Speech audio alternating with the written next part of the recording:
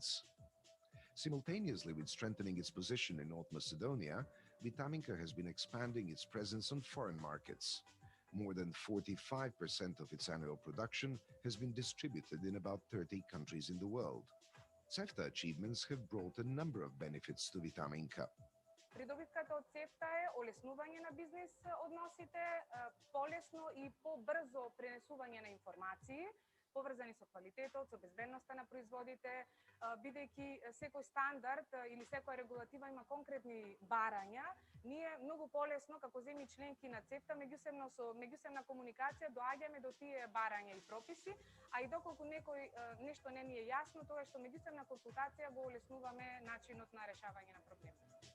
Vitaminka's products can be found in all the markets in Southeast Europe, in West European countries, and as far away as the United States and Australia, where Vitaminka has been exporting its products for 25 years. A bold step into new markets, along with investment into new technologies, world-class quality, and an attentive look into the future of the markets, are the postulates of the Vitaminka industry from Prilep.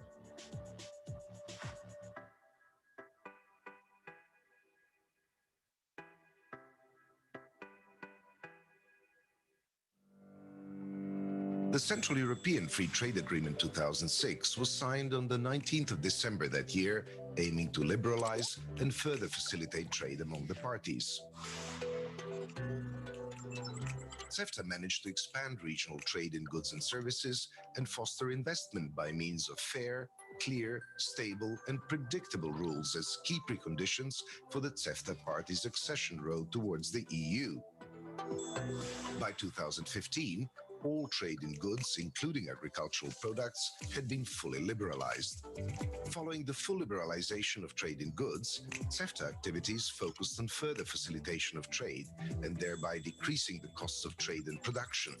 Combined with a positive environment for investments created by this approach, these activities will enhance the integration of the parties into the EU and the world economy.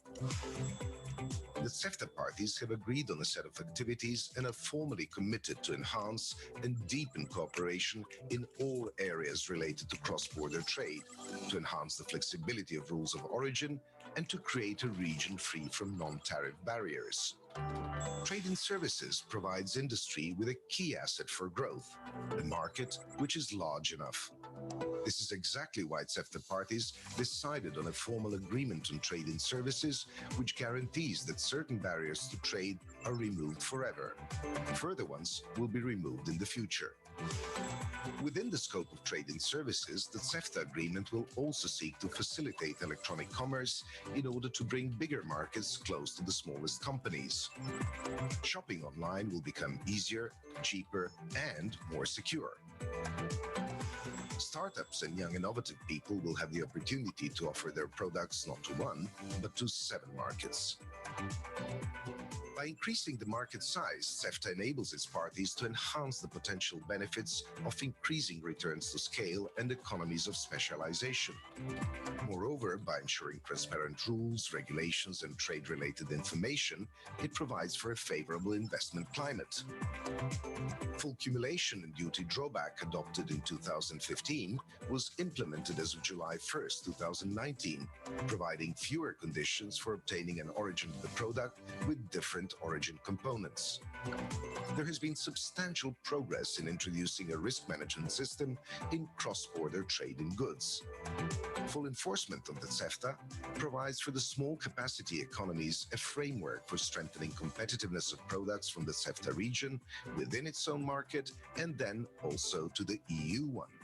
Additional efforts are being made to ensure that the agreement is fully implemented and to bring out all the opportunities it has to offer, demonstrating the crucial relevance of CEFTA.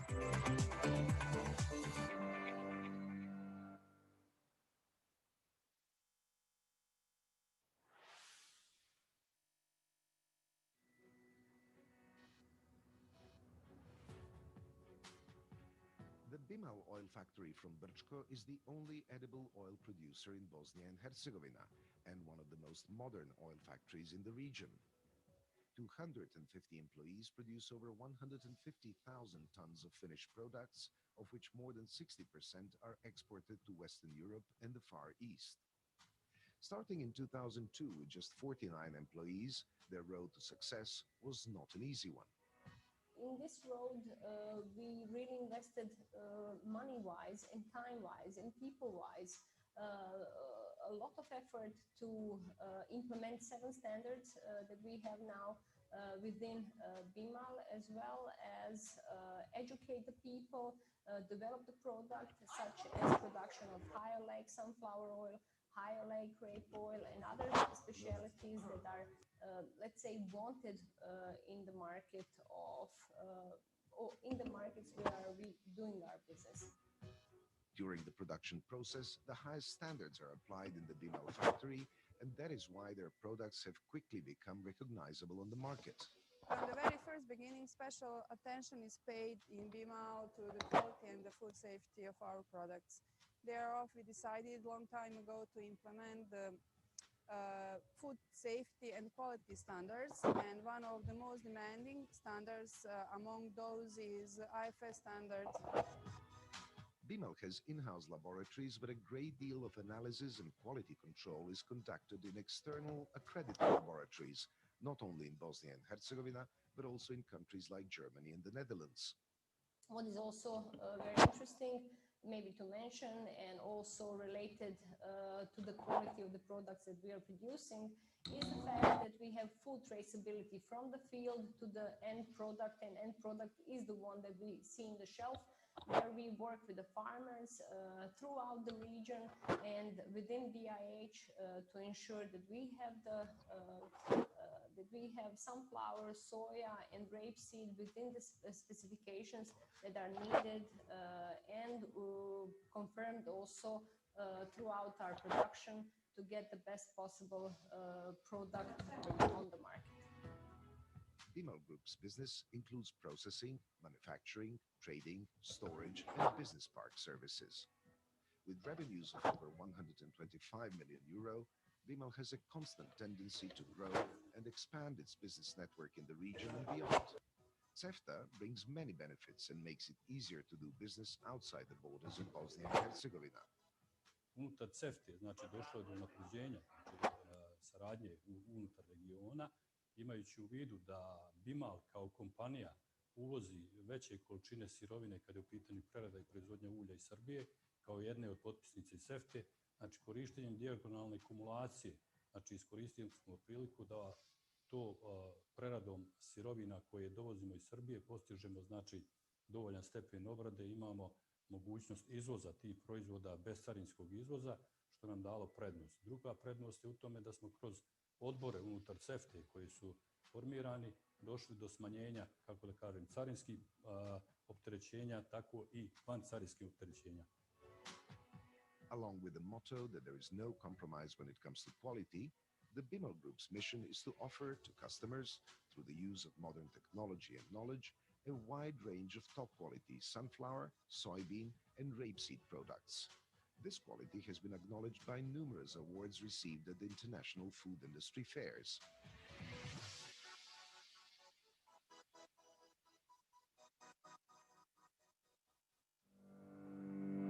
The Central European Free Trade Agreement 2006 was signed on the 19th of December that year, aiming to liberalize and further facilitate trade among the parties.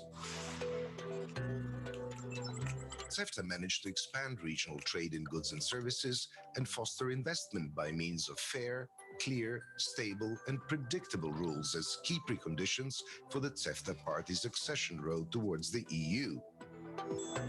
By 2015, all trade in goods, including agricultural products, had been fully liberalized. Following the full liberalization of trade in goods, CEFTA activities focused on further facilitation of trade and thereby decreasing the costs of trade and production. Combined with a positive environment for investments created by this approach, these activities will enhance the integration of the parties into the EU and the world economy. The CEFTA parties have agreed on a set of activities and are formally committed to enhance and deepen cooperation in all areas related to cross-border trade, to enhance the flexibility of rules of origin, and to create a region free from non-tariff barriers. Trade in services provides industry with a key asset for growth, a market which is large enough. This is exactly why CEFTA parties decided on a formal agreement on trade in services, which guarantees that certain barriers to trade are removed forever. Further ones will be removed in the future. Within the scope of trade in services, the CEFTA agreement will also seek to facilitate electronic commerce in order to bring bigger markets close to the smallest companies. Shopping online will become easier, cheaper, and more secure. Startups and young innovative people will have the opportunity to offer their products not to one, but to 7 markets. By increasing the market size, CEFTA enables its parties to enhance the potential benefits of increasing returns to scale and economies of specialization. Moreover, by ensuring transparent rules, regulations, and trade-related information, it provides for a favorable investment climate. Full cumulation and duty drawback adopted in 2015 was implemented as of July 1st, 2019, providing fewer conditions for obtaining an origin of the product with different origin components. There has been substantial progress in introducing a risk management system in cross-border trade in goods. Full enforcement of the CEFTA provides for the small capacity economies a framework for strengthening competitiveness of products from the CEFTA region within its own market and then also to the EU one. Additional efforts are being made to ensure that the agreement is fully implemented and to bring out all the opportunities it has to offer, demonstrating the crucial relevance of CEFTA.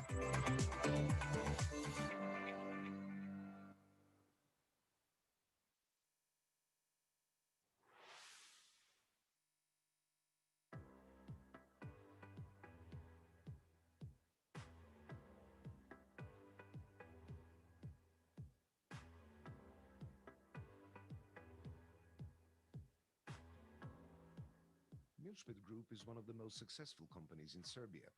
It is the market leader in the field of transport and contract logistics in the region, which provides international and domestic transport, distribution, warehousing, customs clearance, and brokerage services. It has been operating successfully for 26 years now and has over 2,500 employees. The Milchpet headquarters are in Belgrade. Through its operations, Milchpet Group connects the region with the world. We have started as a custom brokerage agency, and up to now we have about 60 branch offices, 45 of them in Serbia, dealing with more than 1,300 in customs the operations per day, which helps our clients a lot, also including all improvement what we are making, in this process and make them finish their jobs easier and faster. In this moment, Milchpet is a leader in the region regarding the logistics services and the supply chain services. Milchpet has become even more successful by expanding its operations in the region, Russia, China, and the United States. Ideja je da Milchpet van Srbije bude jači od Milchpeta Srbije, a da Milchpet Srbije uvek bude jak I da bude dominantan.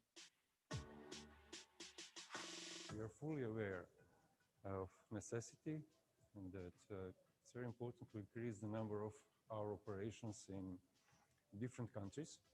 That's why, besides CEFTA agreement is very important for this company. Since our company is not a trading company or producing company, we are providing logistics services. The entering CEFTA agreement helped us to improve and to increase our business because number of the transportation and also number of the documents for customs clearance were increasing because of the agreement. The most valuable asset of most companies are its employees. Milchpet is proud of highly skilled logistics personnel. There are more than 100 traffic engineers, operators with years of experience, as well as a fleet of more than 600 vehicles in all European countries. Vozila su relativno nova, neki godinu, dve, da kažemo da su najstarija vozila u kompaniji. Sve to, što se kaže, najviši standard Euro 6. Putujemo po Evropi, znači od Finske, Norveške do Španije, Portugalije I jedan deo Turske dole, Grčke, znači sve to. The growth of the company is based on providing the highest quality services, which is possible thanks to the teams of experts who possess knowledge, experience, and professionalism. It enables Milchbit to keep up with the contemporary trends and to make necessary changes on a regular basis. Možemo, znamo, idemo dalje i mislim da je svetla budućnost.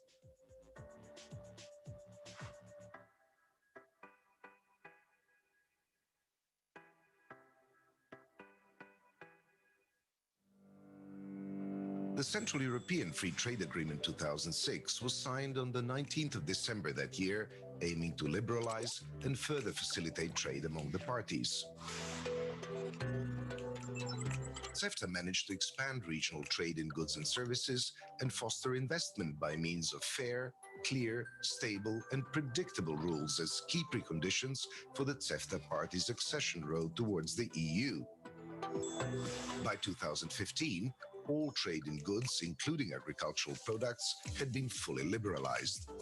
Following the full liberalization of trade in goods, CEFTA activities focused on further facilitation of trade and thereby decreasing the costs of trade and production.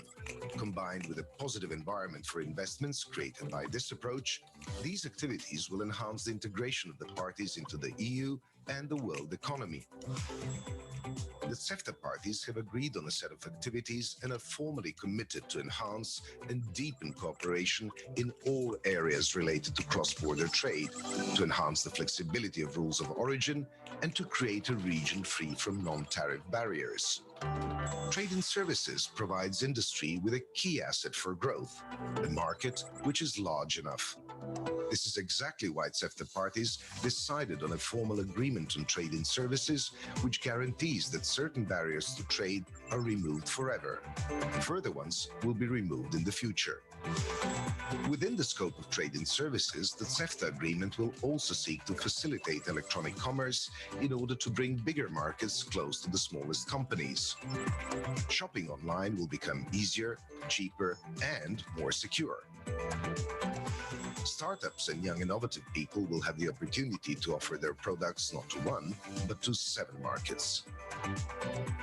By increasing the market size, CEFTA enables its parties to enhance the potential benefits of increasing returns to scale and economies of specialization. Moreover, by ensuring transparent rules, regulations, and trade-related information, it provides for a favorable investment climate. Full cumulation and duty drawback adopted in 2015 was implemented as of July 1st, 2019, providing fewer conditions for obtaining an origin of the product with different origin components. There has been substantial progress in introducing a risk management system in cross-border trade in goods. Full enforcement of the CEFTA provides for the small capacity economies a framework for strengthening competitiveness of products from the CEFTA region within its own market and then also to the EU one. Additional efforts are being made to ensure that the agreement is fully implemented and to bring out all the opportunities it has to offer, demonstrating the crucial relevance of CEFTA.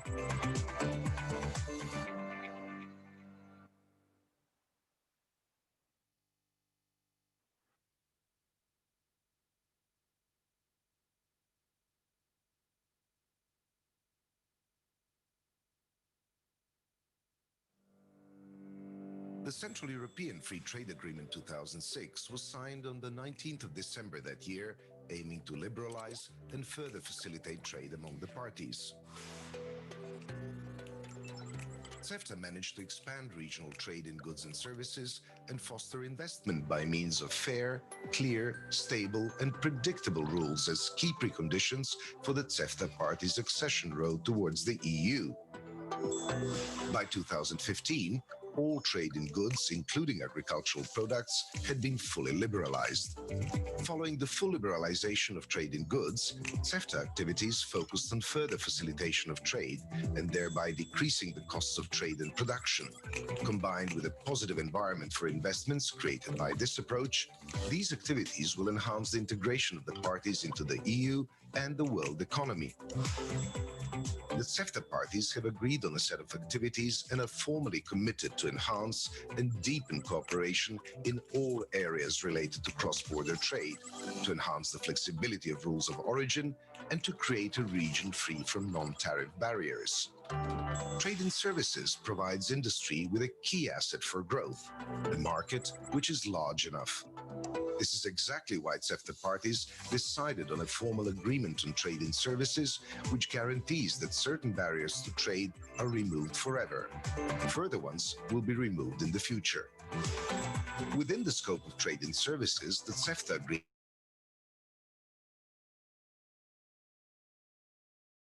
to the smallest companies. Shopping online will become easier, cheaper, and more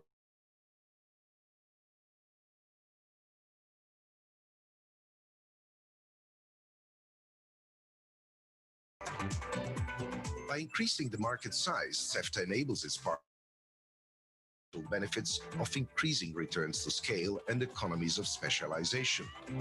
Moreover, by ensuring transparent rules, regulations, and trade-related information, it provides for a favorable investment climate. Full cumulation and duty drawback adopted in 2015 was implemented as of July 1st, 2019, providing fewer conditions for obtaining an origin of the product with different origin components. There has been substantial progress in introducing a risk management system in cross-border trade in goods. Full enforcement of the CEFTA provides for the small capacity economies a framework for strengthening competitiveness of products from the CEFTA region within its own market and then also to the EU one. Additional efforts are being made to ensure that the agreement is fully implemented and to bring out all the opportunities it has to offer, demonstrating the crucial relevance of CEFTA.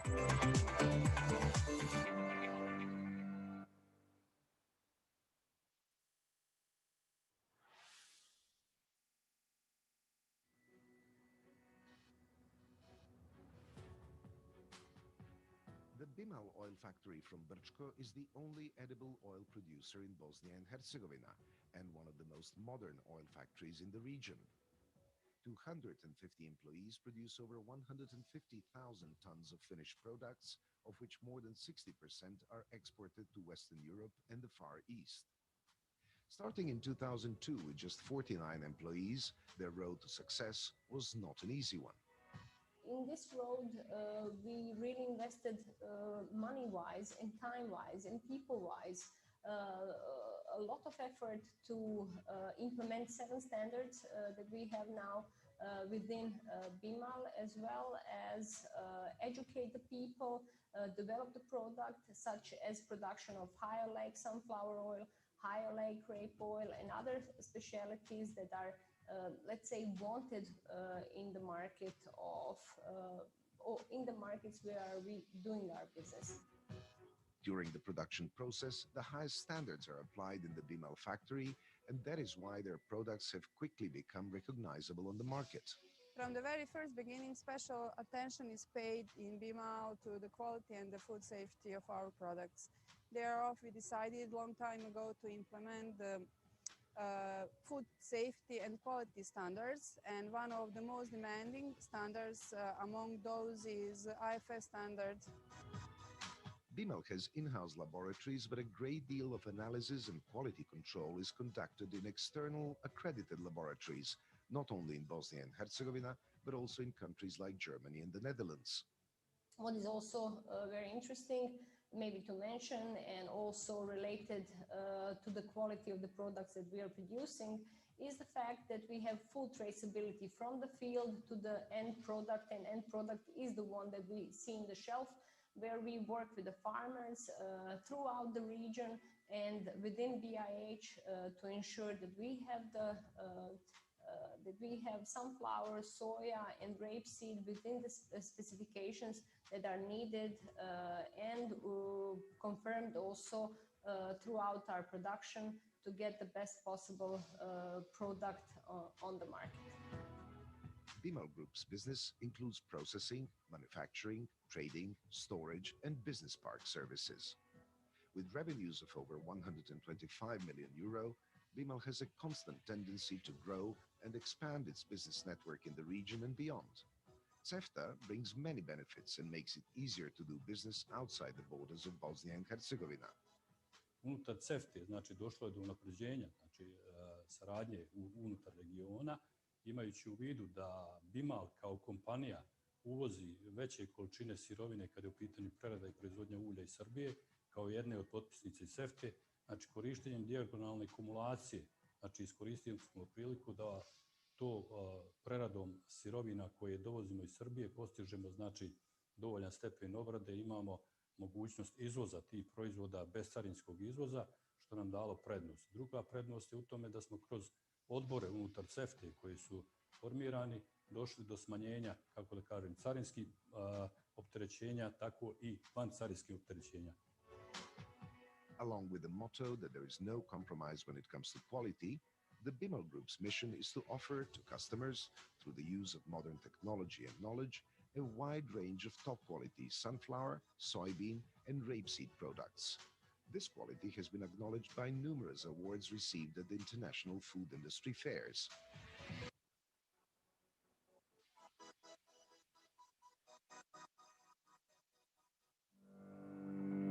The Central European Free Trade Agreement 2006 was signed on the 19th of December that year, aiming to liberalize and further facilitate trade among the parties. CEFTA managed to expand regional trade in goods and services and foster investment by means of fair, clear, stable, and predictable rules as key preconditions for the CEFTA party's accession road towards the EU. By 2015, all trade in goods, including agricultural products, had been fully liberalized. Following the full liberalization of trade in goods, CEFTA activities focused on further facilitation of trade and thereby decreasing the costs of trade and production. Combined with a positive environment for investments created by this approach, these activities will enhance the integration of the parties into the EU and the world economy. The CEFTA parties have agreed on a set of activities and are formally committed to enhance and deepen cooperation in all areas related to cross-border trade, to enhance the flexibility of rules of origin, and to create a region free from non-tariff barriers. Trade in services provides industry with a key asset for growth, a market which is large enough. This is exactly why CEFTA parties decided on a formal agreement on trade in services, which guarantees that certain barriers to trade are removed forever. Further ones will be removed in the future. Within the scope of trade in services, the CEFTA agreement will also seek to facilitate electronic commerce in order to bring bigger markets close to the smallest companies. Shopping online will become easier, cheaper, and more secure. Startups and young innovative people will have the opportunity to offer their products not to one, but to 7 markets. By increasing the market size, CEFTA enables its parties to enhance the potential benefits of increasing returns to scale and economies of specialization.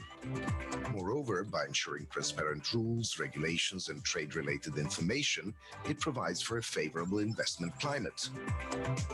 Full cumulation and duty drawback adopted in 2015 was implemented as of July 1st, 2019, providing fewer conditions for obtaining an origin of the product with different origin components.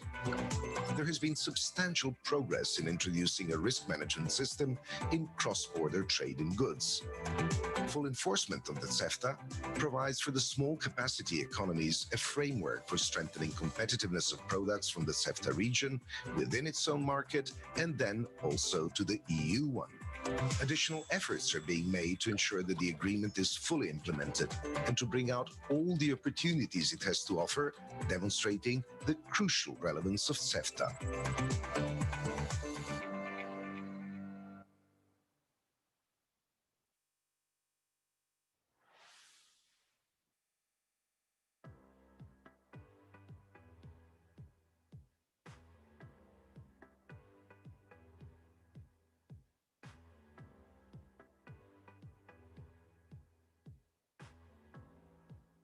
Milchmed Group is one of the most successful companies in Serbia.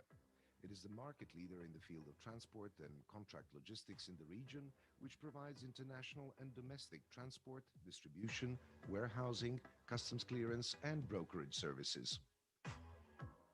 It has been operating successfully for 26 years now and has over 2,500 employees. The Milšped headquarters are in Belgrade. Through its operations,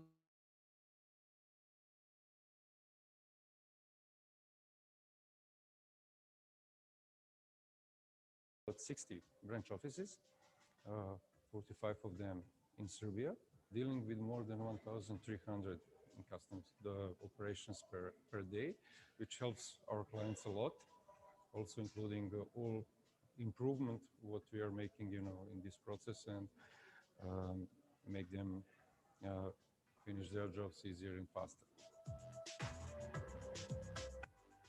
In this moment, Milšped is a leader in the region regarding the logistic services. Morning, Thomas. Dobro jutro, Ognjenka. Good morning, dobro jutro. Dobro jutro, kak ste? Hi, Thomas. Morgan. Good morning. Good morning. Morning. Hi.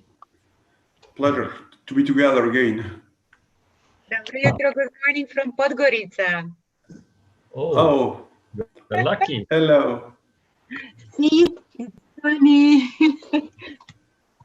The regional hub. Sorry? The regional hub, Tanya, Podgorica. Exactly, but it's interesting. Here is very interesting. Our company is not a trading company or producing company. We are providing logistics services.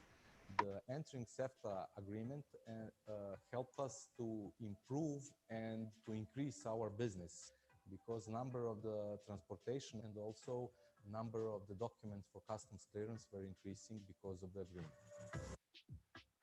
The most valuable asset of most companies are its employees. Milšped is proud of highly skilled logistics personnel. There are more than 100 traffic engineers, operators with years of experience, as well as a fleet of more than 600 vehicles in all European countries. Vozila su relativno nova, neki godinu, dve, da kažemo da su najstarija vozila u kompaniji. Sve je to, što se kaže, najviši standard Euro 6. Putujemo po Evropi, znači od Finske, Norveške do Španije, Portugalije i jedan deo Turske dole, Grčke, znači sve to.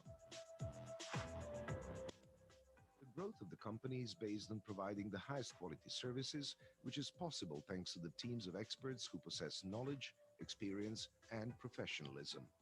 It enables Milšped to keep up with the contemporary trends and to make necessary changes on a regular basis. Možemo, znamo, idemo dalje i mislim da je svetla budućnost.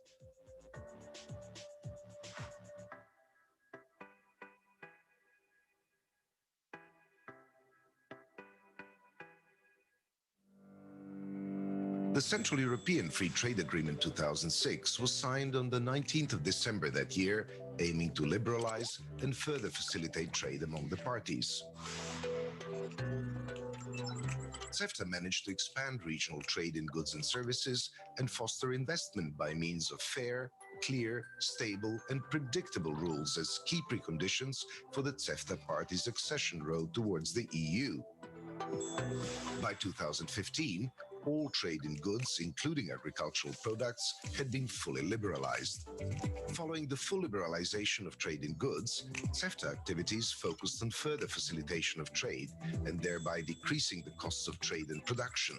Combined with a positive environment for investments created by this approach, these activities will enhance the integration of the parties into the EU and the world economy. The CEFTA parties have agreed on a set of activities and are formally committed to enhance and deepen cooperation in all areas related to cross-border trade, to enhance the flexibility of rules of origin, and to create a region free from non-tariff barriers. Trade in services provides industry with a key asset for growth.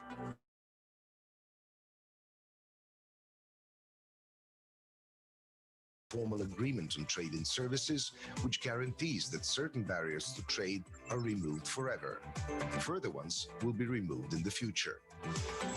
Within the scope of trade in services, the CEFTA agreement will also seek to facilitate electronic commerce in order to bring bigger markets close to the smallest companies. Shopping online will become easier, cheaper, and more secure. Startups and young innovative people will have the opportunity to offer their products not to one, but to 7 markets. By increasing the market size, CEFTA enables its parties to enhance the potential benefits of increasing returns to scale and economies of specialization. Moreover, by ensuring transparent rules, regulations, and trade-related information, it provides for a favorable investment climate. Full cumulation and duty drawback adopted in 2015 was implemented as of July 1st, 2019, providing fewer conditions for obtaining an origin of the product with different origin components. There has been substantial progress in introducing a risk management system in cross-border trade in goods. Full enforcement of the CEFTA provides for the small capacity economies a framework for strengthening competitiveness of products from the CEFTA region within its own market and then also to the EU one. Additional efforts are being made to ensure that the agreement is fully implemented and to bring out all the opportunities it has to offer, demonstrating the crucial relevance of CEFTA.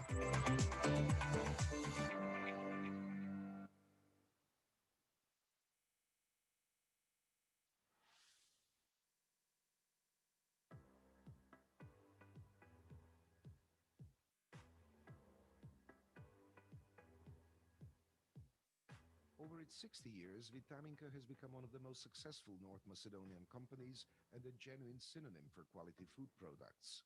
Besides its positive impact on the national economy, Vitaminka also has an impact on the local economy as a major employer by engaging a large number of employees and associates. We are coming from small country. It is a small national economy, which is not enough integrated in the rest of the Europe. So sometimes it is the advantage, sometimes it is handicap. But look, it is time for global sourcing.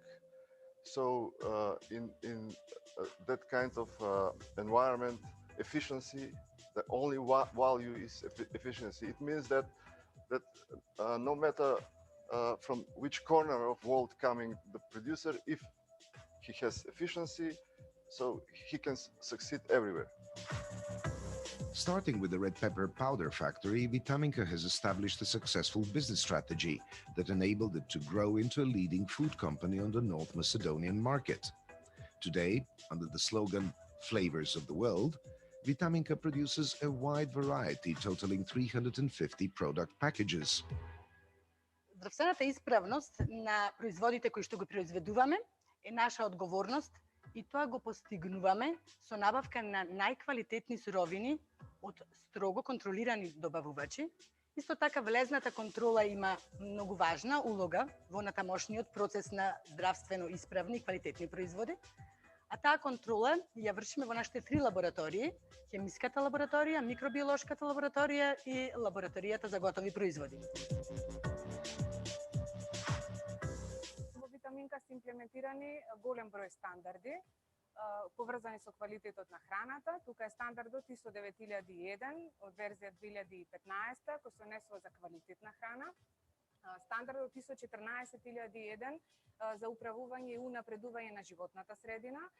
Стандардот ISO 45000 кој е во моментална фаза на имплементација се однесува на здравје и безбедност при работа. Исто така, темелните вредности ни се на безбедни производи, затоа ги запазуваме принципите на ХАСАП, што значи анализа на опасностите на критичните контролни точки, и халал стандардот, кој се однесува пред се на популацијата од исламска вероисповест, бидејќи имаат посебни барања. Being an export-oriented company, Vitaminka is also applying the IFS, International Featured Standard, which has been introduced especially to meet the export market needs. Simultaneously with strengthening its position in North Macedonia, Vitaminka has been expanding its presence on foreign markets.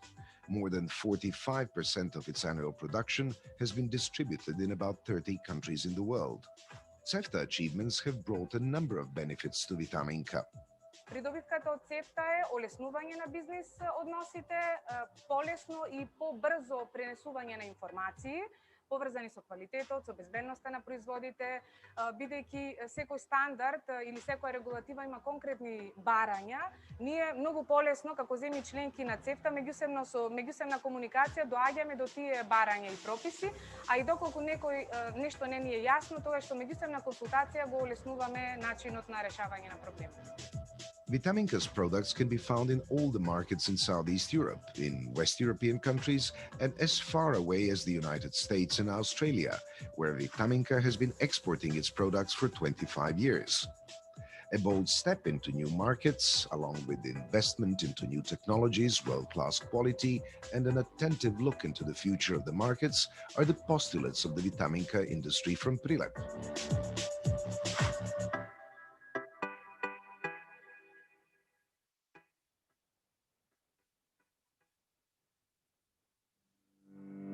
The Central European Free Trade Agreement 2006 was signed on the 19th of December that year, aiming to liberalize and further facilitate trade among the parties.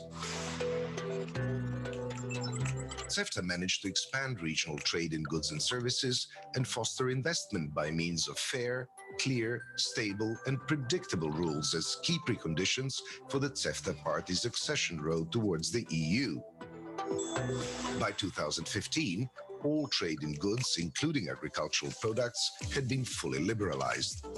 Following the full liberalization of trade in goods, CEFTA activities focused on further facilitation of trade and thereby decreasing the costs of trade and production.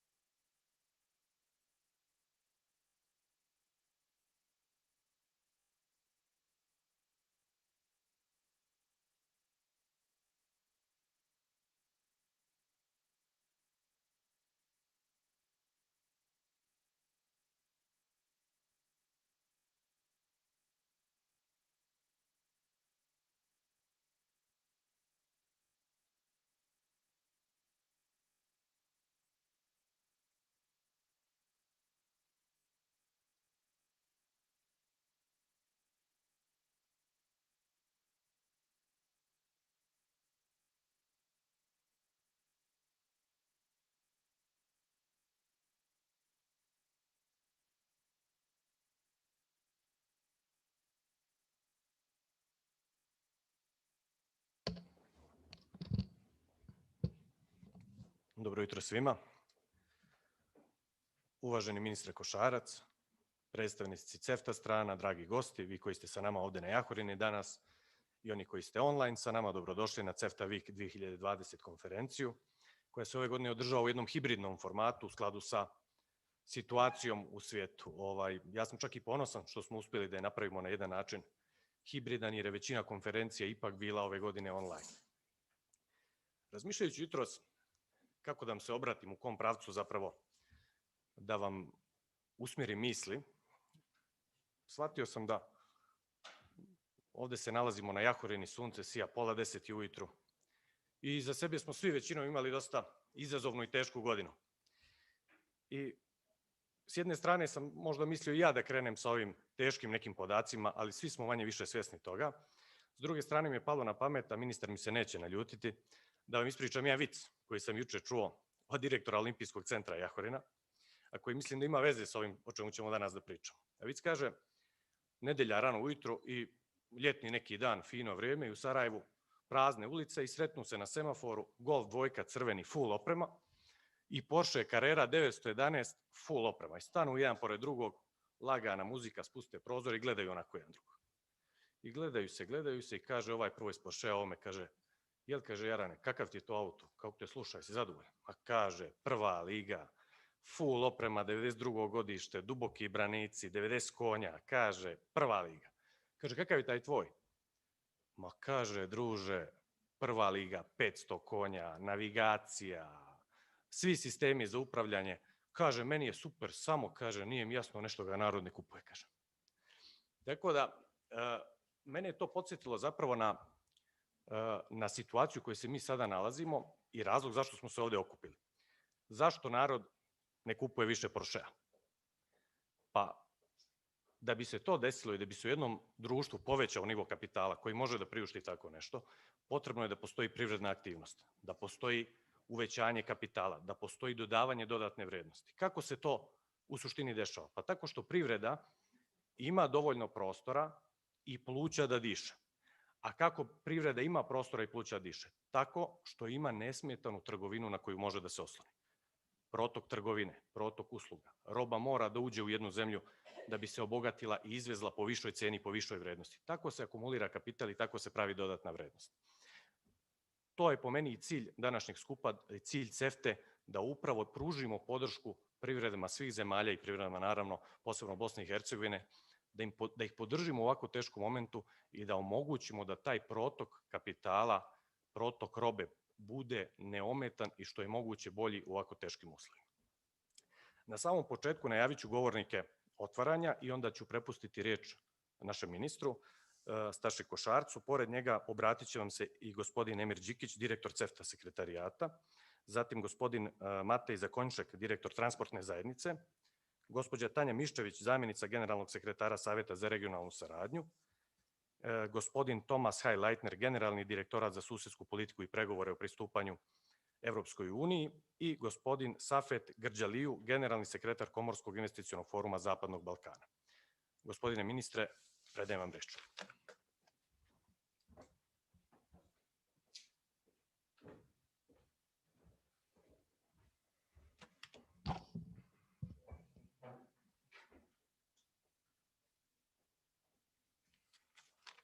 Pošto čovjek stari, očigledno mora da koristi dioptriju. Dragi učesnici, dame i gospodo, želim da vam uputim dobrodošlicu na konferenciju sedmica CEFTA 2020. godine. Posebno pozdrav želim uputiti entitetskim predstavnicima Ministarstva trgovine, kako u vladi Republike Srpske, tako i u vladi Federacije.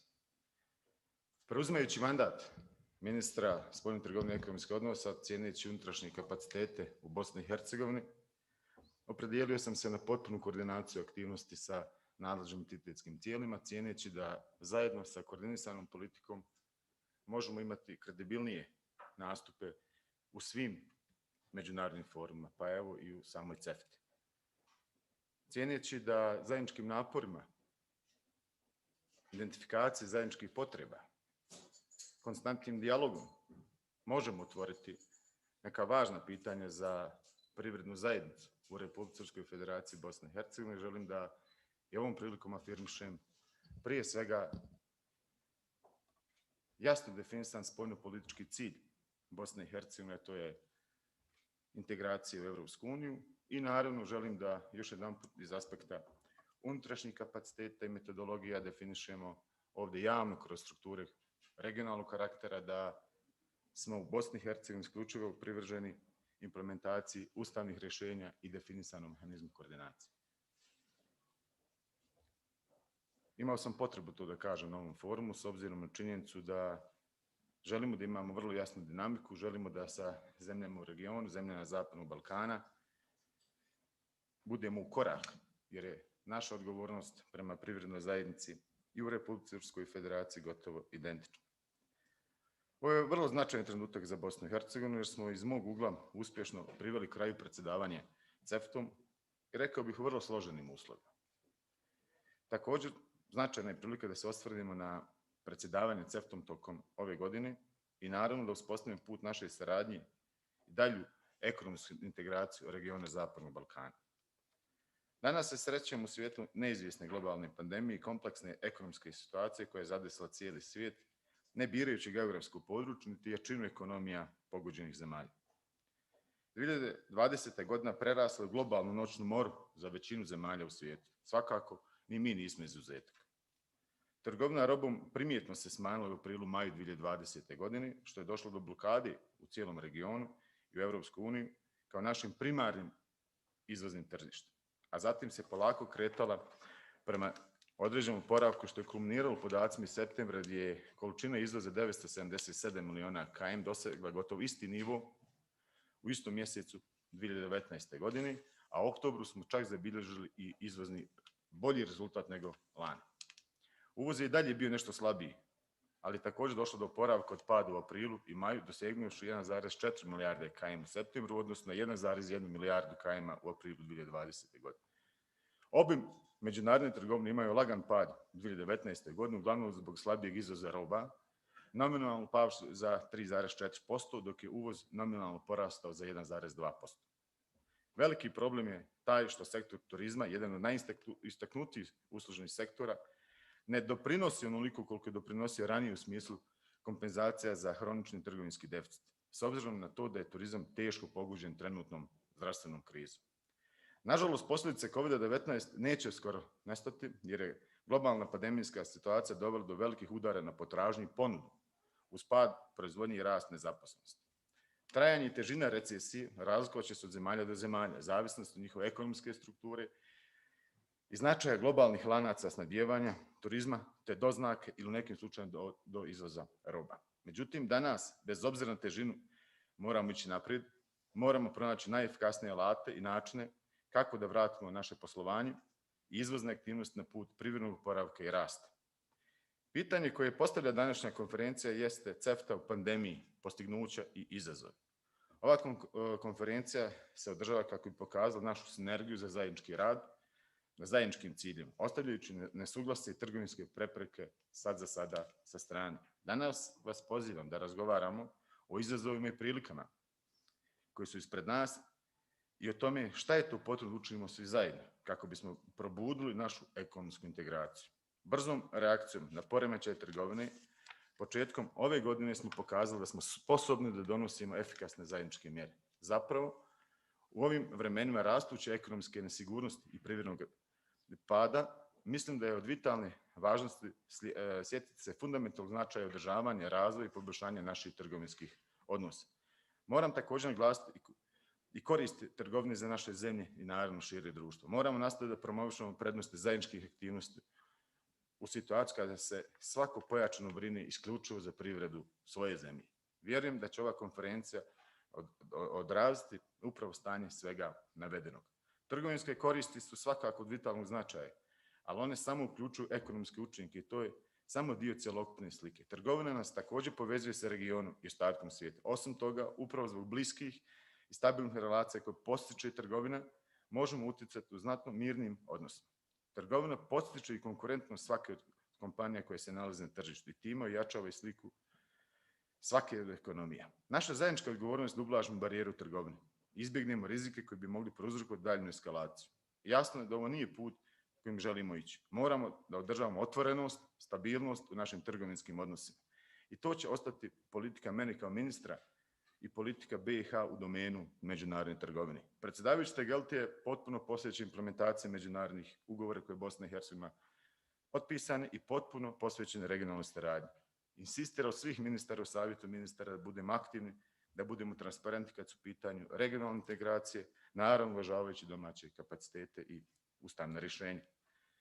Što se tiče postignuća za vrijeme predsjedavanja Bosne i Hercegovine CEFTA tokom 2020. godine osvrnuo bi se na nekoliko ključnih tačaka. Zajedničkim snagama i predanošću pokrenuli smo zelene koridore i uspjeli smo da proširimo listu osnovnih dobara koje nesmetano izvozimo. Nije to bilo teško. Nije to bilo, prije svega, ni lako. Imali smo jako dobar sistem koordinacije u Bosni i Hercegovini sa nadležnim entitetskim tijelima i moram da pohvalim zaposleno Ministarstvo vanjske trgovine i ekonomskih odnosa koji su itekako sarađivali sa sekretarijatom CEFTA i mislim da smo u tim teškim vremenima ipak bili mobilni i da smo donijeli najbolja moguća rješenja. Veoma smo ponosni na progres u implementaciji dodatnog protokola 5 o olakšavanju trgovine gdje ističemo stupanje snagu odluke u međusobnom priznavanju ovlaštenog privrednog subjekta, usvajanje odluke o olakšavanju trgovine voćem i povrćem, započinjanje implementacije strategije upravljanja carinskim rizikom, aktivnostima na dogovorima implementacije revidiranih pravila PEM konvencija i niz drugih dogovora između CEFTA strane. Očekujemo stupanje snagu dodatnog protokola 6 o trgovini uslugama, a započeli smo i dogovor o unapređenju saradnje u sektoru turizma. Uspostavili smo BTI bazu bazu obavezujućim carinskim tarifima te regulatornu bazu podataka u sektoru usluga koja uključuje 30 sektora i istu planiramo proširivati, a među zahtjevima privatnog sektora moramo da sve to prepoznamo. Uspjeli smo i započeli pregovor dodatno protokolu 7 o rješavanju sporova koji se nadam iduće godine da ćemo i potpisati i da nećemo imati problem, odnosno nećemo imati potrebu da koristimo dodatni protokol 7 u perspektivi. Svi bismo trebali da budemo ponosni zbog našeg sastanka održanog u Sofiji u oktobru, koji je rezultirao usvajanjem akcijnog plana za zajedničko regionalno tržište za period 2021-2024. godina. U budućnosti se moramo fokusirati na širu upotrebu mjera za olakšavanje trgovine i na promovisanju okruženja elektronske trgovine. Osim toga, moramo dodatno poboljšati upotrebu sporazuma uzajamnog priznavanja. Naša ekonomska integracija regiona također treba da se bavi trgovinskim mjerama koje treba da se dopune koherentnim setom ostalih politika poput investicione, socijalne, radne te fiskalne politike. Dopustite mi da zaključim da također moramo imati na umu da protokoli odluke CEFTA i trgovačke statistike nisu sve. Ljudi žele da vide kako se ti brojevi i sporazumi transformišu u bolji kvalitet života i u tom segmentu mislim da smo zauzeli dobar pravac kretanja, a to ne znači da smo obavili sam posao. Zajedno možemo da osiguramo da trgovina odigra svoju punu ulogu u izgradnji svjetle budućnosti koju svi mi želimo da vidimo. Još jedanput želim svima vama da poželim dobrodošlicu, iskrenu dobrodošlicu u Bosnu i Hercegovinu, u Republiku Srpsku, u grad Istočno Sarajevo i konačno na olimpijsku ljepoticu Jahnu. Živi i zdrav bili, hvala vam.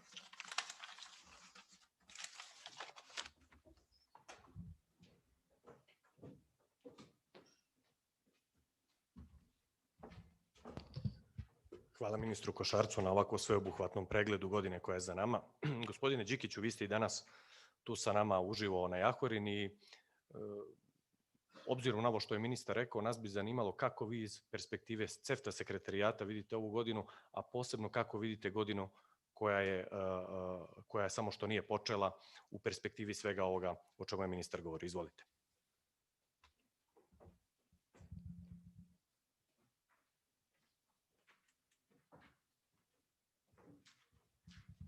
Hvala vam lijepa. Poštovani ministri, predstavnici entiteskih vlada, poštovani članovi tijela CEFTA koji nadam se da pratite ovo putem linkova, Zooma i YouTube-a. Ja odmah da se izvinim, samo jedna korekcija, na YouTube-u nema prevoda, tako da koristite Zoom link za prevode. Ono što je veliki problem je kada nastupite posle ovako odličnog uvodnog govora koji otprilike kaže sve ono što se dešavalo i što bi trebalo da se dešava u narednom periodu, a naročito kada iza sebe imate još 5 govornika, koju god temu da započnem, nekom sam uskočio u program. Tako da se unaprijed izvinjavam. Ono što je bitno naglasiti je da je CEFTA koja je krenula od 2006. godine, kada smo se bavili samo smanjivanjima carina u poljoprivrednim proizvodima, došla do jednog nivoa da se danas bavimo cijelom ekonomskom aktivnošću, svim privrednim granama i ono što pokušavamo da napravimo je ogroman sklop aktivnosti, kockica koje bi trebalo da se slože i da omoguće našim privrednicima s jedne strane pristup evropskom tržištu, a pristup i regionalnom tržištu. Ono što je bitno pomenuti od 2017. godine, od olakšavanja trgovine, dodatnog protokola 5, dodatnog protokola 6, u uslugama koji treba da stupi oko 15. do 20. između 15. i 20. januara, zavisno od brzine pošte. Trebamo privredi, malim, srednjim preduzećima omogućiti da što prije poboljšaju svoje aktivnosti i probaju izaći iz pandemijskog nivoa poslovanja i iz ove krize. To možemo uraditi samo svi zajedno. Ono što je bitno, u posljednja 3 dana utvrđeni su pravci rada u narednom periodu. Tokom predsjedavanja Bosne i Hercegovine rađeno je na zajedničkom regionalnom tržištu. Mislim da će Tanja kasnije pričati mnogo detaljnije o tome. Uključeno je bilo preko 400 državnih službenika iz svih strana CEFTA, u stvari svih strana Zapadnog Balkana, uz učešće parcijalno i kolega iz Moldave. Šta želimo da postignemo? Želimo da smanjimo redove kamiona na granicama. Svi ste prelazili granice u ovoj regiji i vidite koliki su redovi kamiona bili do 2020. godine. Studije govore da otprilike 26 ili 28 miliona sati se izgubi na čekanju. Sad to možete prevesti. Ako idemo u sklopu zelene agende Evropske unije, sad to možete prevesti u ispusne gasove, pa vidjeti koliki je utjecaj na ekologiju, a sa druge strane možete pretvoriti u monetarnu vrijednost i vidjeti koliko ti proizvodi koji čekaju gube na konkurentnosti. To je jedna od sitnih stvari koja je urađena. Ja mislim da ćemo Matej detaljnije kroz zelene koridore objašnjavati i ono što želimo.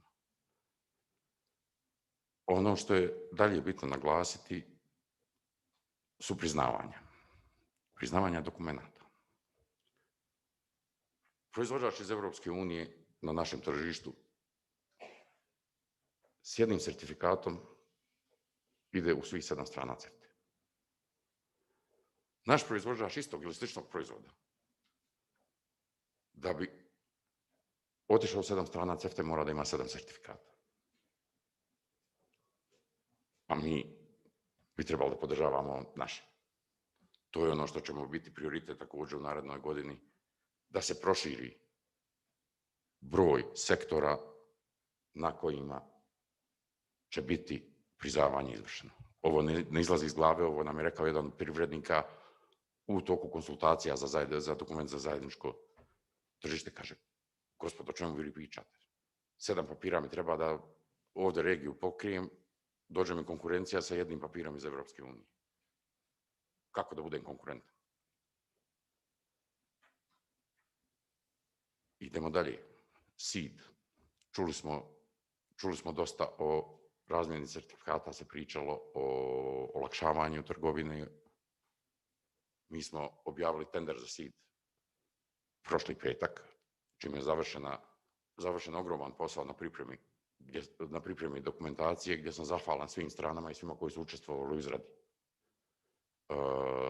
situacione analize u svim institucijama koje se nalaze na BCP-evima i CCP-evima na prelazima i svih 6 strana Zapadnog Balkana, a trenutno se radi i za Moldaviju. Idemo malo na usluge. Turizam i trgovina. U pandemiji smo vidjeli da se sve više i više počinje koristiti i trgovina. Međutim, kada pogledate da bi poslali paket odavde za Beograd, carina, poštarina, još ako vam treba neko platiti nešto, pa konverzija i nalozi za plaćanje.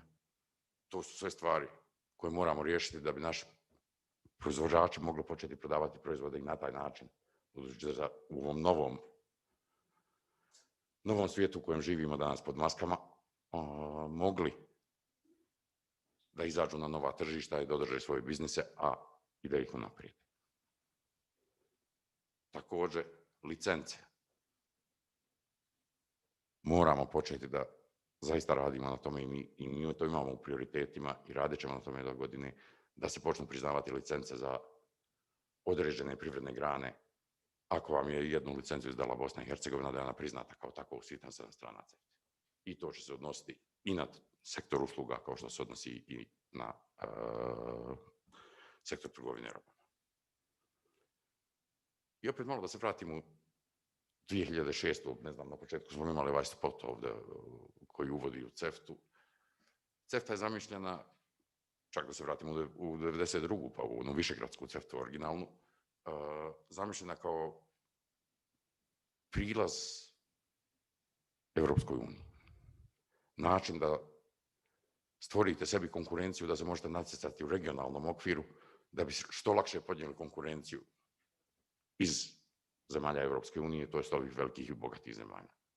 Nemamo mi svi ovdje zajedno ni sredstava, ni toliko mogućnosti da podržavamo našu privredu kao što imaju zapadne zemlje.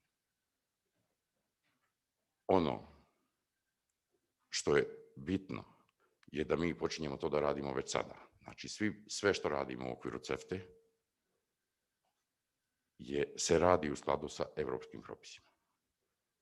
Što znači, ako imate neku oblast i ispunjavate evropske propise i evropske norme, koristit ćete benefite koji proizilaze iz CEFTA ranije u odnosu na one koji nisu uskladili svoje zakonodavstvo. I ja mislim da nam je to jedna od ključnih stvari na koje trebamo raditi, da harmoniziramo sve ono što možemo sa tržištem koje je nama najinteresantnije, 60 do 70% i izvoza i uvoza nama dolazi sa tog tržišta i svi smo izrazili političku volju da pristupimo tom savezu. Ja mislim da će Tomas detaljnije o ovome u narednom izlaganju, a podrška koju nam pruža Evropska komisija bilo kroz tehničko savjetovanje, kroz učešće njihovih eksperata u našim radnim grupama, zašto im se veoma zahvaljujem jer je to jedan novi oblik saradnji, do toga i obećanja koje proizilaze iz nove metodologije, da ćemo oni koji ispune uslove da će polako početi dobijati pristup jedinstvenom tržištu Evropske unije bez da postanu članica Evropske unije. I to je ono čemu trebamo težiti, jer kad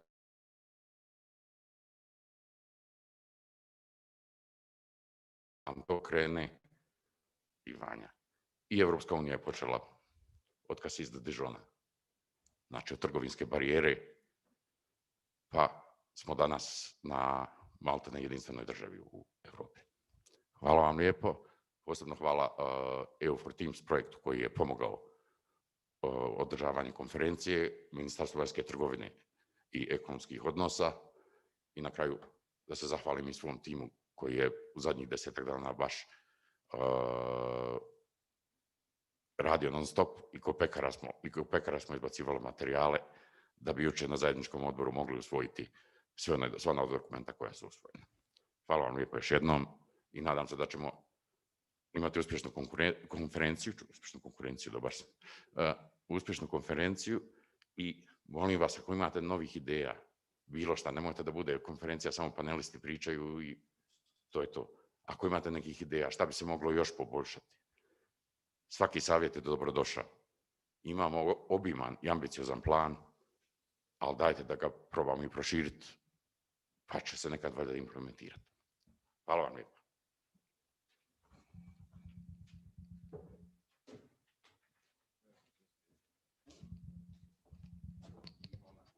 Gospodine Đikiću, hvala puno. Da pitam samo kolege iz tehnike, da li imamo video link sa gospodinom? Da. Pored ovoga što ste nam rekli o CEFTA i njenoj ulozi, jedan od osnovnih stubova za podršku regionalnoj trgovini i transportna zajednica. Sa nama je njen direktor, gospodin Matej Zakonjček, i ja ga molim da nam se obrati putem video linka iz Beograda. Izvolite. Good morning and welcome from Belgrade. Dear ministers, dear Emir, dear friends, as it was said, I'm basically calling from Belgrade, which I think today looks very similar than Jahorina because of the fog. So we have a complete white Belgrade today, and I hope that you also have a nice snow in Belgrade, in Jahorina. So here from the transport community, I would like to give you a few words from my side. Because we are a new kid on the block, I would like to first have a few words about the transport community. So we are the international organization in the field of transport and mobility, and we are bringing together 33 participants. The entire EU, which is represented by the European Commission, as well as the 6 regional participants in the Western Balkans. And we have one very simple aim, and this is the integration of the transport markets of the Western Balkans into the EU. We are doing that with the 2 parallel processes. The first is we are supporting all 6 regional partners with the adoption and the implementation of the entire EU legislation when it comes to transport, And secondly, we are also supporting the connectivity projects that are connecting the Western Balkan regional participants among themselves and, of course, with the EU. We have a very clear 4 priorities in this year and in the years to come. Our first priority is rail. As you know, the rail in the region has to become a viable option for businesses as well as for passengers, for tourists, for everybody who lives in the Western Balkans. I think that is an absolute necessity if we want to make the region not only economically successful, but also if we want to reach the green objectives of the region as well as of the Europe. Our second priority is roads. And when I say roads, we mean specifically the roads which are climate resilient, the roads which are modern with all the digital components, as well as the roads which had a very strong green component, such as charging stations. Our vision is really that you would be able to travel all around the Western Balkans with your electric vehicle very, very soon. Our third priority is road safety. As you know, there are too many people that lose their lives or are seriously injured on the road in the Western Balkans. Our vision here is Vision Zero. We should have no seriously injured and no fatalities on the roads in our region. And our last priority, which is of course something which is very close to the heart of what CEFTA is doing as well, and our friends from the RCC, is the transport facilitation. As it was said before, our trucks are waiting for way too long at our borders. We need to make sure that we reduce this waiting time to an absolute minimum, which is necessary for all the procedures to be completed on our borders. And of course, with our aim is to really reduce this waiting time. And the best way of doing that is to really support the concept of one-stop shop, or as I like to call it, one-stop go, because nobody shops at the borders anymore. So in really to have a one-stop go approach on all borders within the Western Balkans, as well as on the borders between the Western Balkans and the EU member states. For all those 4 priority areas which I have mentioned, we have developed the action plans. And these are the action plans which were confirmed by the ministers of transport in October 2020. So we have an action plan on road transport facilitation, on road safety, as well as on rail. And the important part of these action plans is that they are really a detailed guidebook of what needs to happen by when and by whom in order to achieve our political objectives, which I mentioned before. What is important about these action plans is that they were not made in Brussels. They were also not made in a transport community. Where they were made is they were made in the region. So they are really the action plans of the region, by the region, and for the region. So here, and of course, what I'm also very happy is that all these action plans are in complete synchronization with the European Commission Economic and Investment Plan for the Western Balkans. So here, talking about the transport facilitation, allow me just to mention one very successful project that is also an integral part of our aim to have minimize the waiting time at our border, and that is of the green lanes.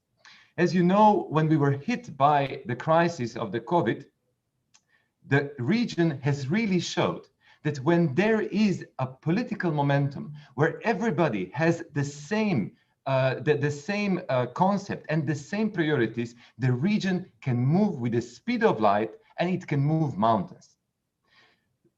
The green lanes concept, together with the RCC and together with CEFTA, we started discussing about this in March this year. The concept became alive in only 1 month. So it took 1 month between March and April for the concept of green lanes to become a reality on the ground between the countries and between the regional participants in the Western Balkans. This has really showed what can happen when the region is looking in the same direction. But now, together with our friends in CEFTA and RCC, we are taking a step forward. And this is the expansion of the green lanes, so the green lanes 2.0, and we are extending this green lane concept for the borders between the Western Balkans and the EU. We had two very successful meetings with the countries which are surrounding the EU member states, which are surrounding the Western Balkan participants, and all the participants here, in order to make sure that this becomes a reality, not in 2 years' time, but really in the beginning of the next year. And this is our aim. And again, dear ministers, dear Emir, dear friends, it is really, one step forward that we are doing to our cooperation, and it's really a bringing region together. And I'm not talking only about the Western Balkans, I'm really talking about Europe coming together. And this is really the best case of our cooperation. Allow me just to finish. When our colleagues were already discussing about what is a priority for 2020, how we see 2021. In transport community, we would really like to dedicate the year 2020 and 2021 to the people who have really made sure that the goods, all the goods, the medical equipment, but also food and everything else, that they have reached our homes. And these are our truck drivers, our sailors, our train drivers. So when the entire region, when entire Europe, entire world was under the lockdowns, they were doing their work. They were delivering food, they were delivering medical equipment, and doing everything possible in order to make sure that we were still safe and that we got all the necessary equipment, the medical equipment, and they were the one who also helped to save lives. And they have to be recognized as the essential workers. So our gratitude and appreciation in this year and next year goes to them. Thank you very much for this, and I wish you a very successful conference.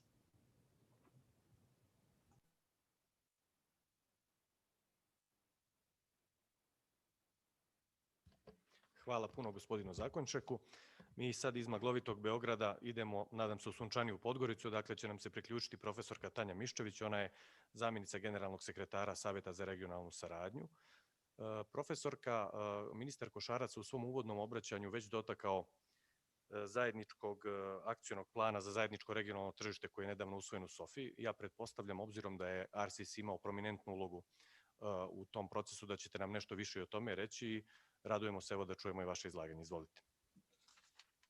Hvala vam, dobro jutro, zaista iz Podgorice, pozdrav najpre vama, uvaženi gospodine ministre i svi učesnici na Jahorini, ali ja ću preći na engleski jezik, obzirom da sada predstavljam jednu regionalnu organizaciju. So, Honorable Mr. Minister, ministers, distinguished participants, friends and colleagues, and above all, dear friends from CEFTA, Emir, Zdravko, Daniela, and all others. It is my pleasure to participate in this year's week conference of CEFTA. Last year, it was the first meeting with all of you for me. And especially only a few days after both CEFTA and RCC signed the Memorandum of Understanding after such a long time, which will not change anything in terms of our good cooperation, but it will acknowledge that we already have a very good cooperation in dealing with so many regional issues. We are at the end, finally of this very difficult year that actually tested our vulnerabilities and strength at the same time. All of us, our lives, our daily routine, work and joy gain a new dimension because of the COVID-19 pandemic. But we also showed every day that we can succeed if we work together and again safeguard each other interest as it is of our own. Nevertheless, we have to be aware that the pandemic introduced environment which is completely different than in the previous years.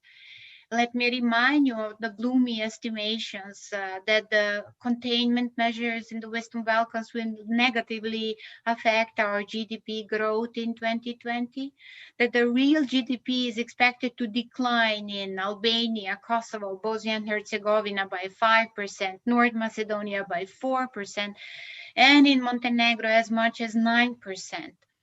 Even though economies are expected to bounce back in the next year, the level of GDP will still be below the pre-virus trends.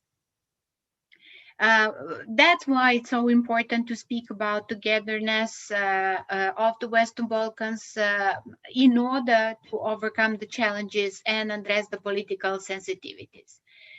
On the other hand, as I started this both negative and positive assessment of the 2020, we also witnessed some regional successes, and let me remind you of some of those very successful stories, like regional roaming agreement, which is without a precedent. It reduced roaming charges for the Western Balkan citizens from its first day of implementation. Today, we pay an average 83% to 96% of less roaming charges. Next step is the 1st of July 2021 with introducing a roaming-free region in the Western Balkans, and it's going to be the reality. Our next goal is to reduce roaming charges between Western Balkans and the European Union. Again, success story, digital summits. Those are the flagship events that are organized jointly by the Western Balkans economies and RCC to ensure a high-level structured dialogue on the digital transformation in the Western Balkans. The third one just recently was hosted this CEFTA Week hybrid format by Albanian, and it addressed core digital transformation challenges in the Western Balkans. It resulted with the signing of the two significant memorandums of understanding between the West Balkan Six. One of those memorandums in the area of interoperability and trust services, and the other one of 5G roadmap for digital transformation, extremely important. I don't have to explain why, as Emir already stated, the importance of the digital, especially introducing in the trade. Both Mate and Emir spoke a lot about the Green Lane initiative. I'm very proud that we participated from the very beginning in the development of this initiative. And yes, we are joining to their call to enlarge them in terms of goods, but also in terms of our EU neighbors, member states neighbors.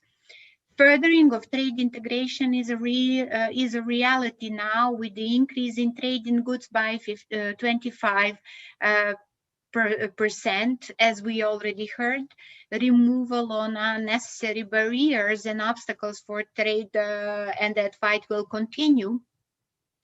As well as AP5 and AP6 will generate additional benefits to the regional trade. My colleagues from the RCC actually gave me some statistics, and I'm grateful for that statistic because it pictures very well the gains from boosting the regional cooperation. And those statistics are not our own, so they are coming from the IMF. So with cross-border coordination in the Western Balkan boost in terms of reaching the average EU standards, the region could potentially save up 800 million euro per year, which is a great number in terms of using that money for further development and our investment. West Balkan Group estimates that if trade barriers are removed, regional growth would be about 3.84% a year from 2018 to 2022. very important numbers that we have to have in mind.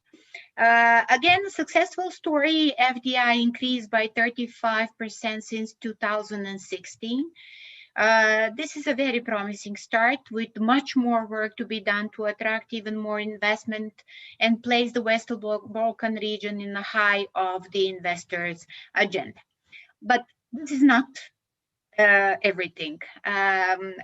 This year is particularly important for all of us from RCC, Western Balkan 6, CEFTA, TCT, KIF, as well as huge support by the European Commission, is the endorsement of the Common Regional Market with a subtitle, A Catalyst for Deeper Regional Economic Integration and a Stepping Stone Towards EU Single Market.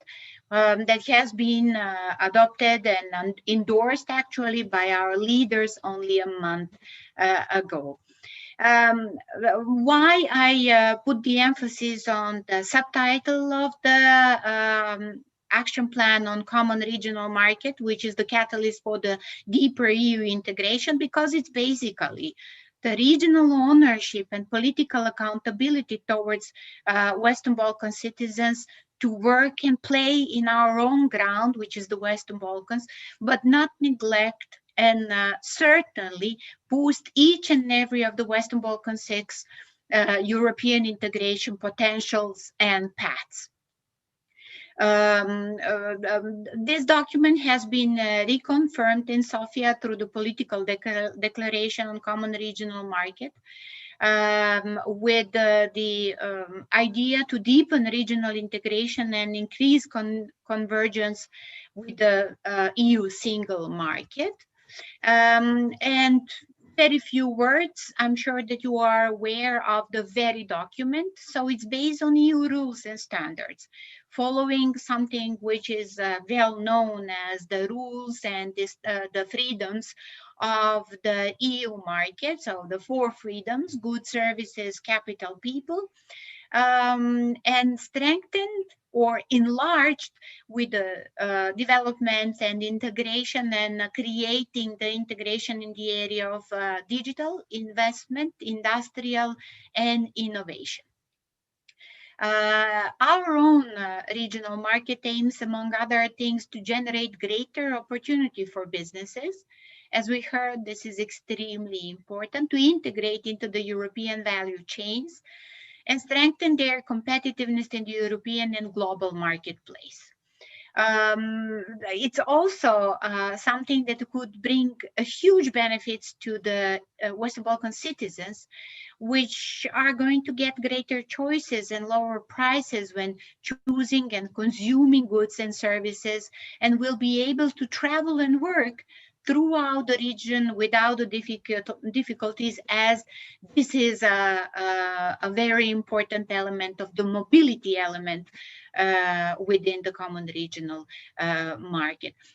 True, the regional market is based on the lessons that we learn and the success story, as well as those leftovers, let's call it like this, from the regional economic area, with the aim to establish an enhanced model for strengthening and deepening regional economic regional economic integration as such. We have now the opportunity to showcase next year at the Berlin summit that the region keeps delivering and solidifying its dedication to EU integration and to bring benefits to the citizens. So we are working together with our regional partners, CEFTA being the most prominent one that we are partnering with, in order to present for the next Berlin summit mid next year, we hope, back in Germany, Berlin. So the Berlin summit is going back home. With the idea to present some deliverables, and we are going to work to have them actually. Several of them I would like to stress. This is an agreement on freedom of movement and stay. This is colloquially known traveling with the IDs. Then agreement on freedom of movement of third-party citizens in the Western Balkans. Then initiation of the Regional Innovation Fund, aimed to support the creation of the regional innovation system. Then agreement on recognition of academic qualification, something that we are working for some years now. Then, as mentioned, the roaming-free region for the Western Balkan and the preparation of the glide path for EU Western Balkan roaming charges reduction. Then EU support to the Western Balkan continues, which is also necessary to put the emphasis in, as I'm sure that Thomas is going to speak much more about the economic and investment plan. Just have in mind that 9 billion of grants are endorsed. European Parliament has adopted yesterday MFF, which is an important novelty and the information. And again, 20 billion guarantee fund, which can raise and promote sustainable economic growth and bring Western Balkan closer to the EU single market. Those are all elements which are important for all of you to have in mind and to work together, with which I would really like to finish, as all of those things are not only a positive and negative sides of the 2020, but also the challenges for 2021. And let me finish by concluding that I would like to congratulate Bosnia and Herzegovina, especially Minister Košarac, for its challenging year of CEFTA chairmanship, but also positive achievements. And I wish all the best on behalf of RCC to North Macedonia as the next CEFTA chair in office for the demanding agenda still during next year. Thank you very much for all of your attention. Back to you, Luz.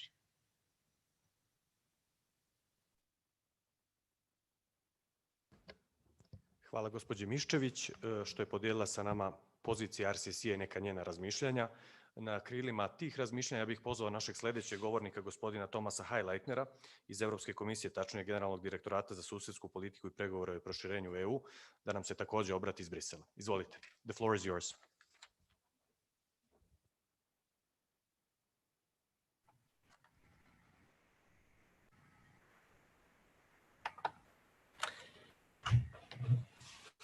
Good morning, everybody. Dear ministers, ladies and gentlemen, Emir, Matej, and Tanya. Well, first of all, I'm very happy to greet you here from Brussels, from sunny Brussels, believe it or not, on behalf of the European Commission. Now, if you allow me, I'll say a few words on the economic and investment plan, and on the way we see the common regional market and the role of CEFTA therein. And I'll try to be short. A lot has already been said by colleagues, and on behalf of the European Commission, we're very pleased that we're supporting the various initiatives that have been already presented. It is a difficult year, no doubt, but if we've learned one thing from this pandemic, it is that we are stronger together. And this is true for the EU, that's true for the region in the Western Balkans, that's true for us working together. And we'll come out of the crisis, and we'll come out stronger and even faster if we work together. And this is why the EU has been standing by the region in the fight against COVID. Right from the beginning, we've mobilized substantial financial amounts of 3.3 billion to help the countries in addressing the effects of the pandemic, and in opening as well the EU's instruments, tools, which normally are only open to EU member states. I think this has been a very clear sign of the privileged position that the region has in its relation with the European Union. We'll now do the same with the vaccines. Our objective is to make sure that vaccines reach the region at the same time as it reaches EU member states. And as some previous speakers have already mentioned, the access to vaccines is key for getting the economic recovery off the ground and helping to get out of the recession. Now, on the economic and investment plan, as Tanya mentioned, it provides 9 billion of EU grants.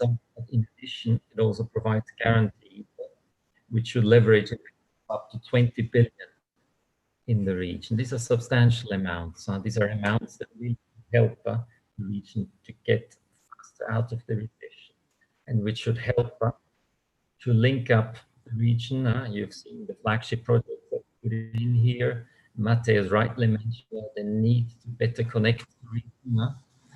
You need a minimum of infrastructure in order to build a common market. And it foresees a very clear path towards the green and digital transition.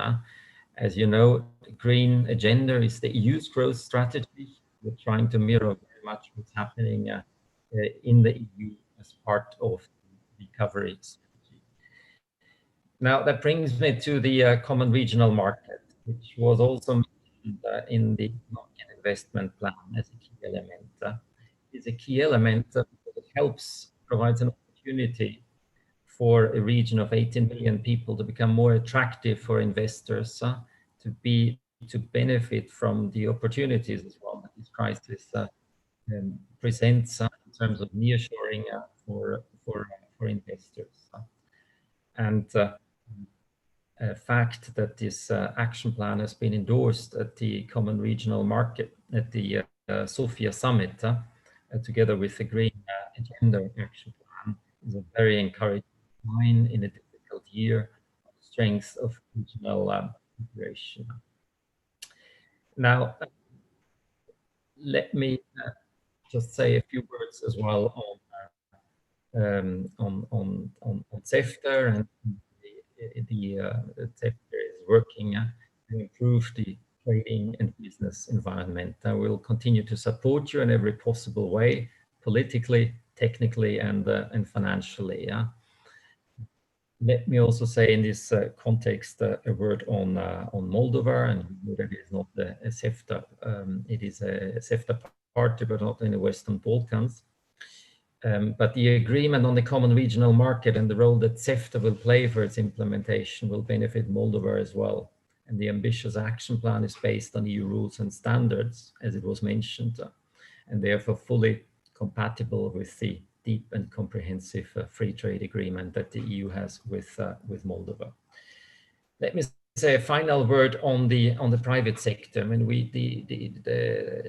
everything that Emir and colleagues mentioned, it is not done for administrations. It is done for the private sector. It is done for the economic operators of the region. They are the ones that can benefit from it. They are the ones that can use it, and they are the ones that we really need to involve in the implementation of the common regional market. Now, Jacques Delors, the architect of the EU single market, once said, you cannot fall in love with the single market. Now, that might be true, but if a common market like the one we are planning for the region can help us to get out of the current recession a little bit faster, at least it merits a bit of friendship and appreciation. And I think that is what all the previous speakers have also expressed for this common regional market. So with these words, I would like to thank again the outgoing presidency, Bosnia and Herzegovina, for a successful year of chairmanship under these very extraordinary circumstances. And I wish the incoming chair, North Macedonia, all the best for a successful year ahead, focusing on quick deliverables, focusing on results. They will help to get us out of the crisis. They will help us to get out of the crisis together, and they'll help us to get out of the crisis stronger. So with these words, thank you very much, and back to you.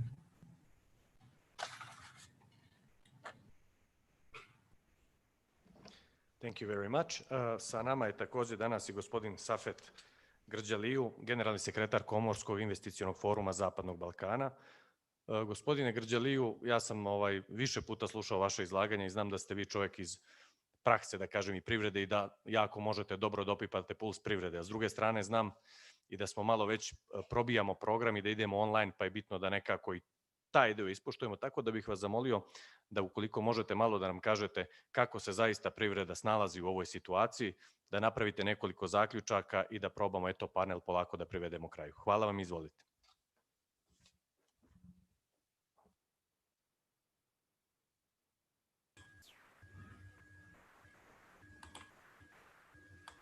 Halo, čujemo se? Dobar dan svima. Sigurno bi se očekivali sad da ću ja pričati na engleskom jeziku, ali imat ću obzir da smo u Jahorini i u Bosni i Hercegovini, imat ću obzir da su domaćini, ja ćemo se obratiti u vašem jeziku zbog poštovanja. Imate puno pozdrav od predsjednika Čadeža, predsjednika Privredne komore Srbija i svakog koji je predsjednik upravnog odbora KIF-a, zbog niz svojih razloga nije mogu da bude prisutan tu, ali ja se nadam da će biti druge prilike. Zašto je to bio bitno? To bar mi je rekao Čadež zadnji put kad smo čuli. Vi znate da on je taj koji je ukusio miris COVID-a jer je bio sam pogođen i hvala Bogu sad je dobro i sigurno posjet u Jahorini bi bio od velikog značaja jer bi imao priliku da osjeti zrak Jahorine i to bi mu dobro došlo. Kao drugo, što god drugo da kažem, sem toga što su rekli prethodni govornici, sigurno možda bi to dugo trajalo. Ono što je ministar Košarac rekao, mislim da to mora da bude platforma za dijalog, to mora da bude jedan takozvani jedna vizija koja treba da se ispoštuje i da se implementira, je upravo to, taj govor sadrža ono što mi želimo da radimo. Istina je to da smo u pandemiji, istina je to da svijet neće biti ono što je bio nekada i svi mi moramo na neki način biti spremni za neki novi svjetski poredak i u tom kontekstu dijalog, partnerstvo i razumijevanje u regiji nema alternative. U tom kontekstu, ako neko treba da ima najviše zasluge za to što smo sada tu gdje smo, to je CEFTA sekretariat i RCC i to ne bi bio to možda bez podrške Europske unije i raznih donatora i stvarno moram da budemo zahvalni sve u tome. Ovo što mi danas radimo je to da jednostavno shvatim da fleksibilnost je nužna stvar u ovim teškim vremenima. Malo pre se postavlja pitanje kako se snalazi poslovna zajednica, ova pandemijska vremena. Kao prvo, biznismeni sa Zapadnog Balkana su primili COVID kao izazov. Kao drugo, oni su primili to kao mogućnost. I kao treće, moramo priznati da su napravili puno koraka ispred politike i mislim da i političari Zapadnog Balkana imaju priliku da uče od toga kako se ponašaju biznismeni i kako sarađuju u Zapadnom Balkanu. Ono što je najbitna stvar koju saradnju, pošto je ovo CEFTA Week, jednostavno moramo naznačiti da upravo saradnja i ovo što radi CEFTA je dobar dokaz da bez dijaloga, partnerstva i zajedničkog stava nema perspektive, nema budućnosti. Ono što mi pokušamo da radimo je taj dualni način komuniciranja interno između država koji čine jednostavno CEFTA i CEFTA regiju i eksterno sa europskim političarima i institucijama, jer bez tog segmenta saradnje i podrške sigurno ne bi bilo to. Osim toga, sama činjenica da u Berlinskom procesu je osnovan Komorski investicijski forum, mislim da je to dobra prilika da se čuje glas poslovne zajednice i privatnog sektora i mislim da ovaj trougo između CEFTA, RCC-a i KIF-a je upravo suština budućnosti, jer ove tri institucije su na neki način shvatili da budućnost ne može se graditi samo u vremenu ili trošeći vreme da ulepšamo prošlost, moramo imati dijalog, partnerstvo, jer ekonomski razvoj je garancija budućnosti, garancija političke stabilnosti, garancija socijalnog mira, garancija ubrzavanja integracijskih procesa i ono što je najbitna stvar, samo na ovakav način mi možemo popraviti imidž regije ili tu negativnu percepciju. Iskreno da vam kažem, ja sam bio uključen 5 minuta pre nego što je počela konferencija, bile su neke snimke od uspješnih firmi u regiji i to je stvarno motivacija dalje da mi radimo ovo što radimo i da shvatimo jednom za uvijek da je uzaludno kao Zapadni Balkan očekivati da ćemo mi biti dio Europske unije samo kroz političku dimenziju. Ekonomski razvoj i ekonomska dimenzija mora da bude prioritet i što prije mi to riješimo naše probleme, eliminiramo naše barijere, sigurno ćemo položiti ispit naspram Europskoj uniji i stranim donatorima. Dijalog nema alternative, mi se tu slažemo i sigurno u tom kontekstu moramo da radimo što više moguće da ispunimo sve ovo što je potpisano bilo u Sofiji, bilo u Skoplje i da to bude ovaj izazov budućnosti, jer samo ekonomski možemo jednostavno napraviti bolju budućnost za sve nas. Digitalizacija nema alternative, harmonizacija svih dokumenta nema alternative. Mislim da jednostavno na neki način moramo podržavati sve ove napore da imamo što manje papirologije i da eliminiramo birokratiju i da jednostavno infrastruktura bude kao prioritet. U tom kontekstu mi uvijek pričamo kako eliminirati barijere između CEFTA stranaka. Mislim da pored svega toga što mi moramo raditi interno, moramo apelirati na države Europske unije i na Europsku uniju da i oni eliminiraju neke barijere za proizvode i usluge Zapadnog Balkana, jer ako vi gledate u regiji na neki način, imajući obzir sve ove napore, mi smo napravili neke pozitivne korake, ali kad vidite i kad gledate granice između Europe i Zapadnog Balkana, to su kolone po 20-30 km. Nije to dobra slika ni za Europu, ni za Zapadni Balkan. U tom kontekstu mislim da mi moramo kreirati win-win efekte, podržavati Zapadni Balkan i privatni sektor, a isto tako eliminirati neke barijere i da mi osjetimo taj dah pozitivnosti kako je sarađivati sa državama Europske unije. I u tom kontekstu mislim da moramo shvatiti ili da promijenimo stav. Svi smo svjedoci toga da 90. godina naši profesori su nas učili u političkoj ekonomiji da samo velika riba proguta manju.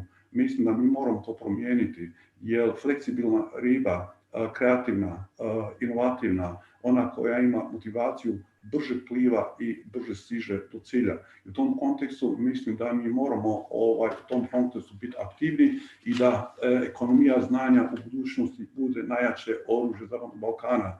Na kraju, kao Chamber Invest Forum ili kao Komorski investicijski forum, mi smo napravili taj poslovni savjet KIF-a gdje jednostavno pokušamo da direktno uključimo poslovnu zajednicu na taj dijalog sa raznim institucijama u okviru Zapadnog Balkana i Europe.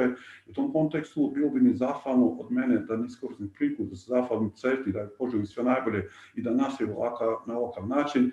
RCC koji su bili uvijek spremni biti s nama i slušati preporuke poslovne zajednice, transportna zajednica koja igra jednu veliku ulogu i mislim da će biti vremenom jedan značajni faktor, a pogotovo Europsku uniju koja je bila uvijek s nama, pogotovo kad je KIF u pitanju, jer kroz jedan projekat, to je podrška Europske unije za Zapadni Balkan i VB6, jednostavno omogućili da je ova teška pandemijska vremena dokazujemo dobre poslovne rezultate. Na kraju krajeva, ja mislim da kao preporuka ove konferencije možda bi bio jedan neki novi slogan za Zapadni Balkan, imajući u obzir da imamo sad zajedničko regionalno tržište koje je usvojeno u Sofiji, da svi mi počnemo lagano da radimo lokalno, a da mislimo regionalno. To je budućnost i od toga sigurno nema druge alternative. Prema tome, meni je drago da sam s vama. Još jednom hvala i želim vam sve najbolje i da se zahvalim Bosni za ovo što je dala Bosni i Hercegovini za ovaj doprinos i da poželim sve najbolje Makedoniji u sljedećem vodstvu i u sljedećem mandatu CEFTA.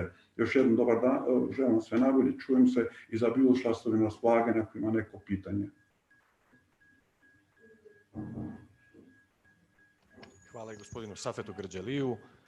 Tema je, kao što vidite, previše. Imali smo sjajnu plejadu uvodničara. Zahvalio bi se svima njima, posebno našem domaćinu ministru Košarcu.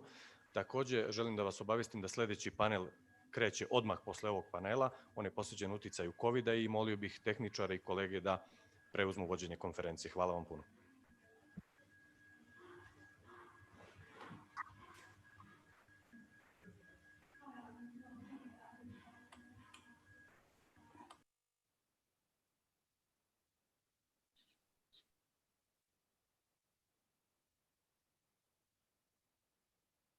Hello, honorable ministers, dear colleagues, distinguished participants, and panelists.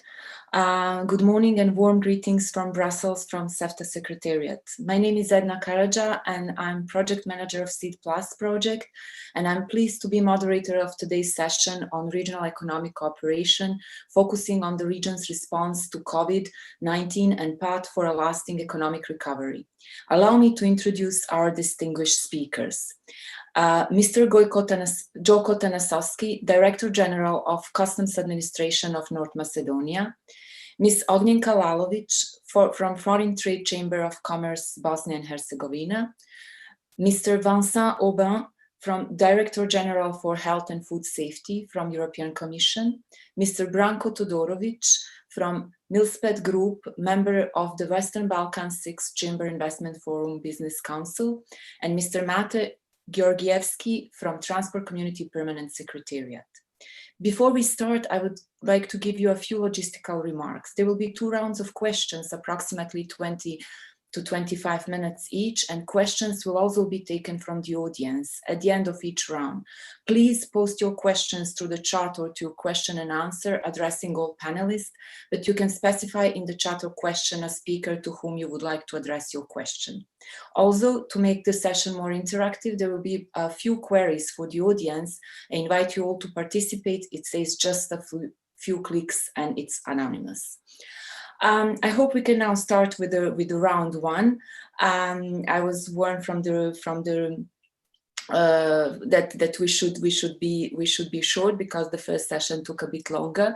So, Mr. Tanasovsky, the outbreak of COVID-19 pandemic early this year has seriously affected the way trade is conducted across the world, and CEFTA region was no exception.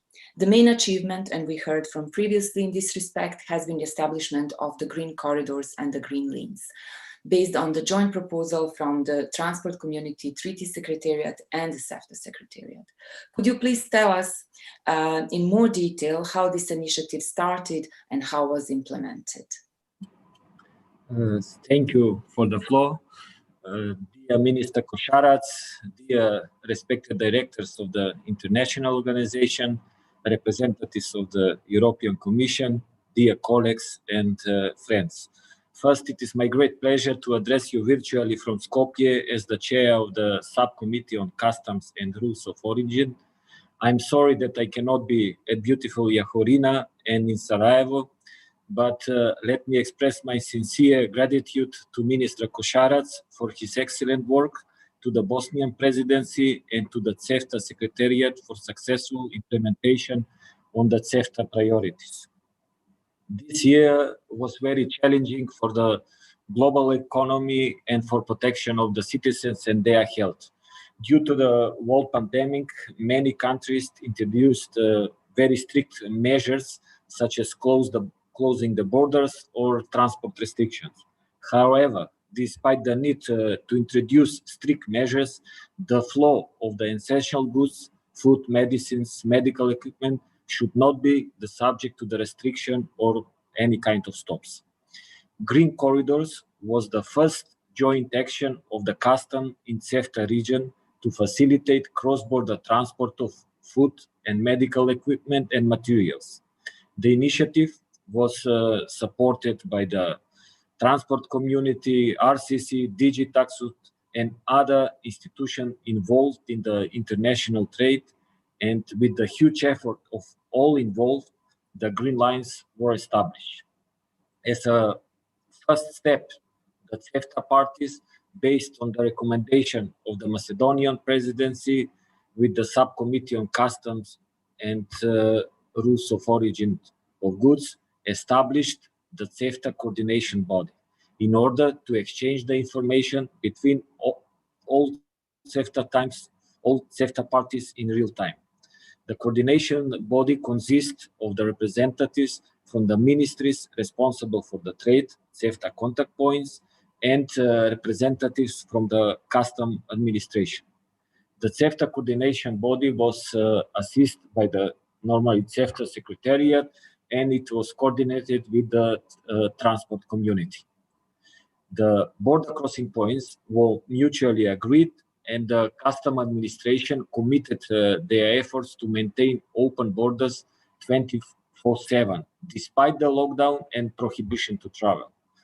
Along with the green corridors, all CEFTA custom administrations agreed to introduce essential lists of the priority goods, such as food supplies, livestock, animal food, chemicals, and vital medical supplies and equipment through the creation of the single list of goods.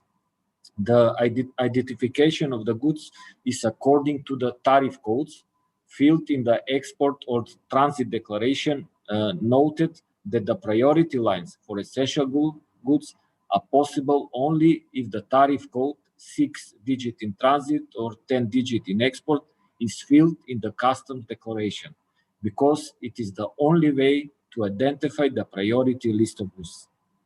The exchange of the information was provided by the SIT electronic system, and the custom officers from the green corridors through the SIT system are provided with the notification message, a message before arrival. In that direction, a new guidelines for operational use of the SIT system has been adopted, ensuring fast and smooth flow of shipments of essential goods within the green corridors. Also, the pre-arrival notification on essential goods was sent to other relevant stakeholders like sanitary, phytosanitary, and veterinary inspection, which is really a huge step forward in communication between all the border agencies. All the measures set comply with the relevant trade rules, in particular WCO, WTO, and CEFTA agreements for border management measures to protect health and to ensure the availability of goods and essential services.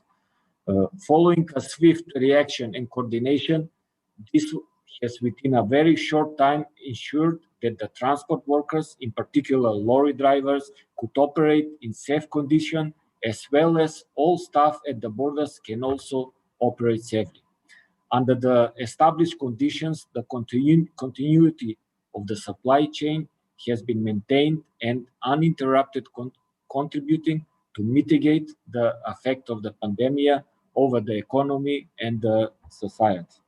From today's point of view, we may say that this initiative was a crucial joint step not only to trade facilitation, but to supply industries and the citizens with the necessary goods. The effectiveness of the green corridors was well accepted and recognized by all international organizations, governments, and the continuation of the green corridors and their extension to the neighboring EU members states was confirmed in the conclusion of the summit for the Western Balkans under the Berlin process. At the end, I would like to thank to all the colleagues that were and all the organization. As Mr. Jikic said, it is several hundred people which were involved in making this green corridor successful and in succeeding to be operational in only a month for very critical period. Thank you very much. Thank you so much. Thank you so much, Mr. Tanasovsky. We will now turn to business community, representatives of business community. Mr. Todorovic, as a business representative, what were the difficulties faced by the traders at the time? And could you actually showcase the impact of this particular initiative on the traders?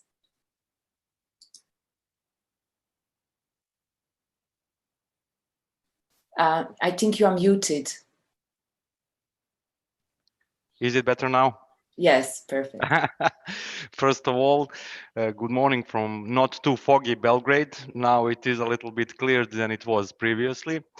And allow me to greet all of you from Belgrade and to congratulate all of you on this great project and meaning and going forward with this situation.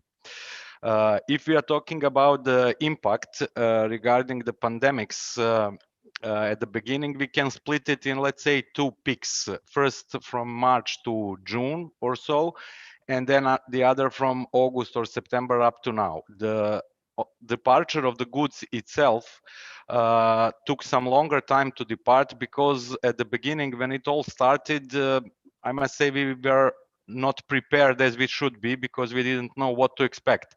So the departure itself from the goods was longer than usual. Also, the procedures were more complex because of all the pandemics items that were needed for us to conclude. And also the border crossings took longer time than usual, and more steps and more things and items should be done at the moment of border crossing than it was.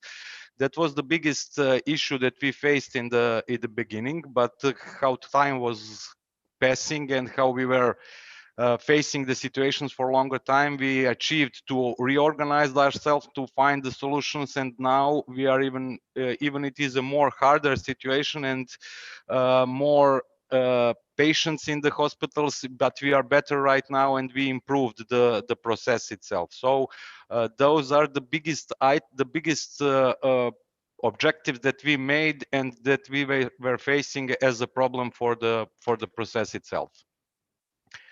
At the beginning, we were also facing the situation. We came to the situation that it was not enough protective medical equipment here, gloves, masks, or disinfective issues. So we were facing that situation and that problem at the beginning, because the business should continue, should go on, and we were facing the other situation, which is not regular in our process, how to protect our employees and all the participants in the process to keep them healthy as much as possible and to prevent any disease in that situation. So those were the situations at the moment, at the same beginning, that we had to face, that we have to solve.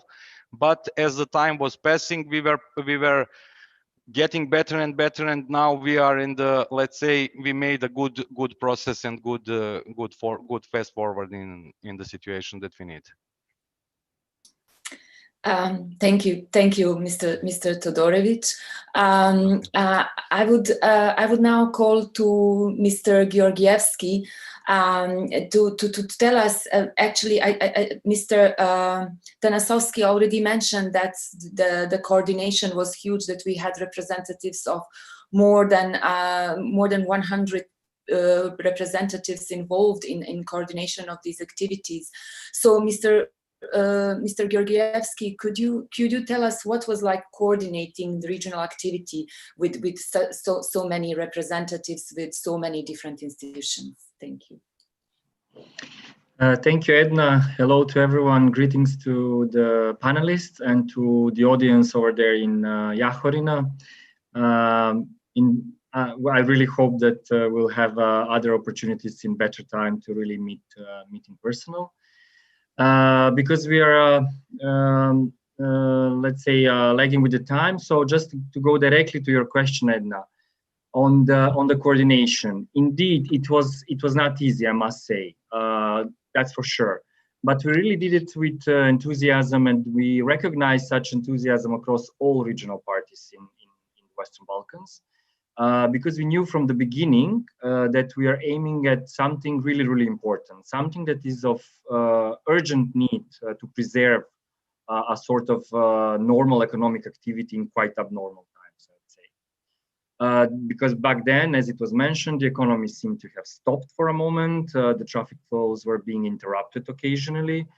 And I really remember receiving every single day in the office complaints by either authorities or operators for about every BCP or CCP on our network, that the traffic is being blocked, or some transporters have been requested additional conditions to be able to enter across the territory of the neighboring party. Then the sanitary measures at the BCPs imposed, they also created longer queues than usual. And the worst thing that the transporters experienced, that was the transit restrictions in some neighboring new member state, which allowed movement only of vehicles in convoys and entrances and exiting only from certain BCPs, which then created several bottlenecks, especially in Gradiška, but also on Batrovci, on Šamac, Horgoš, and so on. So just to give you the, let's say, the idea how the coordination went.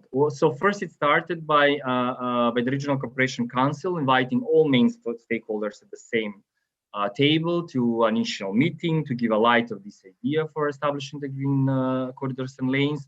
And then immediately the CEFTA Secretariat and the TCT Secretariat, Transport Community Secretariat, they were tasked to develop this concept further to start coordinating each in its own field. In the TCT Secretariat, I remember we were only 5 persons at that time, and all of us actually got this task as a priority in the same time. So while CEFTA was coordinating mostly the list of priority, agreeing on the list of priority goods and the system for exchange of information, the TCT Secretariat, on the other hand, needed to pay more attention to traffic flows, the transport restrictions for drivers, and how certain BCPs and CCPs are coping with the everyday change of situation.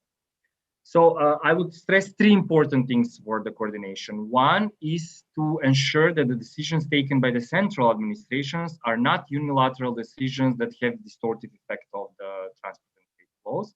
So we therefore needed to have one coordination body on a higher level. So sort of on a national level, horizontal institution, which could have been fitted well in the governmental setup in order to be first effective in aligning the line ministries, and then also to be able to issue prompt directions to the enforcing bodies. And these were the prime minister offices, and the experience shown that their engagement was indeed essential. I must underline here that the Green Lanes concept was endorsed officially by all 6 Western Balkan parties. So this formalized governmental support is also one of the coordination aspects that proved in now looking back that it was crucial for the successful implementation afterwards. I also want to emphasize that this is perhaps one of the rare initiatives that we saw in the region that were taken by the region for the region. So with a clear ownership, and obviously that is also a key for the success. So basically, the impulse came from the business community, from the authorities, and not from Brussels or any other centers. And finally, what is also another important element of coordination is to have it in a structured manner. And basically to have a tool that support that. In this case, the tool is the CE system. It was mentioned by the director Tanasovsky. I will not stress it again, just that it proved to be very, very successful for exchange of pre-arrival information that now is going to be extended to other border agencies in charge for clearing of goods. And then the second issue related to coordination is, of course, the monitoring, because we need to know whether the steps that have been taken are in a good direction, or so that if there is a progress or not. And when it comes to monitoring, the 2 secretariats established the system of monitoring on its own issues. On the statistics for trucks using the green lanes, it was CEFTA. And then for the monitoring of the waiting times, it was on the BCP-CCP, it was the Transport Community Secretariat. So whenever this system showed the deterioration of the situation at the ground at a specific BCP or CCP, then that was a sign for us to alert the concerned country, the concerned partner, to better understand the issues and then to try to remedy the situation. To conclude with, since April this year, I would say that thanks to this well-established coordination, to having the appropriate tool and to having the appropriate monitoring mechanism, we managed to have the waiting times on the intra-regional BCP-CCP under control. And this is why we're looking forward now to replicate this effective coordination also with our neighboring EU member states. Thank you very much. I will stop here and then let's have another round of questions. Thank you, Mate. We'll talk about extension of the initiative toward EU a bit later. Now, Ms. Lalovic, what do you think now from the business perspective? Again, do you think that the response provided by administration was adequately and timely? We all heard that it was that the administration reacted extremely swiftly, but were there any additional issues and difficulties that have been faced and that have not been maybe addressed? Thank you, Anna. Prvo dobro jutro svima ili dobar dan. And thank you for the possibility on behalf of the Foreign Trade Chamber of Bosnia and Herzegovina to also add. Safet, my colleague Safet had told previously that business community was thinking both, and we should be thinking both. First locally, but at the same time regionally. So the role of the Foreign Trade Chamber was dual. We were thinking locally and also regionally through the CIF. This example of the green lines is this is the right example of what business community was advocating for the years. Be swift and be concrete. So this is the major, let's say, message is that when we are faced with such kind of challenges that we can be all coordinated, swift and concrete. And this is the basic, message that business community was always through the years trying to advocate to all the institutions and all partners involved in the process, that sometimes we are faced that business community is going maybe too fast when we are speaking about the governmental institutions. But now in this pandemic era, the governmental institutions and all other partners showed us also that they can be also fast when there is a need. So this need should not be forgotten. We had our joke here in the Foreign Trade Chamber when this whole pandemic started, that now is the time that the working hours of all institutions, of all local and regional, was 24/7. And I have to say something here that we were talking on the phones and the computers, in 1 a.m., 2 a.m., there was no working hours. And we were satisfied, and we had a joke. I think that everyone from the region will know the book of the famous writer Package is called. And we said, let's this year not to be eaten by grasshoppers. I think that we have shown that this year was not eaten by grasshoppers, that even was better than we imagined. But there is still a lot of work to do on this wave of good cooperation and good coordination.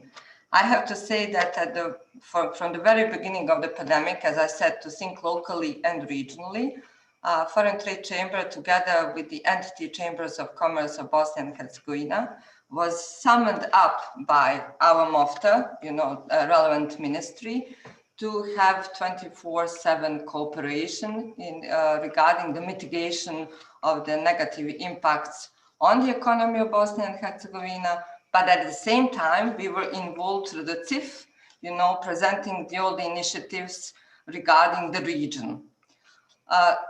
The major point was here that apart from the facilitation of the transport, and someone says that all transport companies and all lorry drivers were seen here as heroes. They were heroes at the first month of the pandemic. And I remember that we had calls in 3 a.m., 4 a.m. by the drivers, stuck somewhere in the convoys. And the drivers were calling and saying, we don't want anything, just to speak with someone. That this was the area of the non-security. But also what has shown us that we are depending on each other. And that is a very crucial point because, in the region, there are a lot of economic subjects that has the raw materials in one region country and the finishing or the high-level products production in the other region country. We were witnessing at the beginning with the bans of the certain countries regarding the export and the import of the crucial and raw materials, but we succeeded also on the regional this cooperation to ease the transport and value chain supply of the raw materials from one country to another in order to have it. We are facing with a 2-digit decline in all our economic activities. There is no economic sector that is not faced with certain decline. But what we are always saying that on the wings of this good coordination, we should now concentrate on the action plan in the future.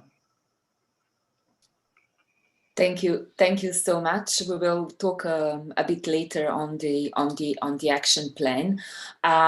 We have our last speaker in the first round of question, Mr. Aubin.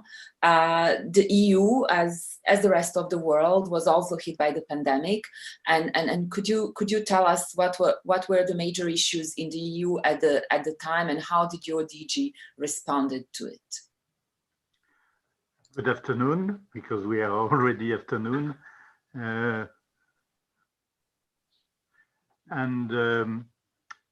Yes, the first reaction by the member states was a bad reaction. We saw borders closing and even internal borders that theoretically no longer exist.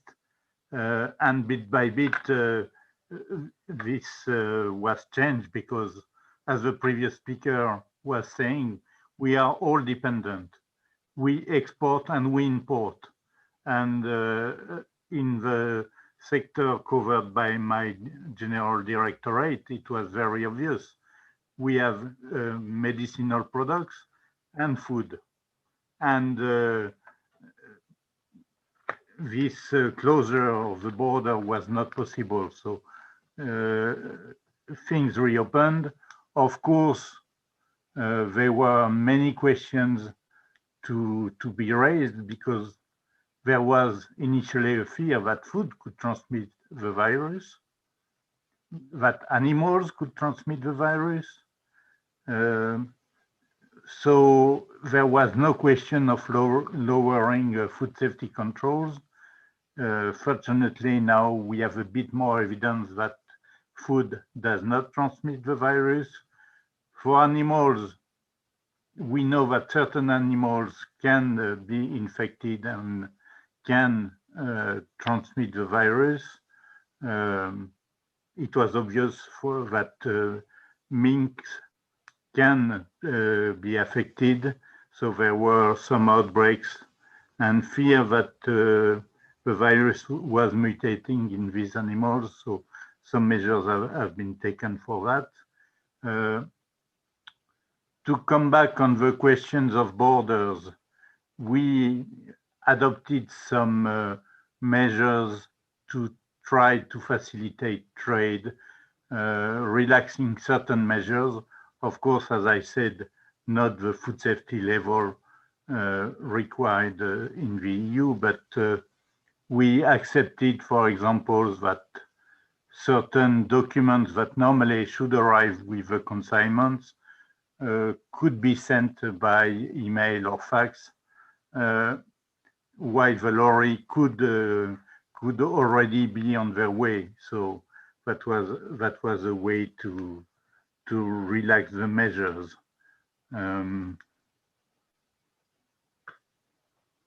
I'm trying to look at my notes, sorry for that. Yes, and also some measures were taken to facilitate the procedure for veterinary medicinal products. There are some documents on question and answers, and of course, I can share those with you if you are interested, notably on risk from food, risk from animals. So these documents are public documents, so there is absolutely no problem with sharing with you these documents. That's all from my side at this moment. Thank you so much, Mr. Aubin. We have one question from the attendees. I think it would be the best if Mr. Tanasowski answer. The question is that if we could repeat the results of green lanes. I think a bit later, Mr. Georgievsky will talk about the extension of the Green Lanes Corridor Initiative. But maybe for you, Mr. Tanasowski, how can we focus on the reduction of the waiting time? That's the question from the participants. the focusing on the reduction of the waiting times on the border crossing points has, by my opinion, two ways. One is to invest in the infrastructure, to building the additional lanes, so we can have more lanes to be on disposal for the green corridors. And the other one is coordination between the custom administration and all the other border agencies. And that's why I said in my answering of the question that very important is that for the first time we have succeeded to have the pre-arrival data through the custom administration in connection with all the border agencies. So this is the crucial points that are giving us the space where we can do the reduction of the waiting time. Thank you so much for the answer. Now we are slowly moving to the session, to the round 2 of the questions, actually looking now more into the future. As you've been told this morning, the parties in 2020 were deeply involved also in creating the action plan for establishing the common regional market. And these strategic documents provide the activities to be conducted in the next 4 years. The document was endorsed by the Prime Ministers on the 10th of November in Sofia, and the action plan is made up of targeted action in 4 key areas. One of them is the regional trade area that includes maintaining green lanes. Mr. Georgievsky, what is the plan within what is planned within this activity? Can we make services available 24/7 at the expanded network of the BCPs and introduce the green lanes on the BCPs with the EU? What would you shortly reflect on the plan and on the timeline? Thank you. Yes, Edna, thank you very much.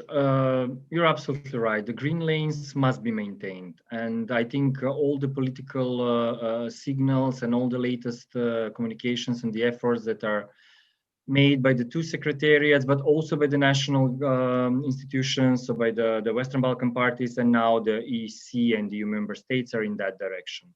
So the green lanes need to continue to serve the economy and the fluidity at the borders during the pandemics, that's for sure, but also beyond that. So they need to be readjusted in order they stay green forever, as now we would like to call them. What that means, it means that they should also be seen as a tool, as a catalyst for facilitating trade across the region and along the entire transport network. Because even though we have borders across the region and with the region with the EU, still transport does not recognize any borders. I mean, it has to flow independently of that. So what is the idea? The idea is to expand the green lanes concept to apply to other types of goods than the ones that are already agreed on. So let's say perishable goods, fruits and vegetables, live animals, and so on, as also to as it is called in the Regional Economic Integration Plan, trustworthy economic operators. So they will have a priority treatment, and also to expand this concept to other BCPs, CCPs, in addition to the current ones along the main network. So that would be one part of this idea.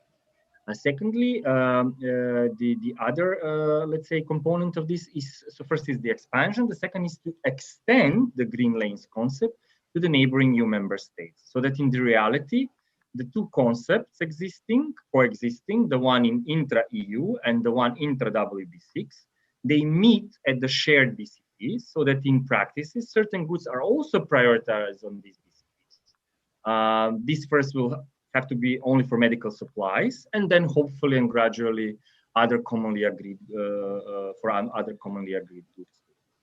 Also, this concept should ensure that no restrictions are further imposed on any of our drivers, and that other transport workers when entering EU, and that we do not see any more practices of unilateral closure of the BCPs. Like, for instance, at this moment we have let's say, at one of the Greek-Albanian borders, BCPs, sorry.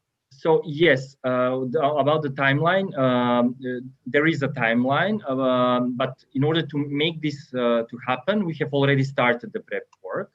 I don't know if the audience is aware, but the TCT and CEFTA Secretariat already prepared a joint roadmap, which is being now discussed with relevant authorities from Croatia, Hungary, Bulgaria, Romania, and Greece, as well as with the European Commission, as well as with wide network of institutions in the Western Balkans region. So if you ask me if this is possible and implementable, yes, for sure. In technical terms, absolutely. So the system for electronic exchange could be technically linked with the systems in the EU member states because they can also have the benefit of receiving the pre-arrival notices and then use them in the risk analysis. Yes, services could also be made available 24/7, and at least working hours of the border agencies can be harmonized if they're not already. Then transport restrictions must remain lifted also for the benefits of the entire road transport sector serving the businesses. So technically this is possible, administratively, and moreover politically, a commitment is needed.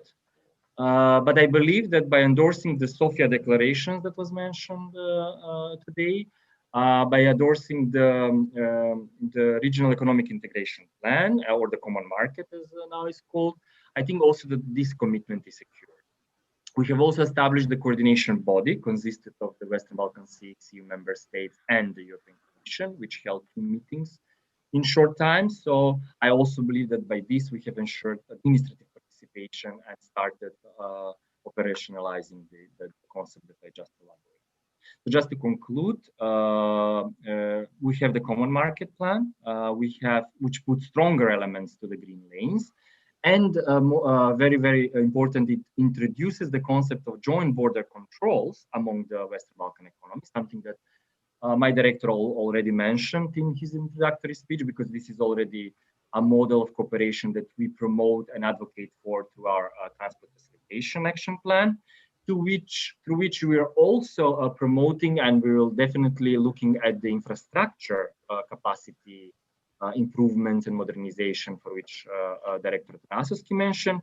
So basically, we have the 2 very important tools to really continue with not only with the concept of the green lanes, but even going beyond that and further facilitating transport and trade.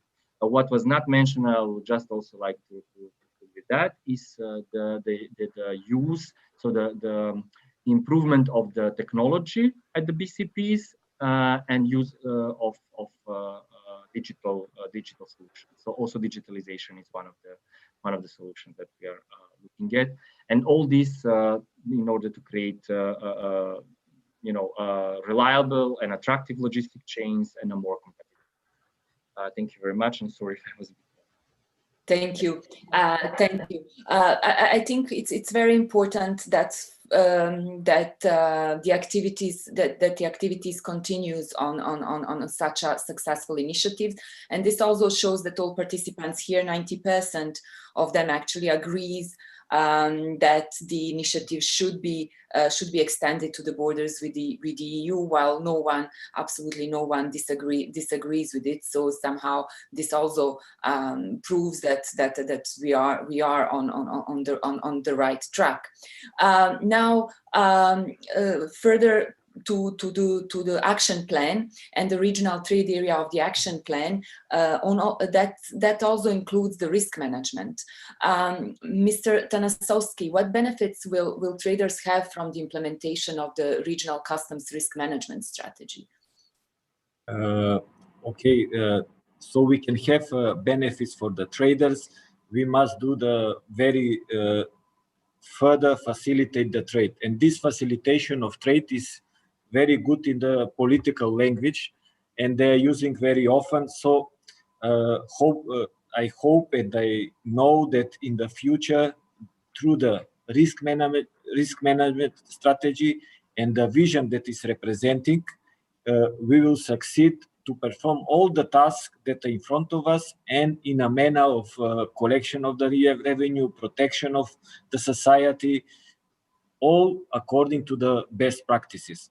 So let's say that the CEFTA risk management strategy is the tool that is, let's say, in the core of the custom business, and that is something that will give us the maybe possibility to give the benefits to the traders.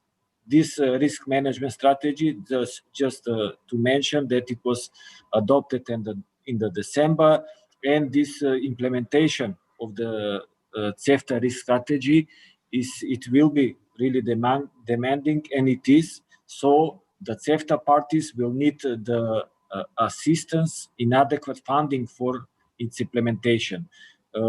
Here we will have the help also within the GIZ regional economic integration projects, where the implementation of the CEFTA Additional Protocol 5 is supported by 3 concrete reform measures. So one of the objectives of the strategy is also, which have a very big influence, is to expand and improve the risk management systems to other border agencies. Establishing joint risk management, common risk profiles, and exchange of information between the customs and other border agencies is one of the preconditions for real joint controls and one-stop shop at the border crossing points. Not only to trade facilitation, the implementation of the CEFTA regional risk management strategy will also contribute to the safety and security and protection of the people's health, society, and the environment. The CEFTA regional risk strategy is mainly based on the ICT development and introduction on sophisticated system and analytical tools. Taking into consideration the latest development of the customs IT system in the CEFTA parties and their efforts for digitalization and paperless environment for custom and trade, the benefits for the traders will be significant. The main benefits will be reduction of the clearance time and the cost of the traders, and reducing the cost of the traders.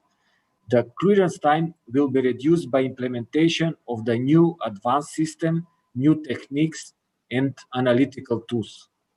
This will enable more precise targeting of the risk shipments, so the low risk shipments will be released in a very short time. At the same time, by introducing the new sophisticated non-intrusive equipment for cargo inspection, the shipment selected for control will be exempt quickly and at the same time more efficient. In this context, the concept of authorized economic operator will grant the companies the benefits in terms of reduced controls and priority when control is needed. The AO mutual recognition program is one of the CEFTA priorities, and the AO certificate granted on CEFTA party that it will be on one CEFTA party, it will be recognized in all CEFTA parties. Reduction of the clearance time and less control for compliant traders will significantly reduce their costs, which is also important item when the trade environment is affected by the world pandemic. Transparency in the international supply chain is one of the key elements, so the compliant traders may plan their activities for supply, production, and delivery of the goods just in time. We are all aware that businesses are affected by the performance of the customs and other agencies involved in the international trade. And the improved performance of the agencies will improve also their performance and competitiveness. So within the, as you mentioned, within the Berlin process in October, Western Balkan leaders have agreed to enhance economic cooperation in the region by developing the common regional market based on the EU rules and the standards. So the action plan lays out the steps towards the establishment of this common regional market with the regional trade area based on the 4 freedoms. So common regional market with the regional trade area will reduce waiting time by extension of the green lanes and simplification of the procedures supported by the SEED Plus, and reduce the trade costs and bureaucracy by mutual recognition programs. So as we can see in these meetings that are going on the list of the key deliverables for the next Berlin Summit 2021, we are having also to reach the cohesive agreement on the regional common risk and profiles, and also to start with the initial piloting through the new seat model. So all these steps, it is compatible with another process that is going in the parallel and that has a big influence on giving the benefits to the traders, and that is the single window and data sharing in the Western Balkans that should provide the inclusion of all agencies involved in the international trade and structured and harmonized data according to the data model and standards. The real-time exchange of information between the agencies at the regional level will also contribute to the trade facilitation and reduction of the clearance time and the cost for the business community. Thank you so much. Quite an extensive plan for the next period that is ahead of us, and one of the additional activities that will be done toward further digitalization, further harmonization, and mutual recognition is also which is also part of the action plan of the common regional market, is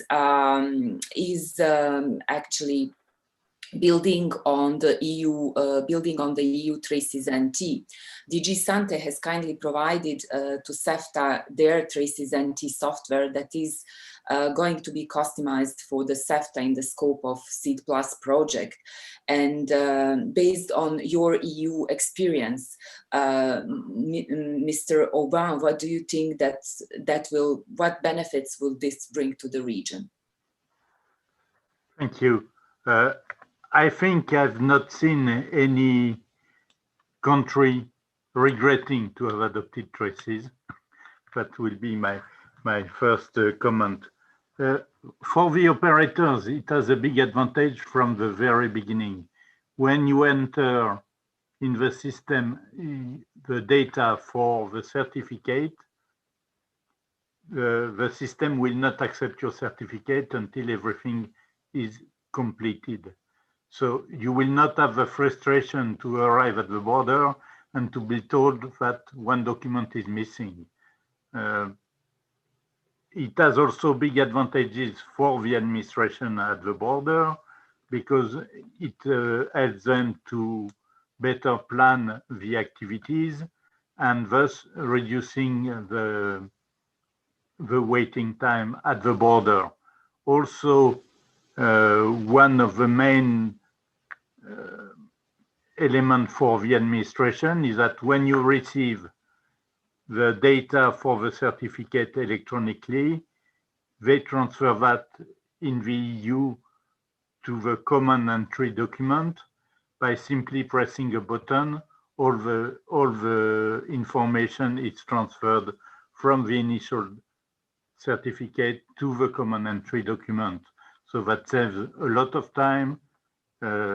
It prevents any mistake. So it's also a big advantage. So really, I see many advantages from Traces NT. Where we see some initial reluctance, it's when a country has its own electronic system, switching to Traces, it's a change. And of course, I remember many years ago when you were asking which is the best word processing software. And IT specialist told me, well, the best one is the one you know, because you are more efficient with the software you know. And when you adopt Traces and you add a national system in the beginning, of course, you are less performant in the beginning with the new software, but after a while this disappears and people get used to it. So I really see many advantages both for the operators and also something I was going to forget. Operators are informed in real time of what happened to their consignments. As soon as it has gone through the border controls, the operator is informed that the consignment have been released. So it's also very interesting information for the operators. That's very shortly summarizing the main advantages of the system. Thank you so much. Obviously, using the systems that are borrowed from the EU contributes further to further harmonization with the EU, which is the substance, which is the substance of it. So now we've heard from administration side what are the plans ahead.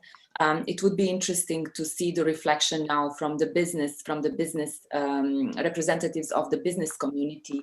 So Mr. Todorovic, how can we what did we learn actually from pandemic and based on these plans that have been some of the plans that have been presented to you, how we can build further on this? What do you think would be the most important issues that you would like to see solved at the regional level to facilitate trade for economic operators? First of all, what we learned, and above all, importance about human health and lives. And I think our business pushing forward and going further and further, this situation, first of all, give us a picture. Yeah, okay, slow down a little bit and focus on the what is really matters.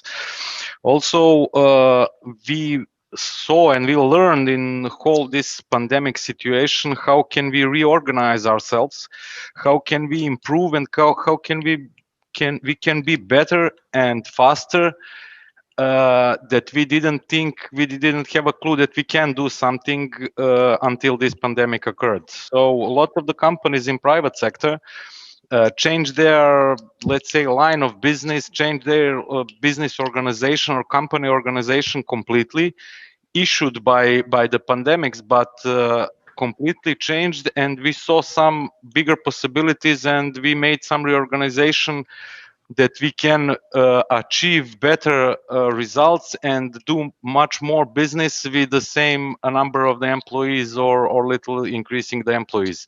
So that's the situation that we are facing. Also, a lot of the companies, since the conversation and the correspondence with the government institution also due the pandemics changed to electronically communication. A lot of them we were communicating in hard copies, and we had to submit some request and get some permission in paper as a paper document.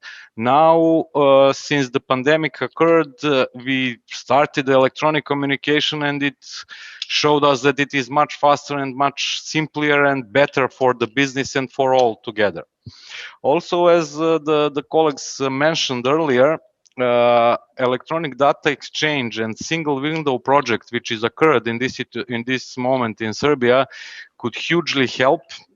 And usage the IAO certificates and mutual recognition of the documents will speed up the process rapidly and make it as easy as possible. When we achieve complete simplifying the procedure, complete electronic exchange, and the complete single window point to get all the necessary documents in same point for the trading possibility, the time, the costs, and the processes needed for finishing the trading between the countries will rapidly decrease, and it will be much easier to do the business and to do the cooperation.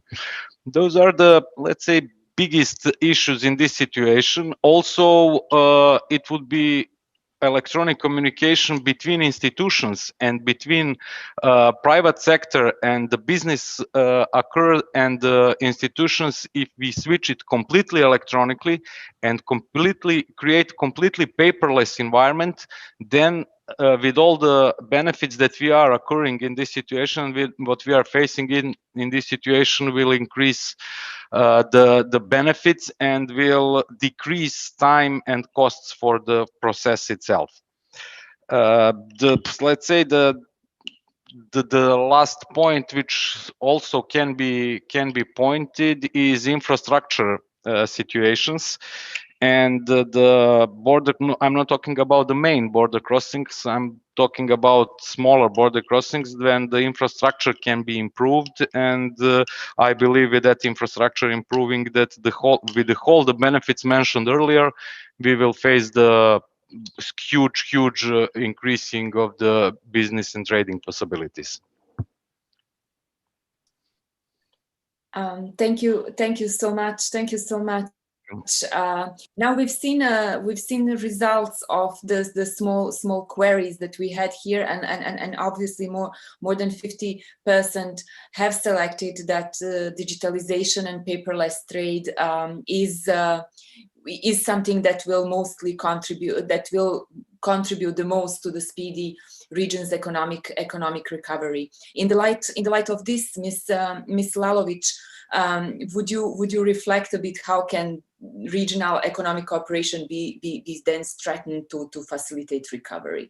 As obviously business community expect much more and much faster, so would you briefly reflect on that? Yeah, thank you. I will try not to repeat due to the predecessors that were saying, but the main point is here is that we have seen a crisis should not necessarily mean that everything has the negative impact. Okay, we are still in pandemic. Pandemic is not over. We are now speaking like a pandemic is over. It's not over. It's still lasting, you know. And we should use this situation in order to reverse this pandemic crisis to pros that we can use. What we can use, those are the lessons learned.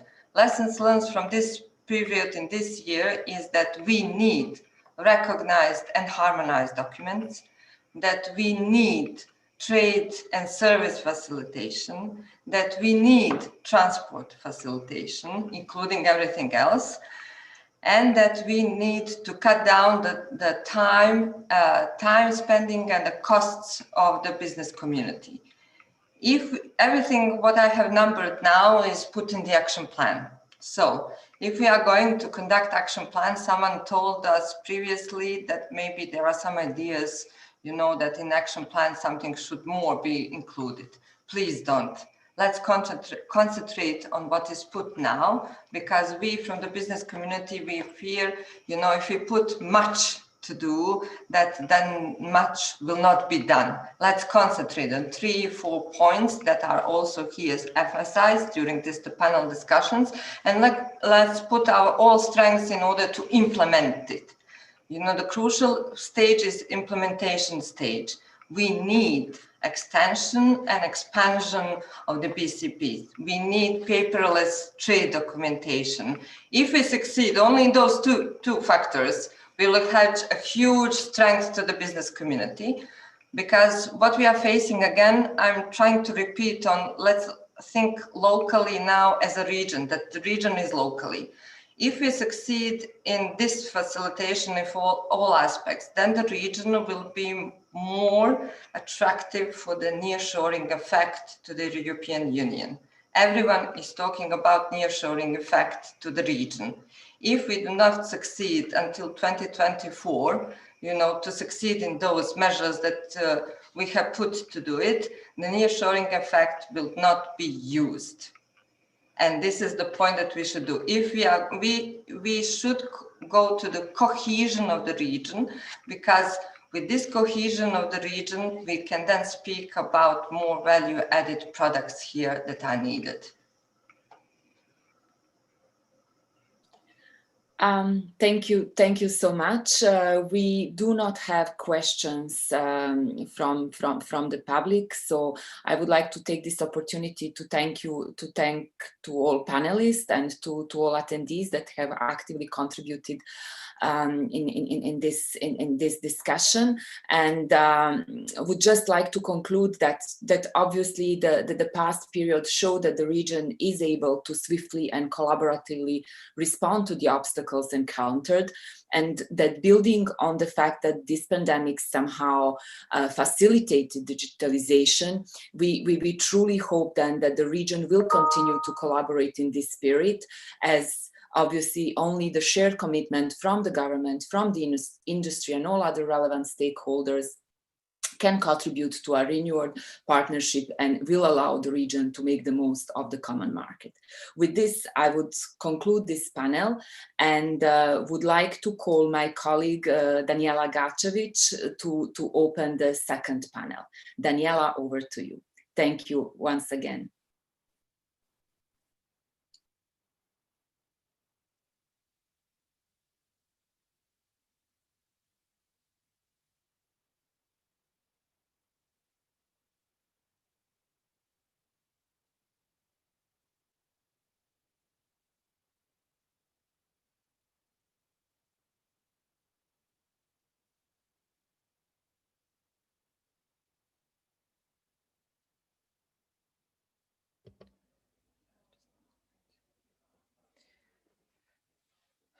Good afternoon, everyone. I hope that I'm heard well and seen. So we are continuing with the panels today. This panel that I will be moderating refers to mutual recognition programs and its benefits that they may bring to the region. At the beginning, I would like to greet our distinguished speakers and participants, Mr. Berat Rukici, President of the Chamber of Commerce of Kosovo, Ms. Lidia Ababi, Customs Administration of Moldova, Mr. Stefan Wallerat, National Metrology Institute of Germany, Ms. Kristina Lapčević, expert for foreign trade issues from the Ministry of Agriculture of Montenegro, and finally, Mr. Rajesh Agarwal from Trade Facilitation and Policy for Business Sector from the International Trade Center. I should see all of you on the screen. Apologies for this, because this, let's say, hybrid model is a little bit complicated to follow. So I do hope that the panelists can see me and can hear me. So as it was mentioned for several times this morning, mutual recognition of certificates and documents in general is quite important for our businesses. Even in the previous panel, Ms. Ognjenka mentioned that we should and have to continue with this activity. As you have heard, the plan for establishing common regional market was endorsed, and one of the key activities that will be conducted by CEFTA refers to mutual recognition of documents in trade in goods and in trade in services. Of course, there are challenges and obstacles how to achieve all of this, and for that, in this panel, we have the businesses, so the voice of businesses who will explain us the benefits, but also the voice of institutions explaining us basically how we will reach our objectives set in the plan. So at the beginning, I would like to ask Mr. Berat basically to explain us how and why mutual recognition is important for businesses, because we know basically that this concept lowers the costs of market access, as said, not only in trade in goods and trade, but also in trade in services. And also to inform other panelists that because of Mr. Berat, they will have to leave, unfortunately, before the end of the panel. He will give us kind of general overview, but also we would like to hear from him what would be, let's say, the key concepts that he would like to see implemented within the region by the end of next year. Thank you. Thank you, Daniela. I would like to congratulate whole team for organizing this CEFTA week in very difficult and unusual circumstances. It's important that there is again presence of business community of the region, and I will speak basically in, let's say, some general terms about the importance of mutual recognition for business community of the region. We think that it's one of the most important elements for advancing trade exchange and flow of investments in region. And I think it's one of the preconditions for further economic integration of the region, either through Four Freedoms Initiative, Mini Schengen, Common Market, whatever. It's important to have this principle in place, but not just in documents, because from experience with CEFTA and experience with all the regional initiatives, we have a lot of good documents, a lot of good strategies, but when it comes to implementation, then we are struggling. And I think this is the most important part that should be analyzed and should be, let's say, priority to have clear roadmap for implementation of mutual recognition. And this roadmap should ensure that every country in the region is benefiting from this new approach. What is important for companies in terms of mutual recognition principle implementation is that companies will benefit directly from this because it will impact costs of the companies, and through impacting the cost of the companies, will have also direct impact in competitiveness of the companies. In terms of implementation, I think it's important also to take into account that just implementation of mutual recognition is not sufficient. So we have to work also in recognition of different documentation, and especially we have to work in border procedures in terms of capacities, in terms of resources, in terms of having joint, let's say, crossing points management. That let's say could be some models that are already implemented in region.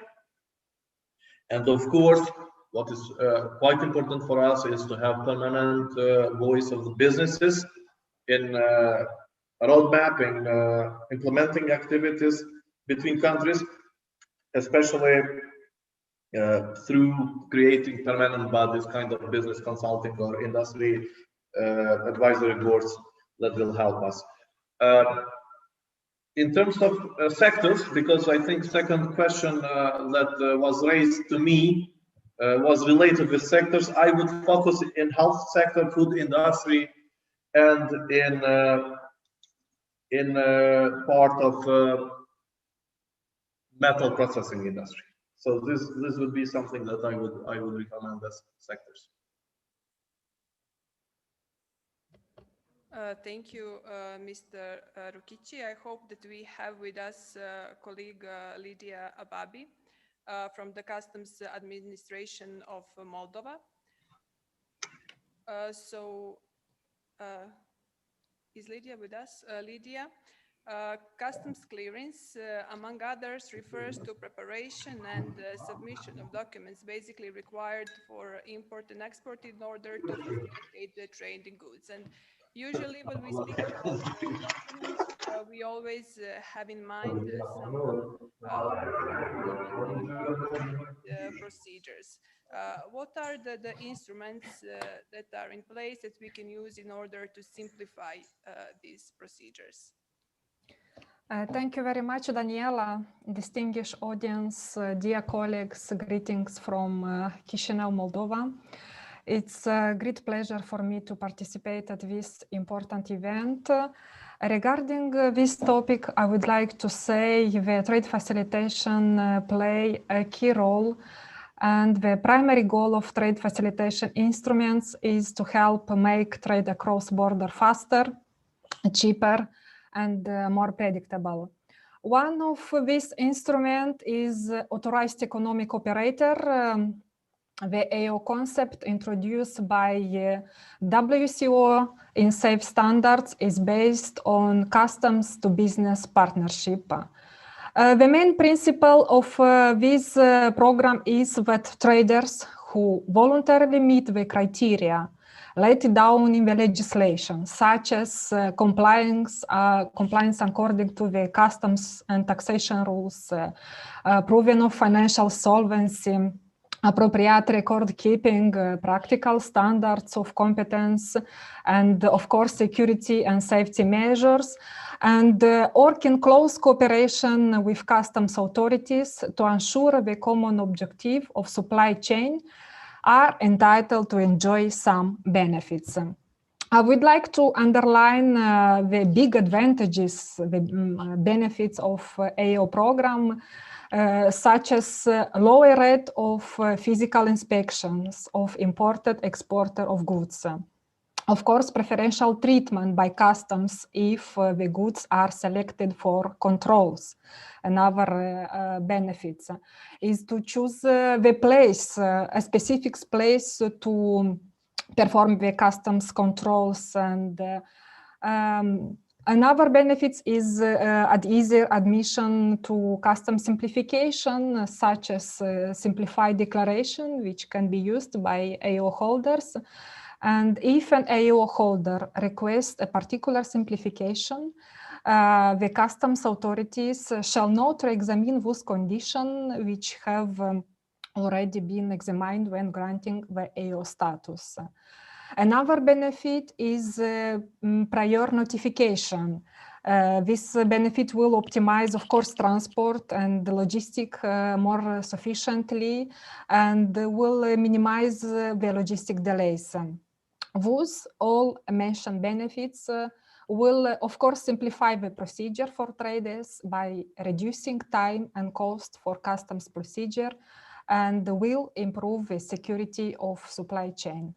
Thank you so much.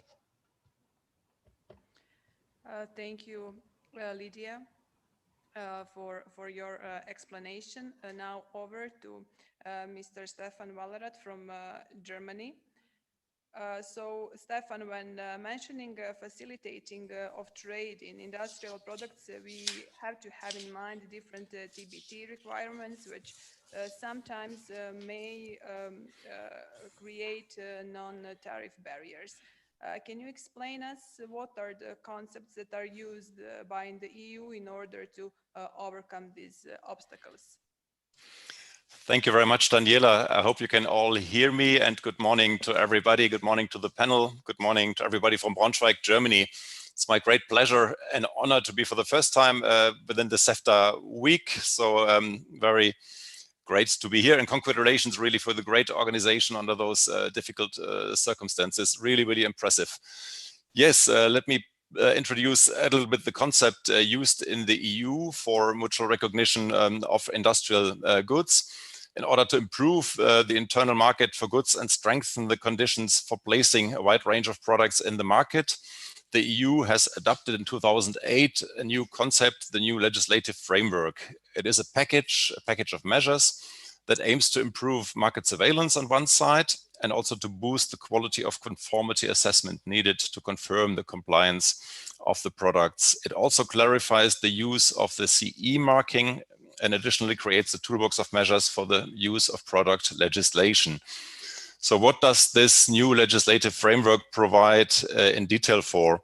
The package, the overall package, it reinforces the application and enforcement of internal market legislation. So in more detail, it improved on one side, very important for the consumer market surveillance rules to better protect consumers and also professionals from unsafe products, including also those imported from outside of the EU. Secondly, it sets a very clear and transparent rules for accreditation of conformity assessment bodies needed in this process. And it boosts the quality and confidence in conformity assessment of products through stronger and clearer rules on the requirements for the notification of conformity assessment bodies. It clarifies the meaning of the CE marking and enhances and strengthens its credibility. And it established a common legal framework for industrial products. So the new legislative framework consists of 3 pieces in legislation in general. That's the famous regulation 765 and the decision 768 from 2008. And just recently in 2019, a new regulation has been put in place on market surveillance and compliance of products, basically superseding this previous regulation from 2008. And with all this mutual recognition arrangement, it becomes quite obvious. And basically here my role as representative from the German Metrology Institute, and just to make it clear, we deal with measurement science because it's sometimes very confusing for the outsider. We're not the meteorology people dealing with weather, but the metrology as one of the important components of the so-called quality infrastructure. So behind all this conformity assessment and those trustworthy bodies being able to conform the quality and the compliance of a product, obvious and invisible, but well-functioning system must be behind. And that system is called quality infrastructure. And I will go into a little bit detail about that in the second round. So in the case of industrial products, the EU has approved a number of conformity assessment bodies as so-called notified bodies, and that is basically the network within the EU approving the compliance of products with EU legislation. And that is basically also the standard of those requirements that other countries like the CEFTA region should basically also work towards, also in order to facilitate later EU accession of some of the countries so that they could become notified bodies themselves. So thank you. Thank you very much, Stefan, for presenting us the experience of the European Union. Now over to colleague Christina from the Ministry of Agriculture of Montenegro. So as a policy creator in the ministries, you have to basically assure that consumers have enough choice and food security, and on the other hand, you have to assure that the food is of enough level of quality and safety. So is it difficult, and basically how is it difficult to achieve this balance? Can you give us some insights, Christina? Thank you, Daniela. Greetings from Podgorica. I would like to congratulate to the colleagues from the CEFTA Secretariat because of such a nice organization in these very strange circumstances for all of us. So when we're talking about food and food stuff, actually about agriculture products at all, I need to point out that this is not only challenge in the CEFTA region, but also actually this is a global challenge, especially when we're talking about production and the trade, production of agriculture products and trade between the countries over the world. All governments are actually very focused on production of food and to meet a very complex standards concerning the production of food and foodstuff, because it's very important for the consumers and from the citizens of every country. Why? Because we need to have in mind many issues, especially from the point of view of health of humans, health of animals, and the health of plants. Because of it, when we are talking about agriculture goods, we need to have a specific sense about trade and future facilitation of trade in these goods, because all countries need to respect a huge number of standards in order to preserve health of citizens and the health of animals and plants. So this is a big challenge for all of us. And I'm thinking in the future that all of us need to work to harmonize our standards and to meet and harmonize our standards and harmonize production, harmonize the quality standards and SPS standards in order to preserve the condition or precondition for the future facilitation of trade and to implementation of protocols, such example of Protocol 5, or to implement a WTO agreement. This is, you're right, this is a big challenge for every country, because in one hand we have SPS standards, that mean food safety standards, and the other hand we have quality standards. And because of it, this is a very complex for all us. In the same time, we need to produce the food and to preserve the food for the citizens. For the future activities, we need to have a specific sense for those kind of goods, because it is not the same like industrial goods. It's not such easy to harmonize and to preserve some kind of how colleague before me mentioned the mutual recognition, because it is a very how we say hard work for all of us, and also it is a challenge for all countries in the region. I hope that in the future we'll find a way how to facilitate trade between us when we are talking about agriculture products, especially in the context of our future harmonization with EU standards, which are very, very tough and very hard. And in the same time, I'm thinking that all of us are taking in account all other global standards, specific standards for specific goods. So this is all for me this time. Thank you. Thank you, Christina, for your explanations. We will speak more concretely about CEFTA activities in the next round of questions. And now, at the end of this first round, I would like to give floor over to this digital floor to Mr. Rajesh from the ITC, and I believe that he is currently in Geneva. Rajesh, the constant growth in international trade in services proves that this sector is an important element of growth and development of economies. How beneficial are mutual recognition arrangements actually when it comes to trade in services? Thank you. Thank you very much, Madam Moderator. It is a great pleasure to be part of this panel.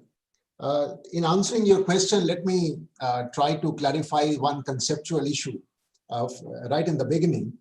You know, in services, as it is a complex sector, mutual recognition is subset of domestic regulations, which actually has three categories. Mutual recognition is used for mutual recognition of professional qualifications generally. Second is licensing. And the third are the technical standards. So I will use, in specific sense where, mutual recognition, I will use in terms of the professional qualifications. Otherwise, I'll use the word domestic regulations to align with the legal system in trade and services.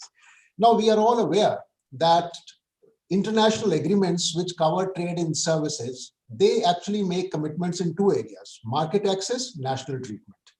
Generally speaking, the domestic regulatory area remains unchecked. So it is at the discretion of the members of that agreement. Now, if the governments, they deliberately design regulations to give protection to domestic incumbents, or they do so inadvertently because they want to achieve some objective, but they impose quite rigorous regulations, then the entire agreement can be nullified, although you have made all kinds of commitments. Therefore, unless an attempt is made for streamlining of domestic regulations, the benefits of trade agreements and services can be completely blocked. On the other side, a contrario, streamlined domestic regulations will reduce the cost of compliance for businesses, promotes competition and economies of scale and whatnot. But you should also take into account the cost, because it is a resource-intensive exercise to enter into mutual recognition of agreements in professional services and agree on domestic regulations, etc. EU has done it over a period of time. So that's the positive thing. And I want to bring that positivity because you all aspire to become members of EU one day. However, in the rest of the world and even in WTO, attempts have largely not been very successful in streamlining domestic regulations. Now, just to give you a little more clarity, it is the tradable services, and those are very regulated services. It is there that the benefits are the maximum. Now, in the non-regulated services, it is voluntary consulting or these kind of things. It is not so important. Tourism comes in between. So I will try not to give the example of tourism, whether it is regulated or not. It is lightly regulated, but I'm talking of health and engineering, architects, accountancy, heavily regulated, finance, transport. There it is, unless proper regulations are streamlined, the benefits will be minimal. What I'm trying to say, just to give you a very recent example, what is problem of UK, for example? What are the main concern that they must have an agreement if Brexit takes place? Because today, any financial services originating in UK gets passporting rights for anywhere in the EU. It is because of the domestic regulations being mutually recognized, in the financial services in EU. Now, what I'm trying to say is that domestic regulations are absolutely essential to implement free trade agreements covering trade and services. They are most important in tradable, non-network regulated services like finance, transport, and business services, including professional services. And, but one should also look at the costs and the resource intensiveness of entering into these agreements. EU has done the best, which is your focus in terms of moving ahead in this area. Thank you. Thank you, Rajesh, very much. And now we are starting with the second round of the questions, which are more related to concrete CEFTA activities planned for next year.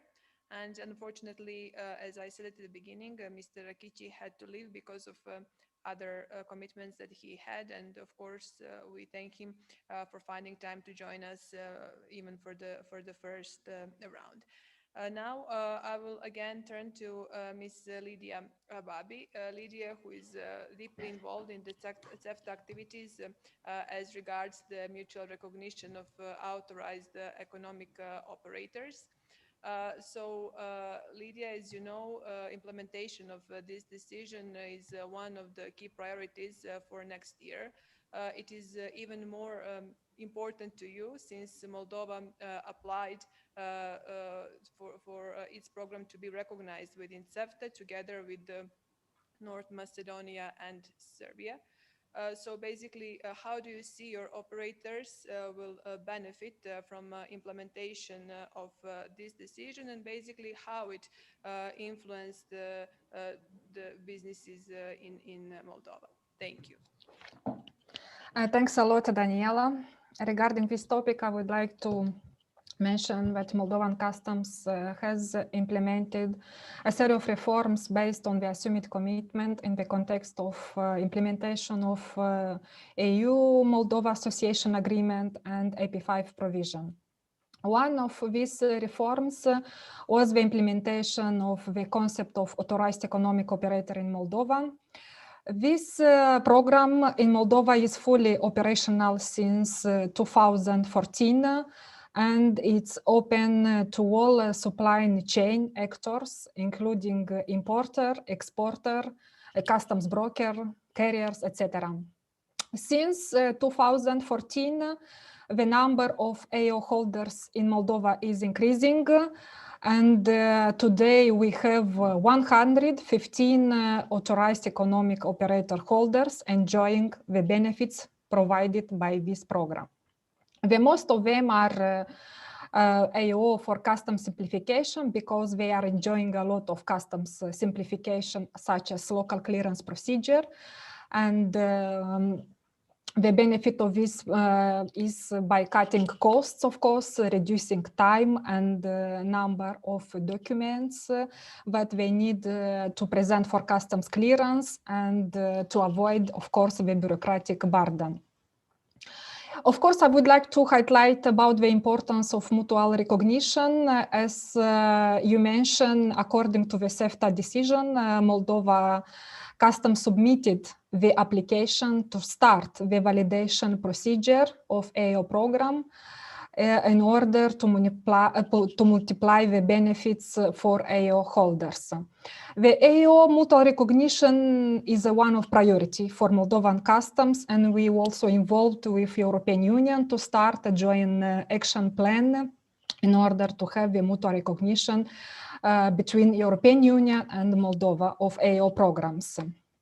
Regarding the main objective of mutual recognition is, of course, to increase the security, trade facilitation, and to cut costs for goods to move freely. Mutual recognition of AO programs will expand the benefits of AOs from Moldova to partner country. And I hope the next years, as you mentioned, we will succeed to achieve this important objective, which will increase significantly the trade in the region. Thank you so much, and back to you, Daniela. Thank you very much, Lydia. Now, again, over to Stefan. And actually, Stefan, we have received one question from the floor, and I think it is attended to you. So I'm reading it. I would like to emphasize that the EU also changes approaches towards self-certification, like in low voltage regulation. Where else can we do more on self-responsibility instead of government surveillance? That is the question from the floor, and our question, because now we are here in the region of CEFTA, we are very much interested to benefit from this mutual recognition of documents, basically for industrial products within the region. And as you know, we have already started some initiatives, and the idea is to extend them in a very sectoral approach during next year. So can you give us some advice? How do you see that our region can benefit from it? Thank you. Thank you very much, Daniela. I mean, first of all, trying to reply to the question, I must admit I'm not at all familiar with details of low voltage regulation, etc. But of course, in general, a protection level or surveillance at national level may still be stricter and may differ from whatever is agreed at EU level. So fully agree with the comment, but sorry, I'm not familiar with the low voltage regulation details. But coming back to the question, Daniela, the mutual recognition of testing results, when it comes to mutual recognition of testing, as I mentioned earlier already, I want to introduce a bit and put my focus on a complex system that operates a bit invisible in the background and that is mostly invisible for the user and the consumer of the products.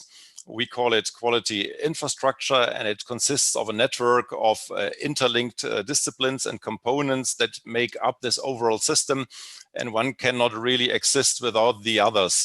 Colleague from Ministry of Agriculture in Montenegro already mentioned the need for harmonization of standards in agriculture sector.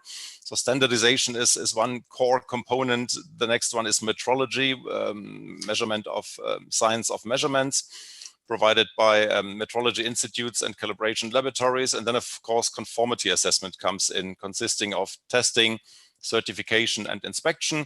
And last but not least, accreditation has to prove the competence of conformity assessment bodies. And last but not least, market surveillance as the last element. So the most crucial elements for mutual recognition of products are conformity assessment, testing, certification and inspection. And those are the tools to provide evidence that a product really conforms to the requirements of the market. And the international recognition of conformity assessment bodies is based on third-party judgment, which is accreditation.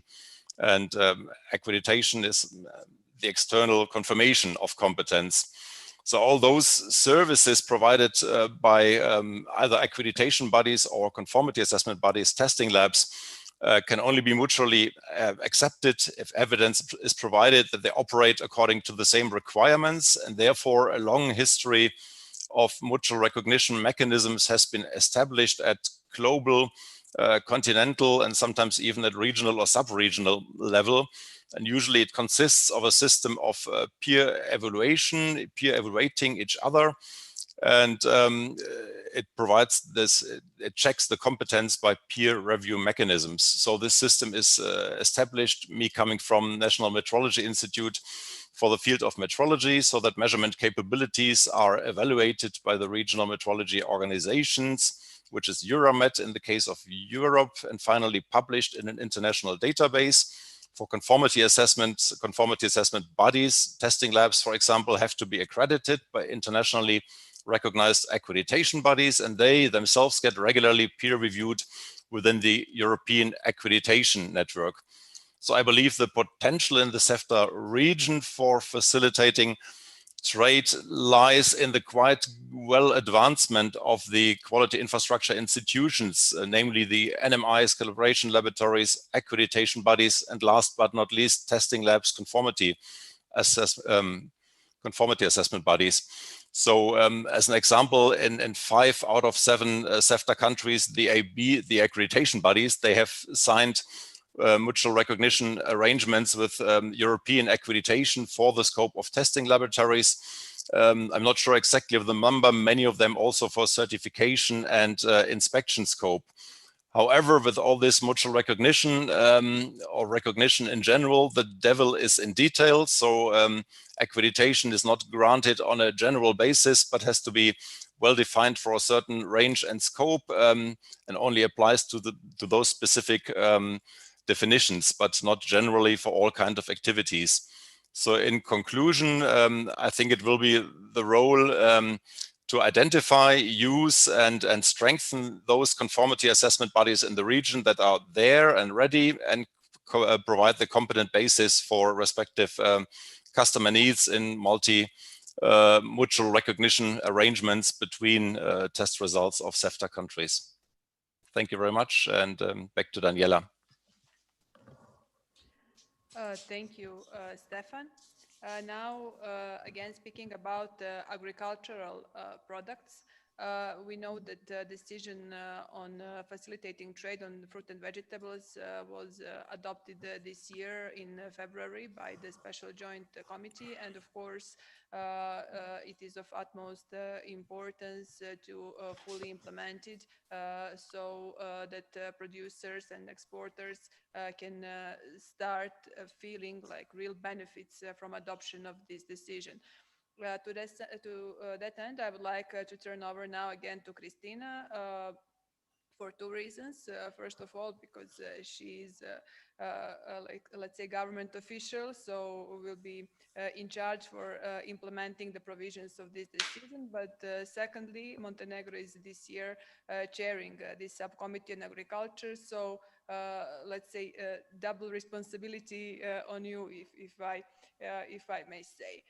So Christina, can you explain us what would be the milestones for implementing this decision, and how we can do it in the fastest manner? Thank you. Thank you, Daniela. Yes, briefly, I will introduce you about this decision which we adopted together. So yes, you're right. Next year we will be chair about subcommittee on agriculture and SPS, and this is very important for us, especially from the context of implementation and definition of future steps for implementation of this decision. The decision of facilitating a trade in fruit and vegetable was adopted in February this year. It's fully aligned with the relevant EU acquis. Therefore, its implementation is to facilitate not only trade without CEFTA, but also trade of CEFTA countries with the EU. Finally, what is quite significant for us is the fact that those who achieve these standards are to benefit from its implementation sooner. Therefore, it complements the efforts to accede to the EU single market as soon as possible. As already explained, facilitation of trade in agriculture products is quite complex.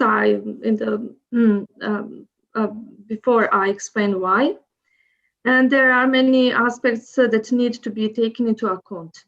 In order to implement this decision and to a certain phytosanitary and food safety, we have to introduce a comprehensive system that includes the following elements. Registration, that means registration of operators which would be involved in the production and trade of agriculture products. That means farmers, other producers, exporters and importers, namely operators which intend to produce, export and import fruit and vegetable within CEFTA have to be recognized with the relevant competent authorities in the member country. And such registers are to be mutually recognized. This recognition of registered producers and traders of fruit and vegetable doesn't mean that they will not be obligatory to perform to pass through the control. But mutual recognition is one of the elements. Production in line with the good agriculture practice. So everyone who is dealing with agriculture know what is actually good agriculture practice mean. Such guidelines recommendations usually take into account many aspects of production, such, for example, not only to meet specific market requirements, but also how to produce most economically effective, how to reach high yields, how to standards about take care about animals, how to meet environmental standards, etc. All about those issues. Production with the good agriculture products is element. But most importantly, the following of these recommendations shall allow to obtain a produce which is in a good state, with no phytosanitary problems and which meets food safety requirements. Please take you in account that we are talking about fruit and vegetable because I'm trying to explain this decision. Officially controls over registered operators and their production by domestic authorities. That means that control inside in the country, control of production, in the future and potentially will contribute, some facilitation in a trade of these products, actually in some facilitations in control and in control from the aspect of meet SPS standards. Export certification to align the list of producers for the export certification, import controls. As said, there are options for the reduction on physical checks upon entry, provided that all the other conditions are fulfilled. That means, as I mentioned, when we have a control inside of the country, which means control of production, that's in the future, that means that it probably can reduce some kind of control on the borders. Post-entry controls, duty and assumption that not all consignments are to be physically checked. The right to organize certain post-entry controls shall remain, be it for plant health or food safety purposes. In Montenegro, we do have that system, and we will decide how to organize the extent and intensity of these controls in the future. Contingency planning and emergency reaction. The decision provides for obligations related to development of contingency planning, preparation of mutual control plans, notification of non-compliance or their suspicious, measures to be taken in cases of non-compliance, reporting obligations, etc. But covers that all consumers will be fully protected. That means that Still, we will have in mind that our focus are safety, food, and protection of consumers. The whole idea is that science, phytosanitary and food safety risks within CEFTA are similar. Certain facilitation of controls can be applied. We would like to start with one pilot list of products. This will be on the key goals of our chairmanship for the next year. That's mean this implementation during first pilot implementation of this decision, we will focus on some recommended products, and it will be our goal for our presidency during the 2021 year. I would like just to mention, we was focused only for the SPS standards, but related to the future EU alignment, we are also obligatory to meet marketing standards and for the food for some agriculture products. That's maybe in the future it will be our next steps for alignment. Thank you.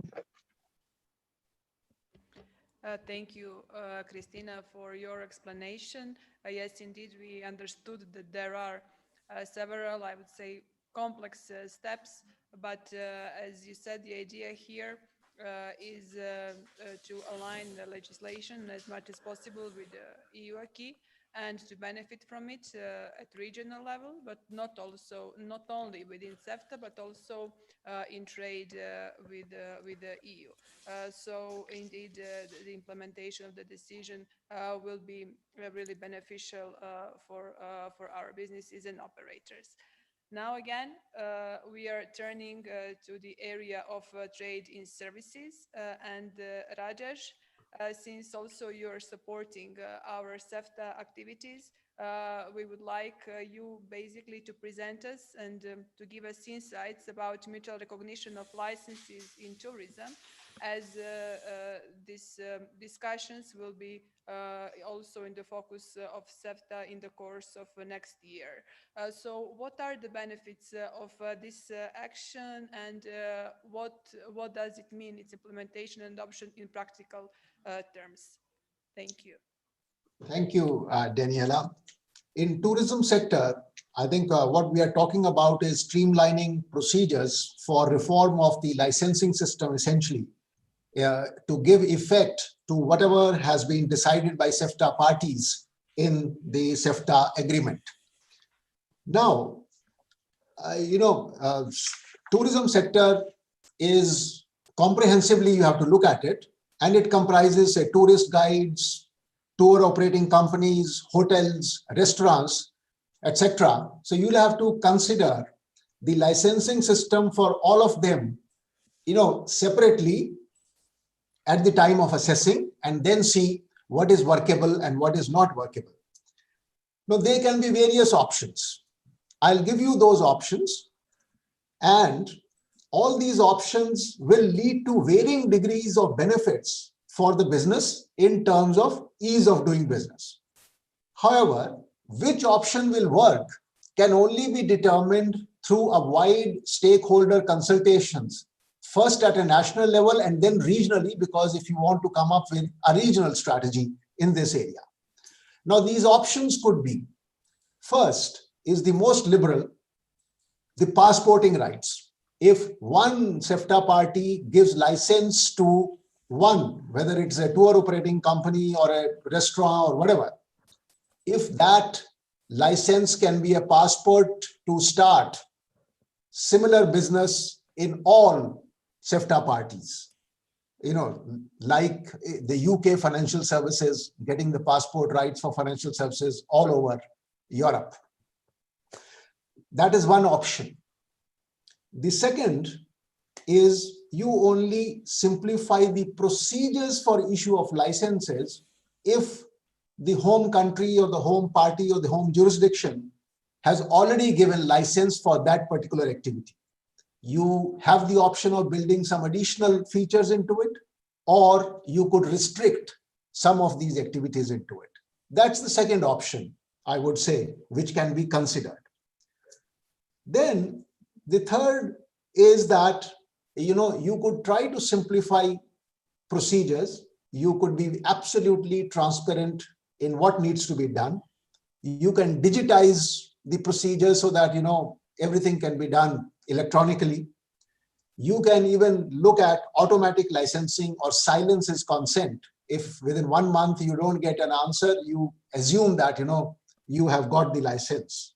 Or it could be the lower down in the hierarchy, simplification of attestation requirements. You could have single window operation, etc.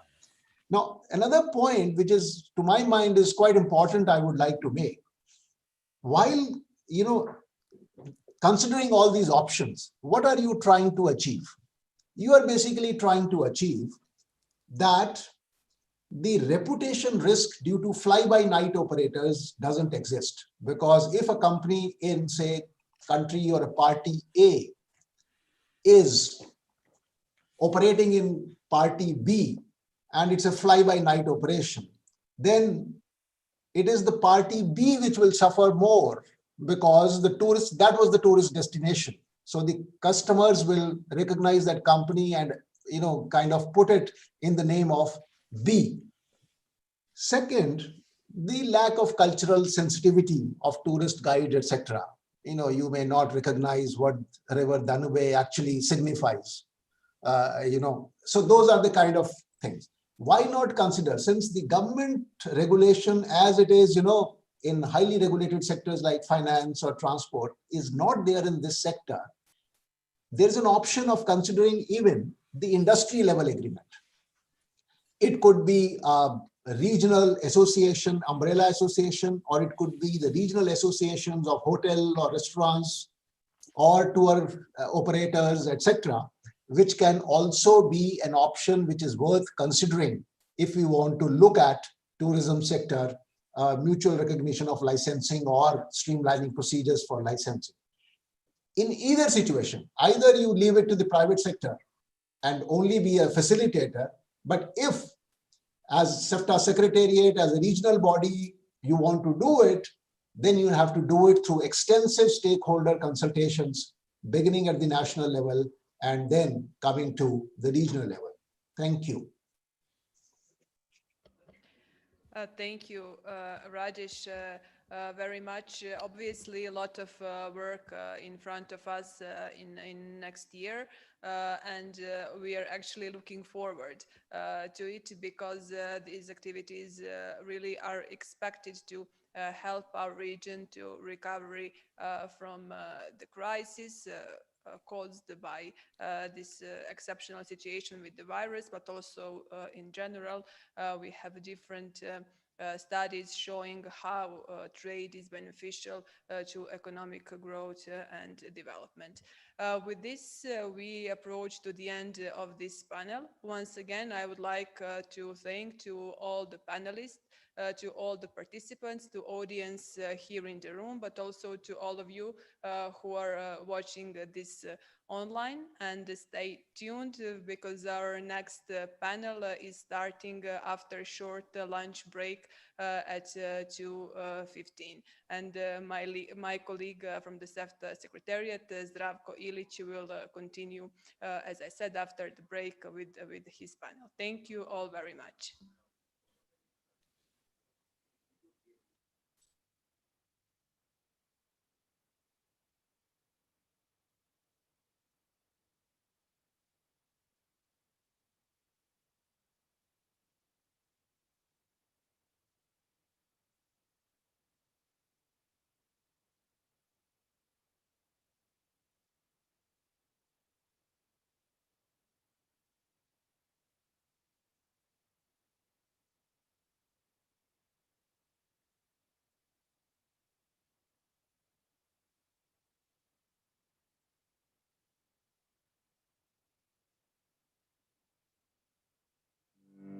The Central European Free Trade Agreement 2006 was signed on the 19th of December that year, aiming to liberalize and further facilitate trade among the parties.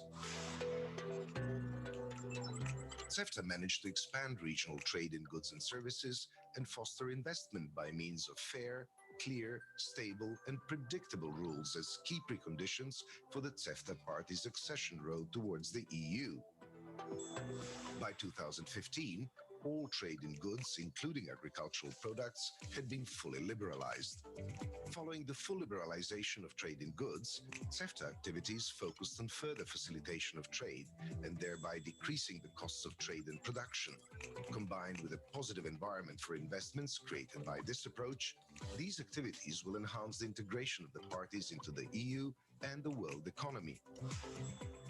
The CEFTA parties have agreed on a set of activities and are formally committed to enhance and deepen cooperation in all areas related to cross-border trade, to enhance the flexibility of rules of origin, and to create a region free from non-tariff barriers. Trade in services provides industry with a key asset for growth, a market which is large enough. This is exactly why CEFTA parties decided on a formal agreement on trade in services, which guarantees that certain barriers to trade are removed forever. Further ones will be removed in the future. Within the scope of trade in services, the CEFTA agreement will also seek to facilitate electronic commerce in order to bring bigger markets close to the smallest companies. Shopping online will become easier, cheaper, and more secure. Startups and young innovative people will have the opportunity to offer their products not to one, but to 7 markets.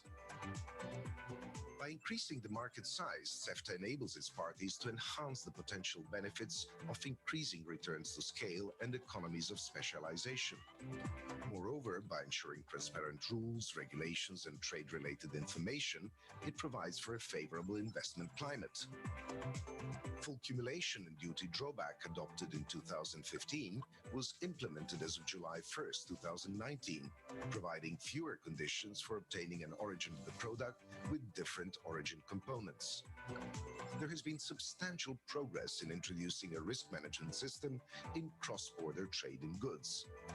Full enforcement of the CEFTA provides for the small capacity economies a framework for strengthening competitiveness of products from the CEFTA region within its own market and then also to the EU one. Additional efforts are being made to ensure that the agreement is fully implemented and to bring out all the opportunities it has to offer, demonstrating the crucial relevance of CEFTA.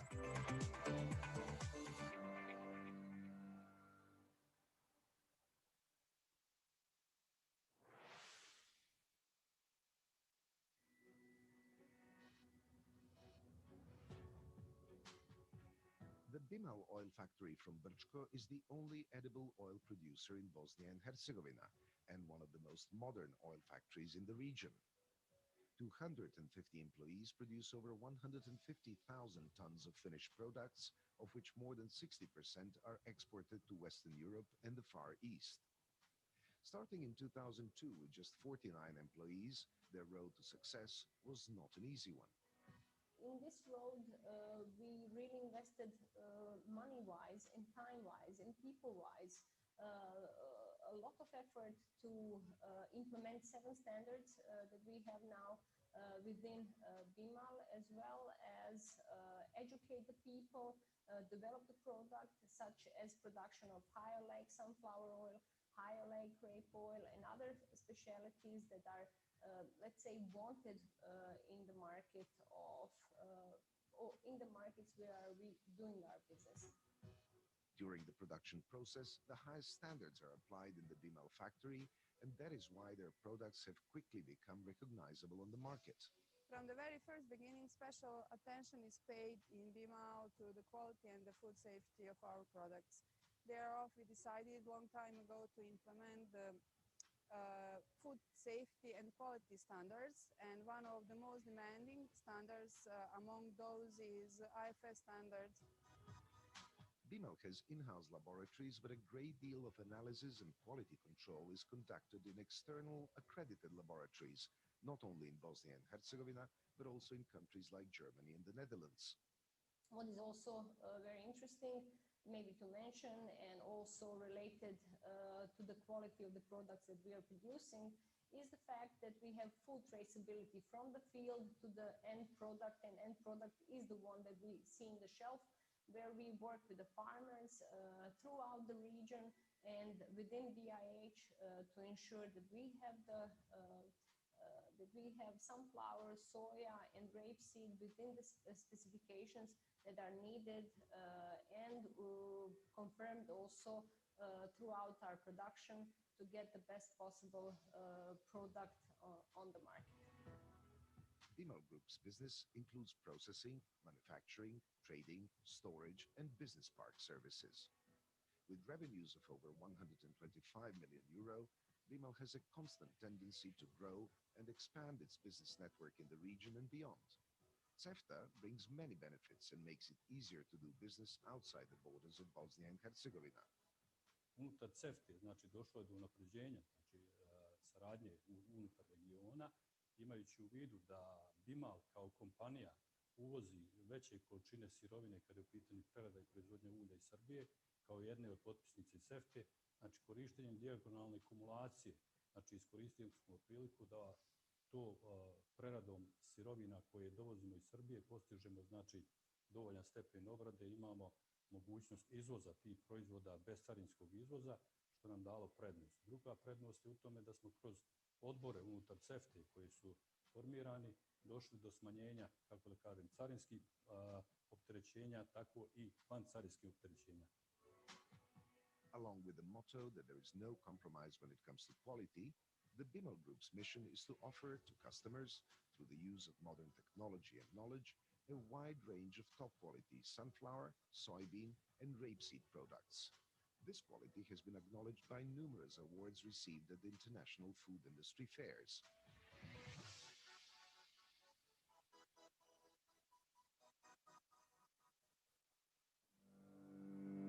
The Central European Free Trade Agreement 2006 was signed on the 19th of December that year, aiming to liberalize and further facilitate trade among the parties. CEFTA managed to expand regional trade in goods and services and foster investment by means of fair, clear, stable, and predictable rules as key preconditions for the CEFTA party's accession road towards the EU. By 2015, all trade in goods, including agricultural products, had been fully liberalized. Following the full liberalization of trade in goods, CEFTA activities focused on further facilitation of trade and thereby decreasing the costs of trade and production. Combined with a positive environment for investments created by this approach, these activities will enhance the integration of the parties into the EU and the world economy. The CEFTA parties have agreed on a set of activities and are formally committed to enhance and deepen cooperation in all areas related to cross-border trade, to enhance the flexibility of rules of origin, and to create a region free from non-tariff barriers. Trade in services provides industry with a key asset for growth, a market which is large enough. This is exactly why CEFTA parties decided on a formal agreement on trade in services, which guarantees that certain barriers to trade are removed forever. Further ones will be removed in the future. Within the scope of trade in services, the CEFTA agreement will also seek to facilitate electronic commerce in order to bring bigger markets close to the smallest companies. Shopping online will become easier, cheaper, and more secure. Startups and young innovative people will have the opportunity to offer their products not to one, but to 7 markets. By increasing the market size, CEFTA enables its parties to enhance the potential benefits of increasing returns to scale and economies of specialization. Moreover, by ensuring transparent rules, regulations, and trade-related information, it provides for a favorable investment climate. Full cumulation and duty drawback adopted in 2015 was implemented as of July 1st, 2019, providing fewer conditions for obtaining an origin of the product with different origin components. There has been substantial progress in introducing a risk management system in cross-border trade in goods. Full enforcement of the CEFTA provides for the small capacity economies a framework for strengthening competitiveness of products from the CEFTA region within its own market and then also to the EU one. Additional efforts are being made to ensure that the agreement is fully implemented and to bring out all the opportunities it has to offer, demonstrating the crucial relevance of CEFTA.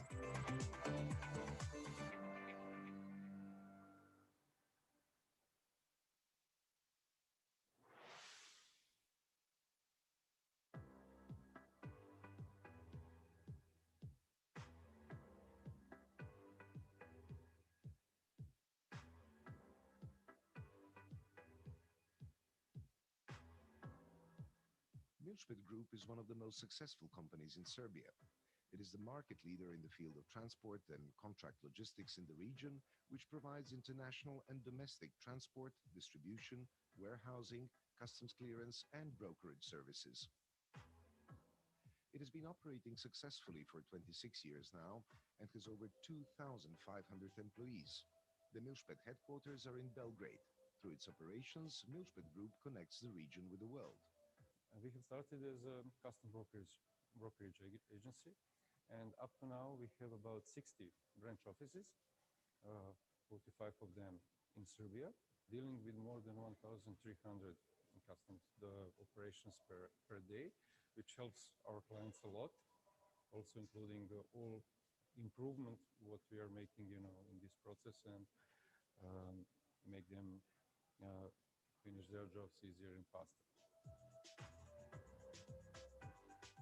In this moment, Milchpet is a leader in the region regarding the logistic services and the supply chain services.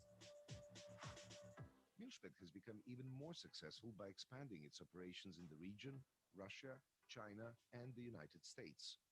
Ideja je da Milchpet van Srbije bude jači od Milchpeta Srbije, a da Milchpet Srbije uvek bude jak i da bude dominantan.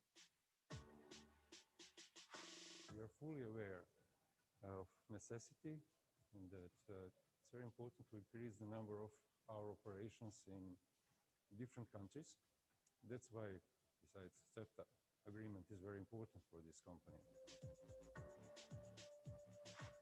Since our company is not a trading company or producing company, we are providing logistic services. The entering CEFTA agreement helped us to improve and to increase our business, because number of the transportation and also number of the documents for customs clearance were increasing because of the agreement. The most valuable asset of most companies are its employees. Milchpet is proud of highly skilled logistics personnel. There are more than 100 traffic engineers, operators with years of experience, as well as a fleet of more than 600 vehicles in all European countries. Vozila su relativno nova, nekih godinu, dve, da kažemo da su najstarija vozila u kompaniji. Sve to, što se kaže, najviše standard Euro 6. Putujemo po Evropi, znači od Finske, Norveške do Španije, Portugalije i jedan deo Turske, dole Grčke, znači sve to. The growth of the company is based on providing the highest quality services, which is possible thanks to the teams of experts who possess knowledge, experience, and professionalism. It enables Milchpet to keep up with the contemporary trends and to make necessary changes on a regular basis. Možemo, znamo, idemo dalje i mislim da je svetla budućnost.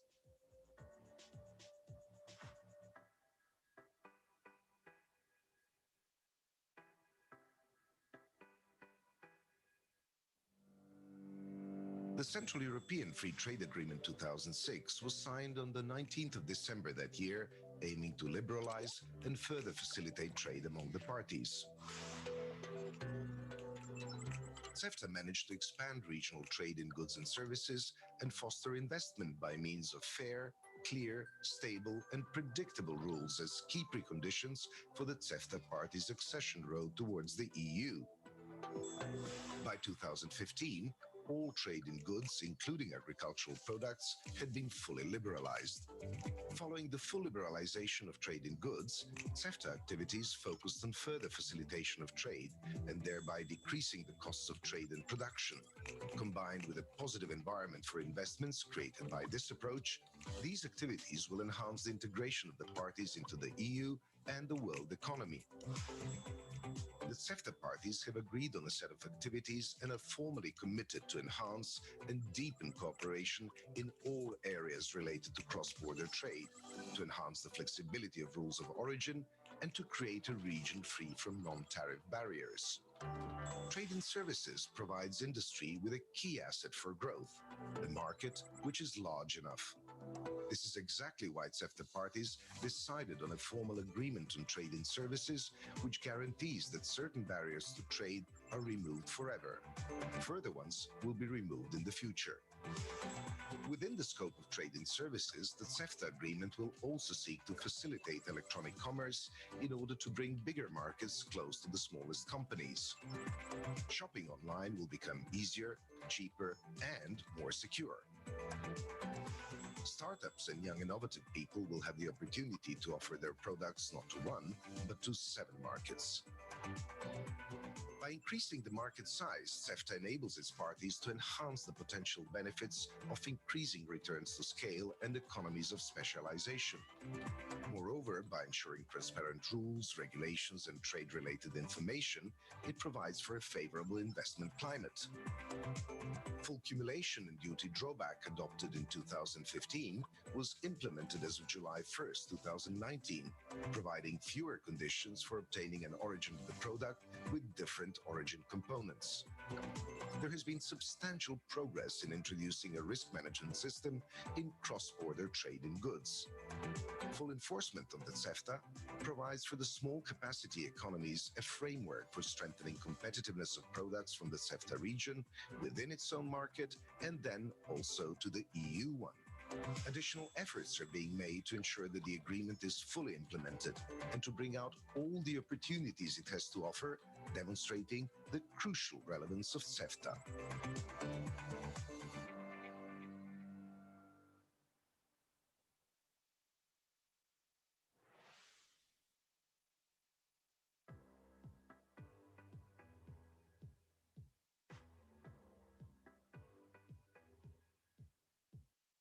Over its 60 years, Vitaminka has become one of the most successful North Macedonian companies and a genuine synonym for quality food products. Besides its positive impact on the national economy, Vitaminka also has an impact on the local economy as a major employer by engaging a large number of employees and associates. We are coming from a small country. It is a small national economy, which is not enough integrated in the rest of the Europe. So sometimes it is the advantage, sometimes it is handicap. But look, it is time from global sourcing. So in that kind of environment, efficiency, the only value is efficiency. It means that no matter from which corner of world coming the producer, if he has efficiency, so he can succeed everywhere. Starting with the red pepper powder factory, Vitaminka has established a successful business strategy that enabled it to grow into a leading food company on the North Macedonian market. Today, under the slogan "Flavors of the World," Vitaminka produces a wide variety totaling 350 product packages. Здравствената исправност на производите кои што го произведуваме е наша одговорност и тоа го постигнуваме со набавка на најквалитетни суровини од строго контролирани добавувачи. Исто така влезната контрола има многу важна улога во натамошниот процес на здравствено исправни и квалитетни производи. А таа контрола ја вршиме во нашите 3 лаборатории: хемиската лабораторија, микробиолошката лабораторија и лабораторијата за готови производи. Во Витаминка се имплементирани голем број стандарди поврзани со квалитетот на храната. Тука е стандардот ISO 9001 од верзија 2015 кој се однесува за квалитетна храна.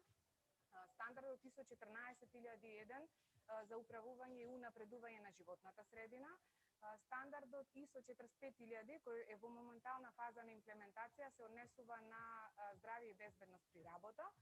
Исто така, темелните вредности ни се на безбедни производи, затоа ги запазуваме принципите на ХАСАП, што значи анализа на опасностите на критичните контролни точки, и халал стандардот, кој се однесува пред се на популацијата од исламска вероисповест. бидејќи имаат посебни барања.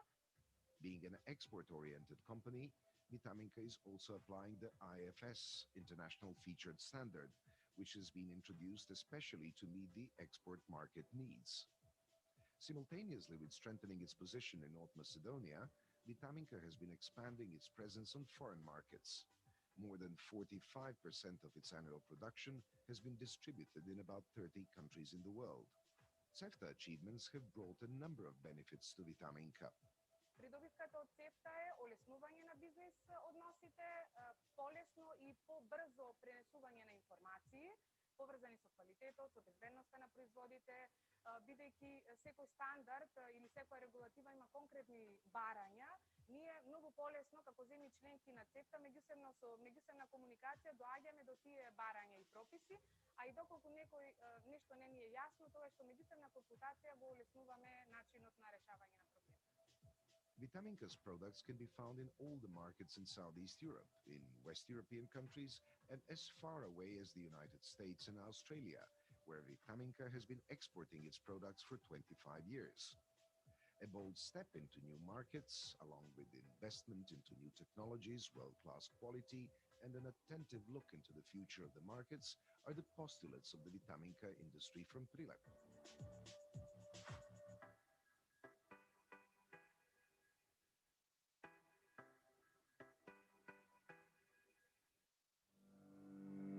The Central European Free Trade Agreement 2006 was signed on the 19th of December that year, aiming to liberalize and further facilitate trade among the parties. CEFTA managed to expand regional trade in goods and services and foster investment by means of fair, clear, stable, and predictable rules as key preconditions for the CEFTA parties' accession road towards the EU.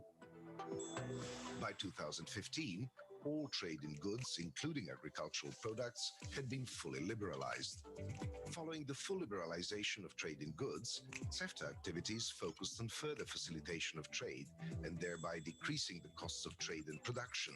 Combined with a positive environment for investments created by this approach, these activities will enhance the integration of the parties into the EU and the world economy.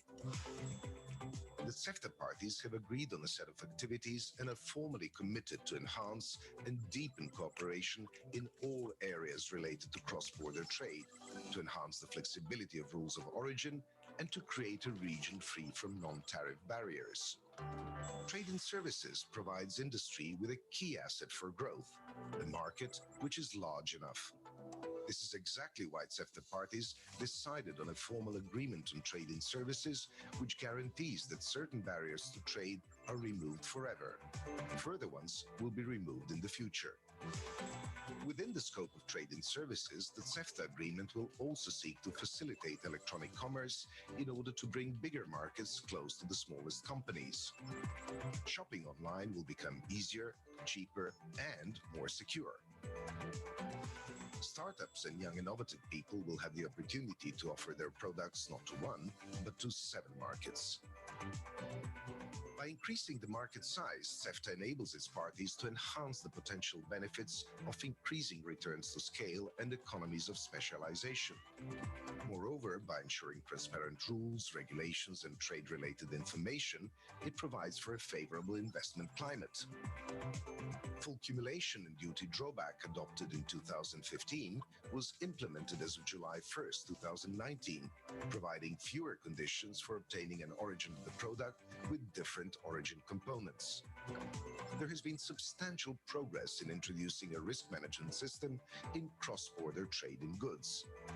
Full enforcement of the CEFTA provides for the small capacity economies a framework for strengthening competitiveness of products from the CEFTA region within its own market and then also to the EU one. Additional efforts are being made to ensure that the agreement is fully implemented and to bring out all the opportunities it has to offer, demonstrating the crucial relevance of CEFTA.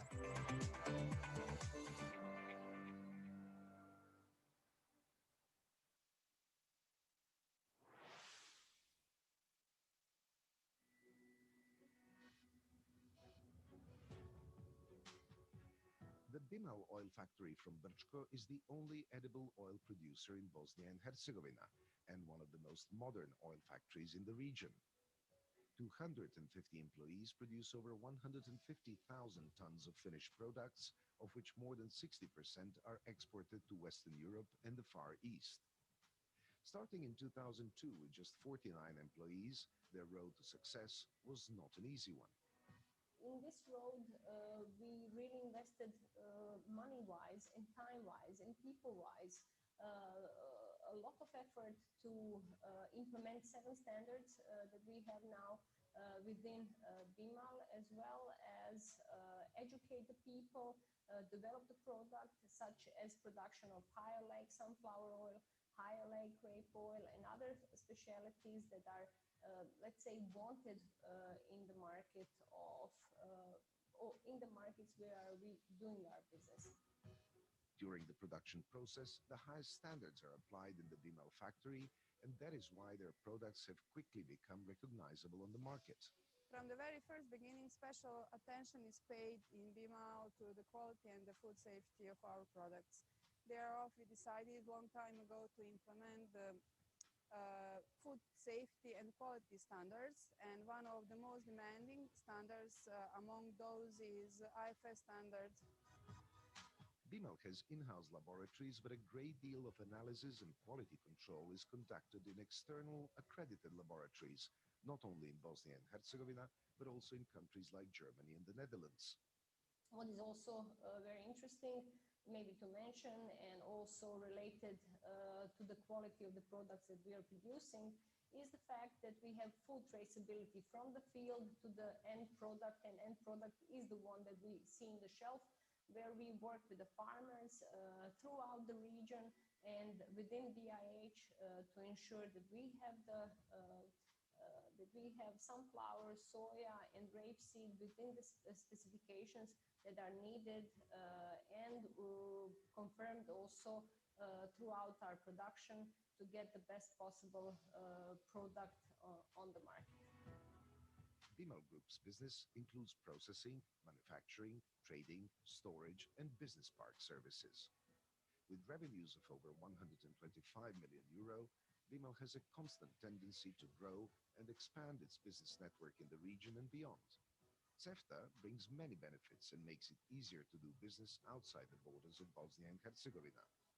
Unutar CEFTA, znači došlo je do unapređenja, znači saradnje unutar regiona, imajući u vidu da BIMAL kao kompanija uvozi veće količine sirovine kada je u pitanju prerada i proizvodnja ulja iz Srbije, kao jedne od potpisnice CEFTA, znači korištenjem dijagonalne kumulacije, znači iskoristili smo priliku da to preradom sirovina koje dovozimo iz Srbije postižemo znači dovoljan stepen obrade, imamo mogućnost izvoza tih proizvoda bez carinskog izvoza, što nam dalo prednost. Druga prednost je u tome da smo kroz odbore unutar CEFTA koji su formirani došli do smanjenja, kako da kažem, carinskih opterećenja, tako i vancarinskih opterećenja. Along with the motto that there is no compromise when it comes to quality, the BIMAL Group's mission is to offer to customers, through the use of modern technology and knowledge, a wide range of top-quality sunflower, soybean, and rapeseed products. This quality has been acknowledged by numerous awards received at international food industry fairs.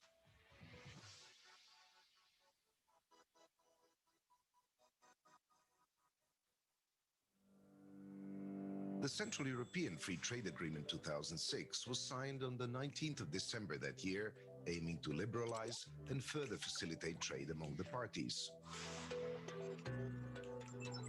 CEFTA managed to expand regional trade in goods and services and foster investment by means of fair, clear, stable, and predictable rules as key preconditions for the CEFTA party's accession road towards the EU. By 2015, all trade in goods, including agricultural products, had been fully liberalized. Following the full liberalization of trade in goods, CEFTA activities focused on further facilitation of trade and thereby decreasing the costs of trade and production. Combined with a positive environment for investments created by this approach, these activities will enhance the integration of the parties into the EU and the world economy. The CEFTA parties have agreed on a set of activities and are formally committed to enhance and deepen cooperation in all areas related to cross-border trade, to enhance the flexibility of rules of origin, and to create a region free from non-tariff barriers. Trade in services provides industry with a key asset for growth, a market which is large enough. This is exactly why CEFTA parties decided on a formal agreement on trade in services, which guarantees that certain barriers to trade are removed forever. Further ones will be removed in the future. Within the scope of trade in services, the CEFTA agreement will also seek to facilitate electronic commerce in order to bring bigger markets close to the smallest companies. Shopping online will become easier, cheaper, and more secure. Startups and young innovative people will have the opportunity to offer their products not to one, but to 7 markets. By increasing the market size, CEFTA enables its parties to enhance the potential benefits of increasing returns to scale and economies of specialization. Moreover, by ensuring transparent rules, regulations, and trade-related information, it provides for a favorable investment climate. Full cumulation and duty drawback adopted in 2015 was implemented as of July 1st, 2019, providing fewer conditions for obtaining an origin of the product with different origin components. There has been substantial progress in introducing a risk management system in cross-border trade in goods. Full enforcement of the CEFTA provides for the small capacity economies a framework for strengthening competitiveness of products from the CEFTA region within its own market and then also to the EU one. Additional efforts are being made to ensure that the agreement is fully implemented and to bring out all the opportunities it has to offer, demonstrating the crucial relevance of CEFTA.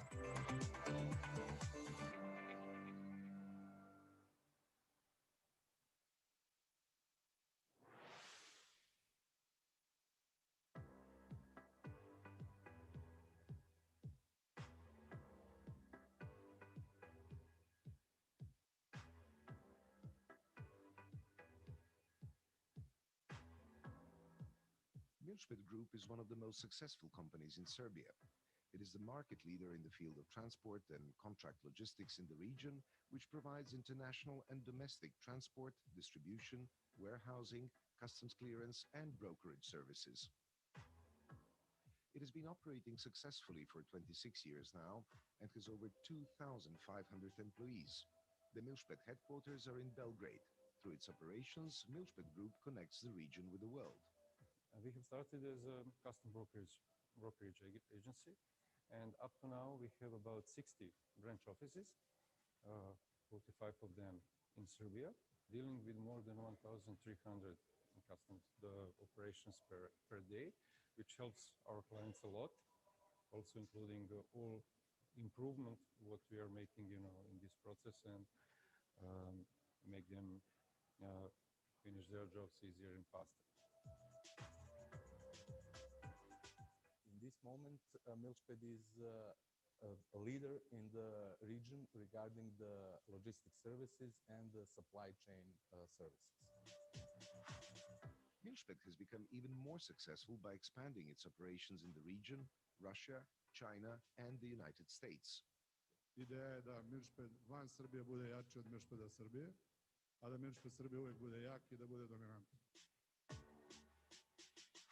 We are fully aware of necessity and that it's very important to increase the number of our operations in different countries. That's why, besides CEFTA agreement is very important for this company. Since our company is not a trading company or producing company, we are providing logistic services.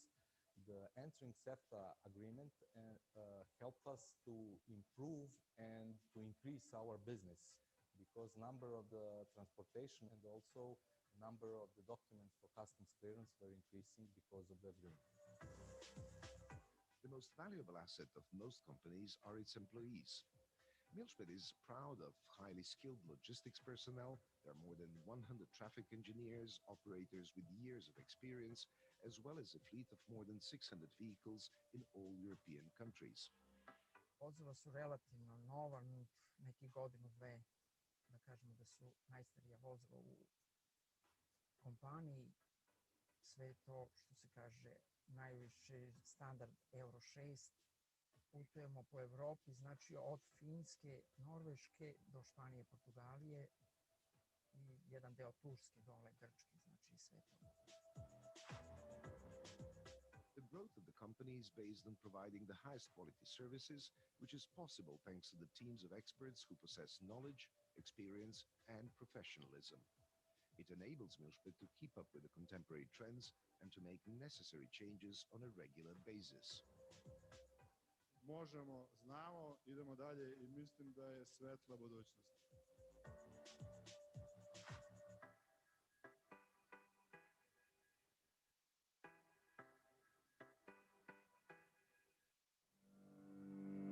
The Central European Free Trade Agreement 2006 was signed on the 19th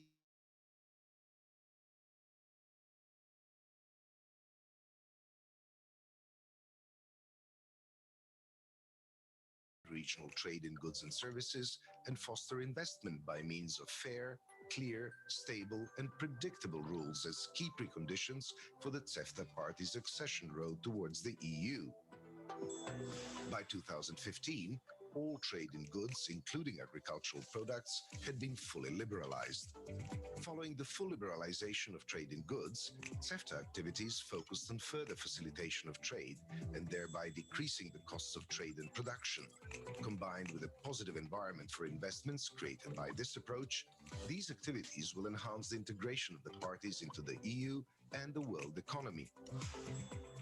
The CEFTA parties have agreed on a set of activities and are formally committed to enhance and deepen cooperation in all areas related to cross-border trade, to enhance the flexibility of rules of origin, and to create a region free from non-tariff barriers.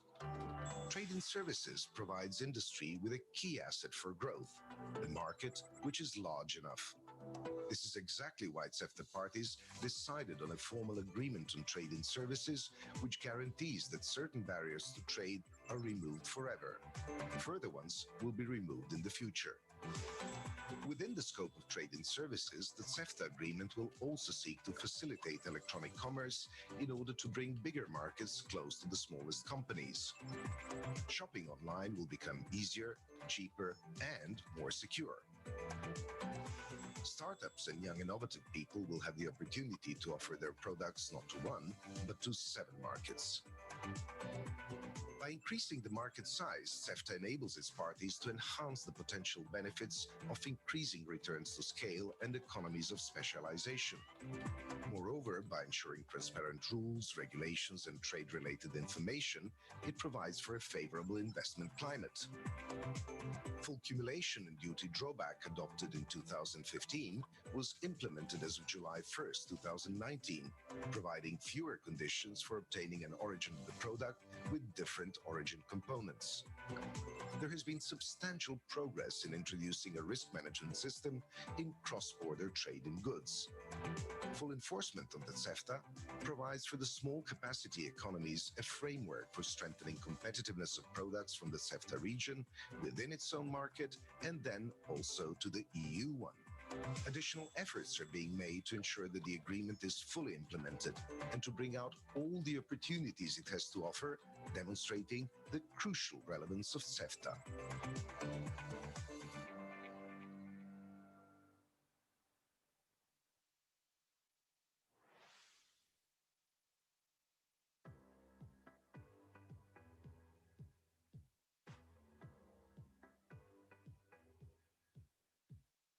Over its 60 years, Vitaminka has become one of the most successful North Macedonian companies and a genuine synonym for quality food products. Besides its positive impact on the national economy, Vitaminka also has an impact on the local economy as a major employer by engaging a large number of employees and associates. We are coming from small country. It is a small national economy, which is not enough integrated in the rest of the Europe. So sometimes it is the advantage, sometimes it is handicap. But look, it is time for global sourcing. So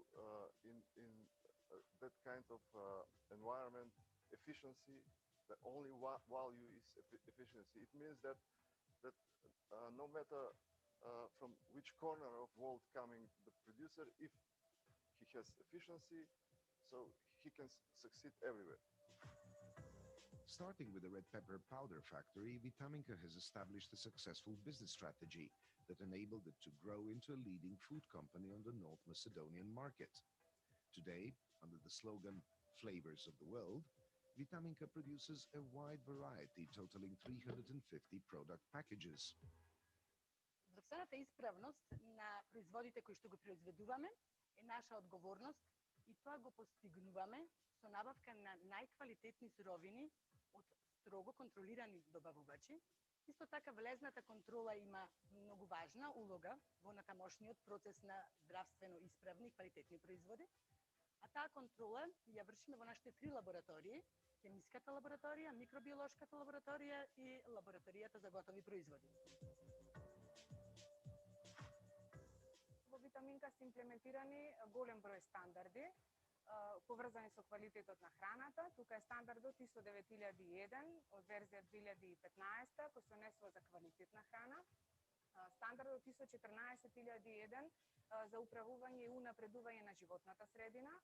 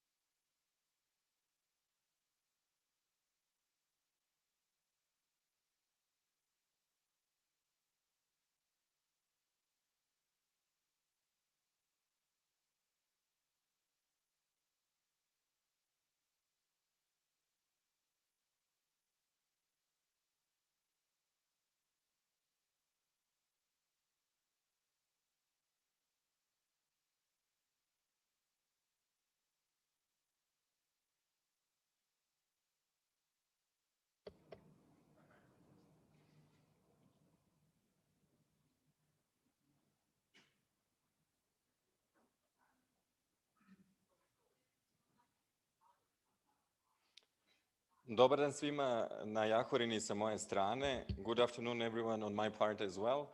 To everyone who's following this conference online through Zoom and YouTube, welcome to this third panel today, in which we, like all the other panels, which invited, like all the other panels, the experts from different corners of Europe, but not like traditionally here on the stage, but on the digital platforms.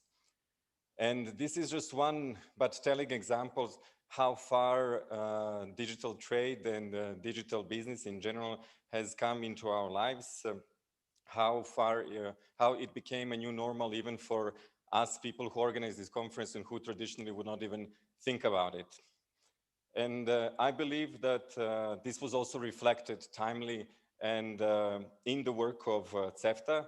Bosnian chairmanship in 2020 recognized the e-commerce as one of the key priorities which resulted in the adoption of the e-commerce roadmap. This document actually sets priorities, timelines, and deliverables for our work in next few years.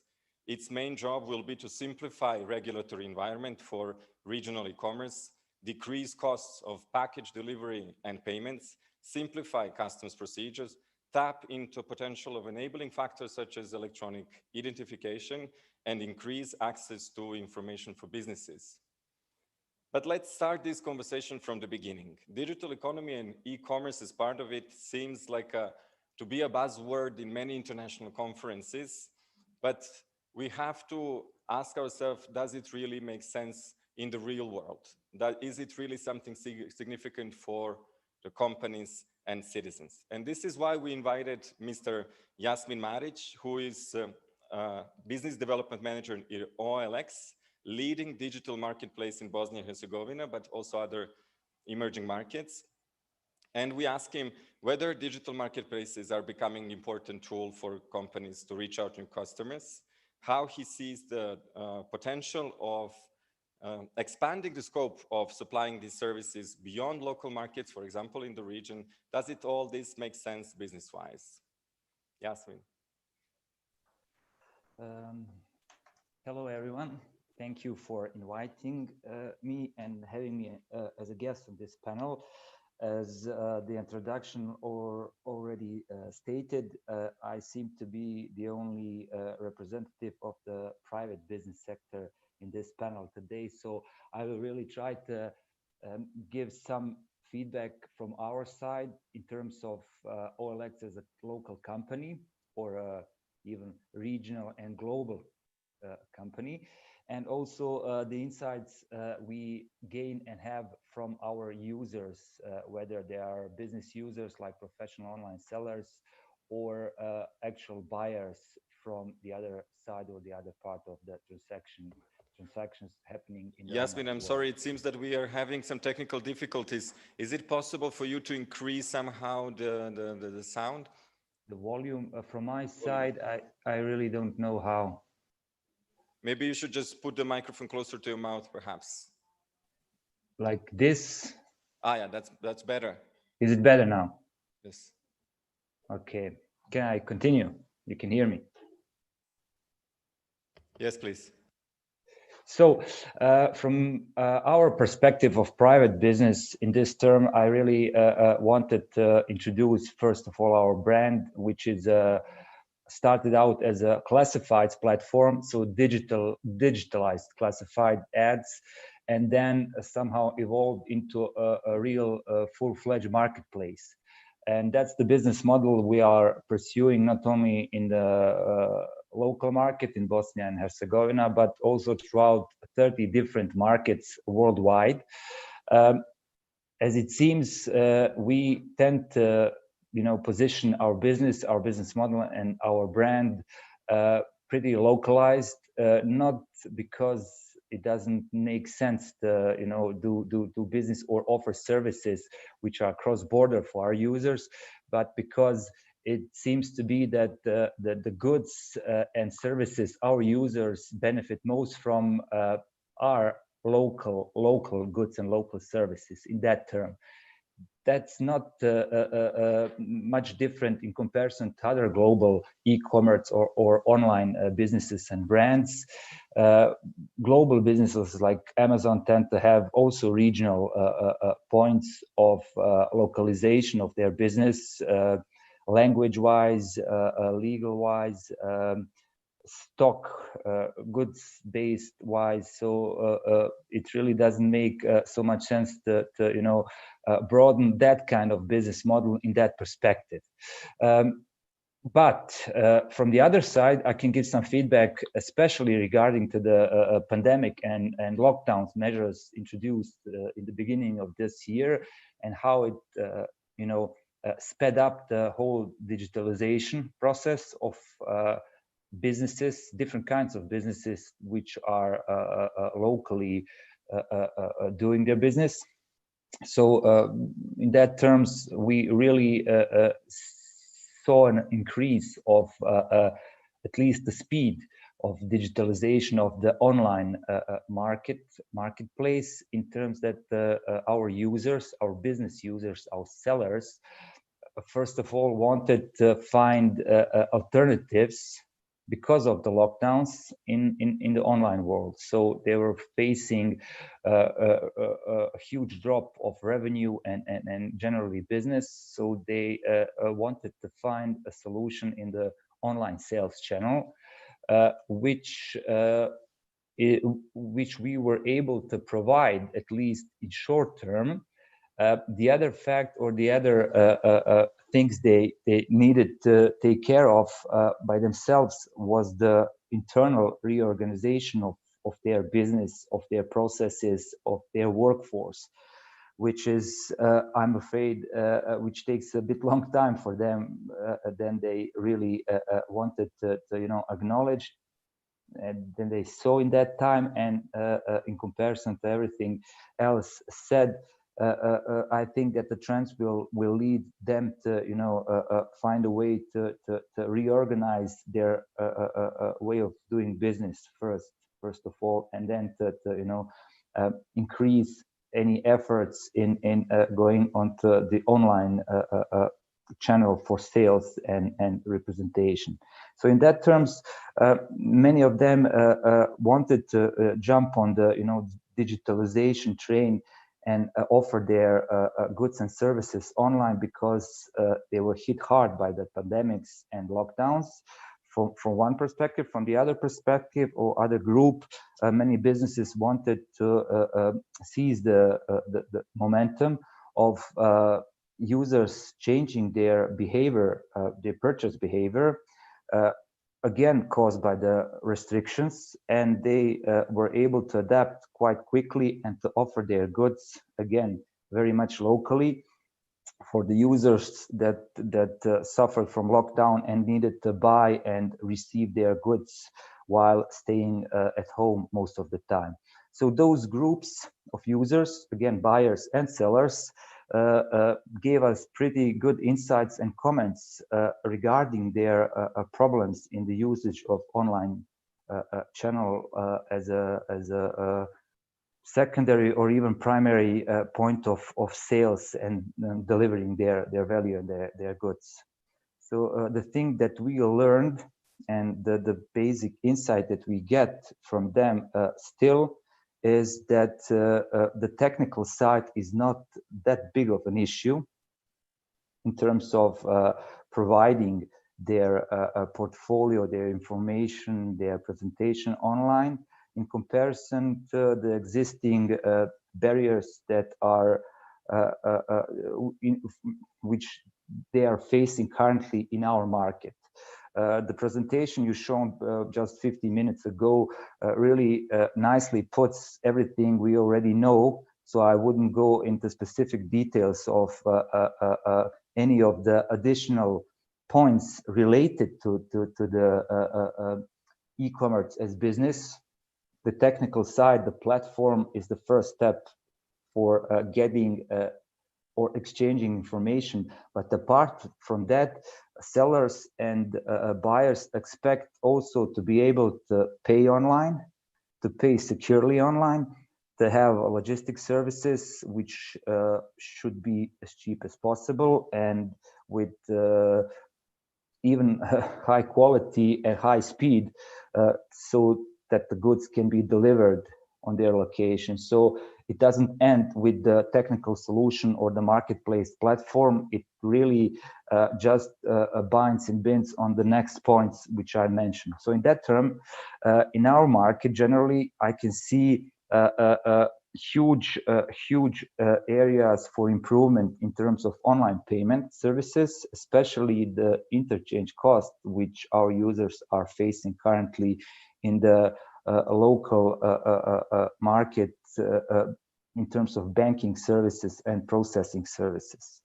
Apart from that, we can see many legislative or legal issues related to the current laws, which is regulating or not regulating online or e-commerce on our market, and that should be aligned to the at least regional or European law structure.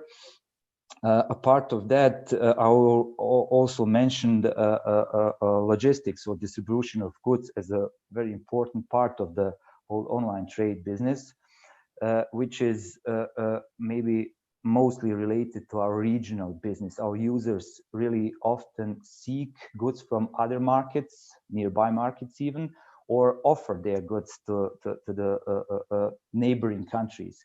So the biggest, I would say, hurdles are proposed through custom fees, through taxes or tariffs, which seems to generate too great barriers in terms of cost for them to doing business as efficient or as good as they could provide on this market. So in that terms, not only locally but regionally, we see some initiatives.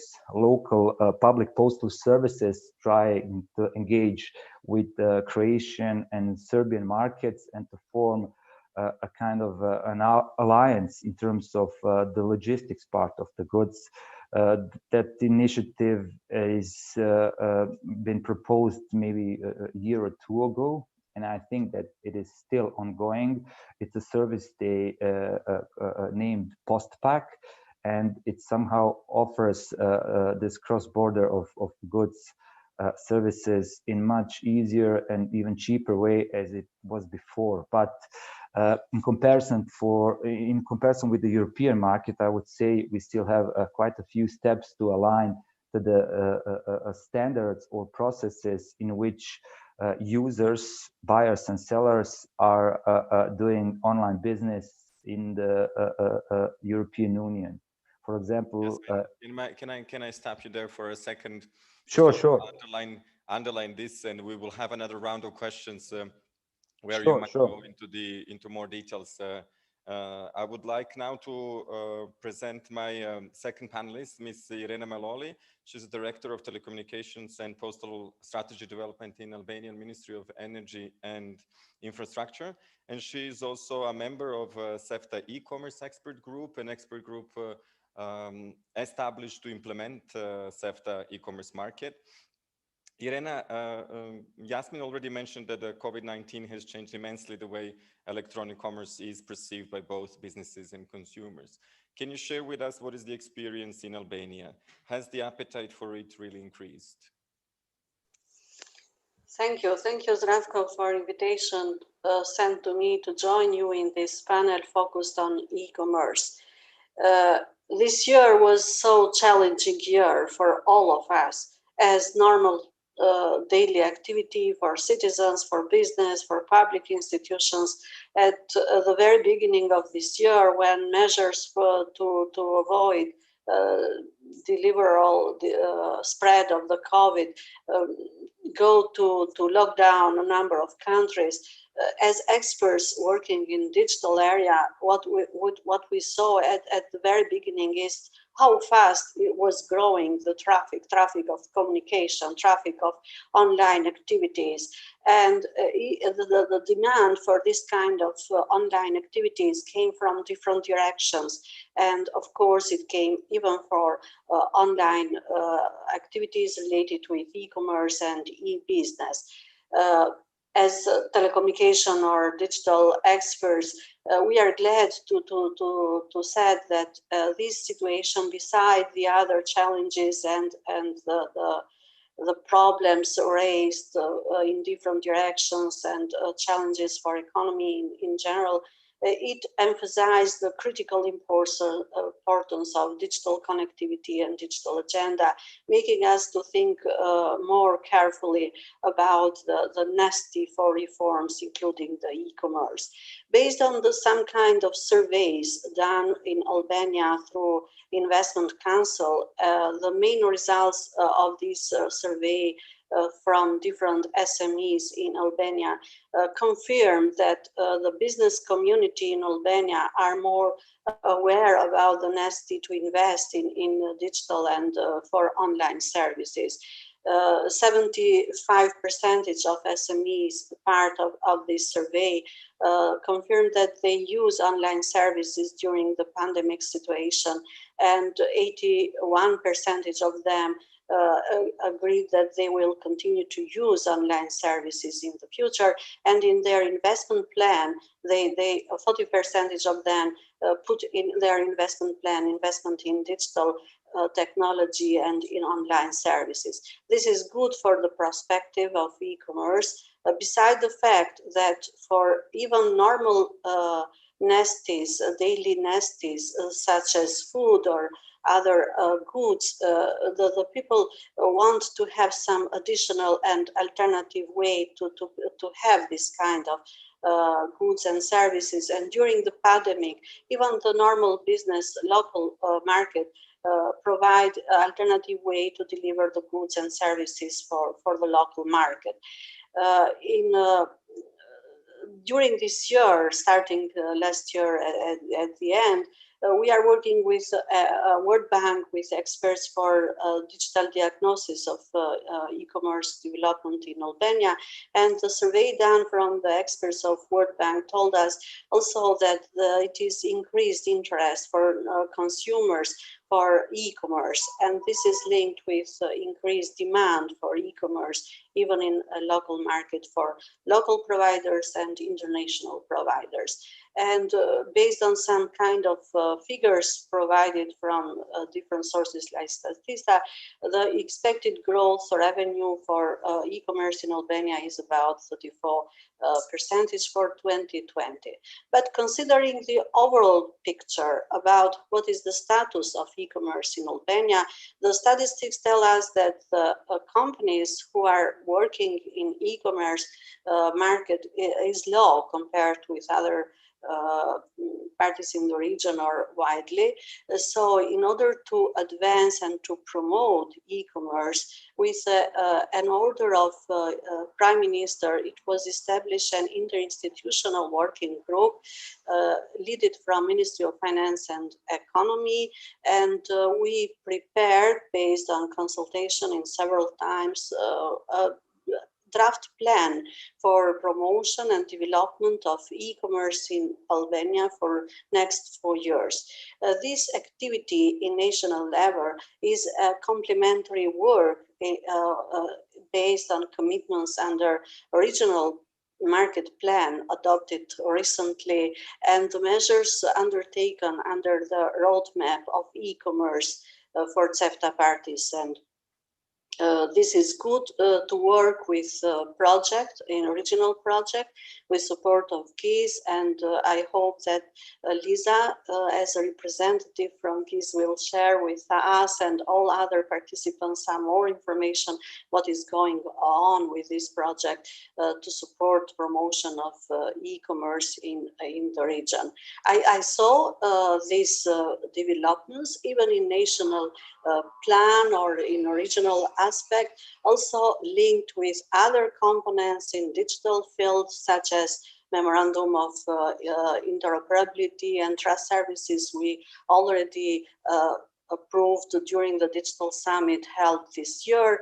And they are all activities linked to each other and help each other in order to have better progress and better results at the end. Since if we discuss about technical aspects, it need to have some common standards approved. If we need to make improvements on the regulatory framework, we need to harmonize legislation and rules. On other aspects, we need to make more awareness in the decision level, in national level, or more preparation from the business community or other levels in the country. This is as the first feedback from me about, but for sure that COVID has impact in different aspects, but in good direction for e-commerce in order to make necessary measures and regulatory reforms to promote this necessity for the region. Thank you, Irena. Let me now present you our third panelist, Walter Trezek, who is an e-commerce expert engaged in the Universal Postal Union, but also in e-commerce Europe. the biggest e-commerce business association in Europe. He's vice chair of the e-logistics working group. He's also engaged as one of the e-commerce experts in EU for Digital for Eastern Europe. Walter, I think both Yasmin and Irena mentioned that in a digital world, in e-commerce in particular, the global, regional, and local is kind of all mixed up, and it works in a complementary way. How important is for companies and consumers to enable effective cross-border electronic commerce? This is a very, very good question. Thank you very much indeed for having me on the panel. I would very much like to be with you in person, but unfortunately, these times do not allow me to do so. E-commerce, by definition, digital commerce is, of course, something which can happen anywhere in the world, brings together consumers, marketplace, sellers, anywhere in the world. Our focus today is, of course, on your region, and from a clear perspective of e-commerce Europe, the umbrella association of European e-commerce associations, reaching out to your region is highly important. The change of commerce, the digitalization of commerce has seen a huge leapfrog over the last couple of months in 2020. The figures currently, the volume increase is mind-blowing, really. We will expect never seen volumes during the Christmas period. This time it comes as the whole world is changing into a clear digital commercial environment. Why? Because the Universal Postal Union, currently responsible for 70% of all global e-commerce cross-border, has triggered this development already 10 years ago. Of course, not knowing that the pandemic might strike the globe. And this will kick in on the 1st of January 2020. This is extremely important because it will provide a mandatory environment where each and every commercial item sent across borders will need data to be sent in advance across the border even before the physical item can be sent. This is a huge game changer and comes very, very timely. And of course, you know, because that these changes will also kick in the European Union by mid of next year. The EU VAT and customs package will again change the landscape. Of course, the UPU, the Universal Postal Union, and what the European Union has put into legislation is complementary. Therefore, low-value consignments, these are commercial items not exceeding the value of 150 euros, will need a clearly defined electronic data communication to be sent in advance. Or in other words, and I think this is a very, very important message, if you do not send that data, your goods sent across borders will have severe challenges crossing the border, if at all. So that was a very important prerequisite. And when we reached out to the Eastern European partner countries, parallel, of course, to the West Balkan 6 countries, the European Commission made it very clear that there was a clear explanation. What is the baseline? What is the baseline when it comes to the legal environment? And what is the baseline when it comes to the standards necessary for anybody engaging in e-commerce? So that work has been done and is publicly available for anybody. And based on that, there were clear recommendations. Very important, therefore, is to know what to do to send your goods and services across borders. Well, the most important thing is that your goods have to be listed in a clearly defined, harmonized way. Without that listing, marketplaces can't operate. Or you are bound to one single marketplace, because large marketplaces, and the dominant marketplaces all do that, as you know, will retain you as a customer because they will use their own proprietary data elements for listing. This time is over. This time is over, and e-commerce Europe has been engaged quite extensively in standardization work to overcome this legacy, so that harmonized listing for anybody who would like to use digital commerce, it will be enabled. And there is no secret about that. We will engage in a pilot in the Eastern European partner countries to enable that kind of listing experience on a regional level, so between the partner countries, but also into Europe. And all that should be complementary to the data necessary for cross-border commerce. And that means not only the European Union, that is a global approach. And with that, I would like to give the word back to our moderator. Thank you. Thank you, Walter. My next panelist comes from Serbia. His name is Milan Dobrijevic, and he's Deputy Minister of Trade, Tourism and Telecommunication. He's in charge of digital agenda and coordination management of key ITC projects in the ministry. And my question will be related to something Walter mentioned and underlined in his speech, and this is the connection with the EU. In many speeches this morning, actually, we heard that the regional market should be a springboard for the European market. So maybe, and my question to Milan is, what achievements of the EU digital single market would you expect to see within CEFTA as to be a real testing ground for Europe?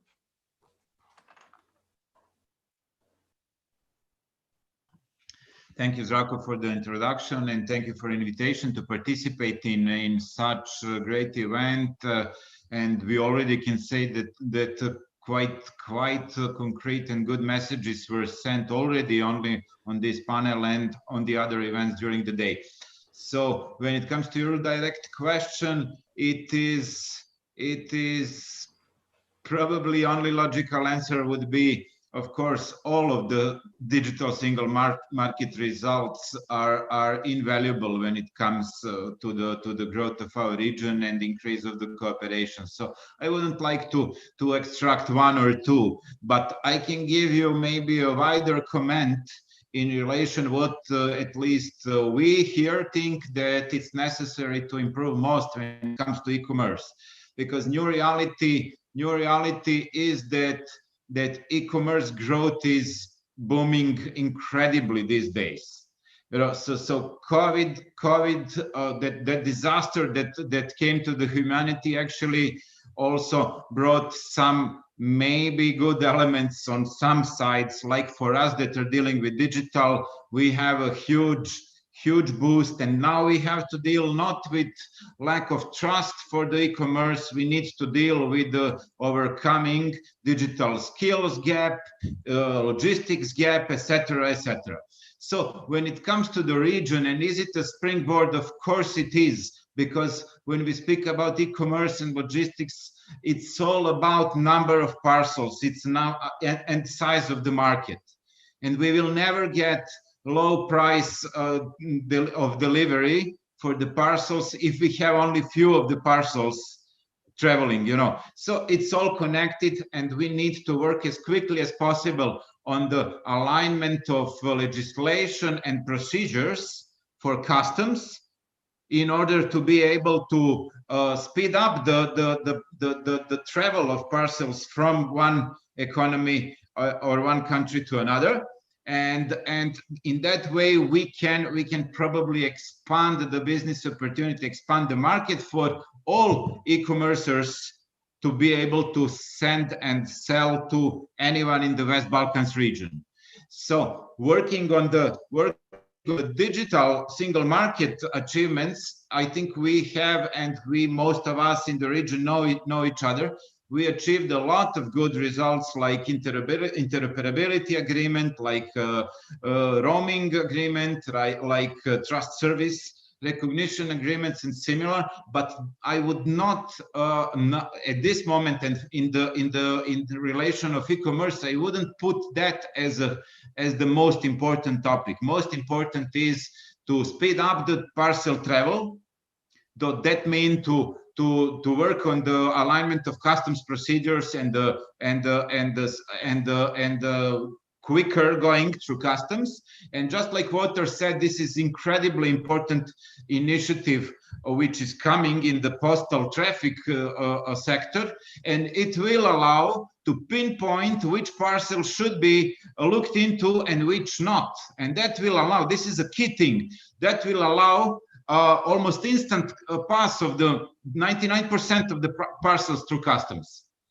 Then this is the key enabler. This can allow the quicker delivery, and that can automatically have impact on increase of the number of parcels that are going from one country to another, from one economy to another, etc. That would be all for the moment, and let's hear others, and we can continue then. Thank you. Thank you, Milan. Last but not the least, Lisa Zoder, a foreign trade expert in German Cooperation Agency, GIZ, who is in charge of the support GIZ provides to the implementation of the CEFTA e-commerce roadmap. Lisa, we have heard many arguments here, and which can be summarized by the hashtags, let's say, customs, parcel delivery, payments, and your team will work on concrete actions in implementing the regional activities. So can you tell us what are the key deliverables there that we can expect in the years to come? Thank you very much, Slavko. First of all, I would like to thank you for inviting me for this panel, and I would like to just give you some information about the project that we are implementing, that is implemented by GIZ on behalf of the German government with a focus on e-commerce. First of all, also great news that the CEFTA roadmap for regulatory dialogue has been adopted, and we are happy and looking forward to supporting with this in this regard. Maybe let me just, before we start talking about the roadmap, I would like to just draw your attention to a couple of points that have already been mentioned by my co-panelists. Because we did a survey among companies of the private sector in free CEFTA parties before we started really to scope on into which activities to focus on and which problems, because I think in general when it comes to e-commerce there is so many different things that come into play, and if I think about what Irina mentioned, there's so many different procedures where we can get synergies that for us the first element was really to get an input from the private sector. And what we have seen is indeed when it comes to parcel delivery, there is a high cost of parcel delivery with the private couriers, especially when we think about cross-border parcels, and also when it comes to the national post, their companies reported problems about the quality. There is also customers also in general in the region prefer a cash on delivery payment methods, which creates dependency of companies on the delivery partners. And in general, when it comes to payments or online payments, the markets are not, there is not that many options for online payments. So there is a big challenge. And we have also seen that the transaction fees between banks and the cross-border, which has also been mentioned by Yasmin, are really a big problem because they create additional costs and burdens, which are decentivizing companies to engage in cross-border e-commerce. As well as the custom procedures that have also been mentioned, this is also clearly a signal. We have also clearly seen a signal from the companies that here this really creates additional costs and businesses, and they just take a long time. So what we have done then in the development process is to have a two-folded approach with regards to e-commerce. First of all, we are working with the public sector on regulatory and legal issues, and then secondly, we are also working with the private sector. The objective of our actions is to harmonize the legislation for e-commerce in the region. So this then leads to lower costs for companies and also eases processes such as, for instance, when it comes comes to customs.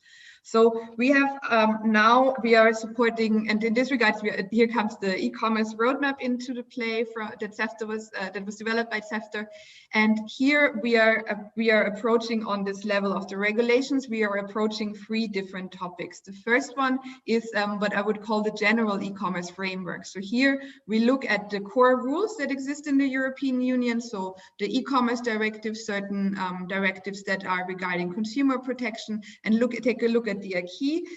Then we check at which level the CEFTA parties are harmonized, are harmonized with this acquis. Then in the next step, we see what would be a regional standard for the whole region, so that we create more harmonized and more similar procedures and rules in the different parties. And then we are planning to prepare a decision for the CEFTA structures to be adopted, to agree on what the regime for e-commerce should be in the CEFTA region, and then we will support the implementation thereof. This is all something that we are planning to do until mid-2021, so we have very ambitious goals with regards to this general e-commerce framework. Then in another topic, we will be also focusing on inter-parcel delivery. Here we'll also take a look at best practices from the EU. Here we can think about, for instance, one mechanism that is in place in European countries is a tariff monitoring system. And here we will be taking a look at these regulatory but also non-regulatory measures, and see what are really elements that we can take from the European Union and also bring in line in the CEFTA region. So where we can get so that we get to recommendations basically for parcel delivery and how parcel delivery could work in an inter-party setting. Our third topic with regards to the regulatory approaches are customs procedure, where we will be taking a look at the EU VAT e-commerce package that has already been mentioned, that will enter into force mid-21 for the European Union countries. And we will be taking a look at which elements and which of these should we transpose this fully, on the regional level. Should we transpose it partially? Should we transpose it fully? What would this mean? So this here to really do a deep analysis of these custom rules and also simplified custom procedures to see what are recommendations that we can bring to this region. We also have, with regard to the private sector support, here we are planning to set up. If I interrupt you there, maybe we can leave that for the second round of questions, because the time is running out. And because I want to actually refer to one of the points that you made, and this was that parcel delivery services will be one of the focus of your work. So I would like to ask Walter, how do you see the ways to address the weaknesses existing in parcel delivery cross-border, and what are the, let's say, European solutions that we may use there? Thank you very much indeed. Parcel services, postal services, courier express, and private carrier services are very close to my heart. Very close to my heart because I'm representing the wider stakeholders on the global level to the Universal Postal Union. So very important to understand here is that the European Union started about 20 years ago to create a single postal market within the European Union. And that meant that whatever had been a closed shop environment in the global arena for the postal services had to be transferred into an open environment, so that collaboration between the national postal administrations and the private sector, courier and parcel services, had been established. So this is all done. This is very important to know because this enables collaboration between the postal operators, the national postal operators, and the private couriers. And there has been work done to create a harmonized label where you have the transport identification for commercial items cross-border coming from the postal world. So the famous S10 barcode, which will be mandatory for all commercial items in the global postal network by the 1st of January 2021, parallel to the barcodes used by all carriers you can think of. So there's one label for all. Very important indeed, because collaboration then works extremely nicely, and co-share agreements, upstream or downstream agreements can be initiated. So this will speed up the processes, can of course be directly linked to a national postal operator, but can be delivered by somebody else, not only a postal operator, but also a private carrier anywhere else in Europe. So this is a very important message. Then the tariff system has been changed currently, also on global level, so that all commercial items are treated like commercial items and not even like letters anymore. So even those who are treated as letters but carry commercial items are now treated as commercial items, and the necessary tariffs are therefore allocated. A very important transparency measure, even in the commercial environment, because the other parcel tariffs are only open for the private individuals, and this is not of very much use to the businesses. This kind of transparency is now fostered as well. All this comes now parallel to all the necessary data for cross-border traffic, so that a clear identifier can be used on one commercial item for all the necessary customs and VAT related environment. That has to be implemented very soon indeed. So talking about the 1st of July 2021 is actually too late. I'm talking about 2 weeks. So the postal operators in your region know that.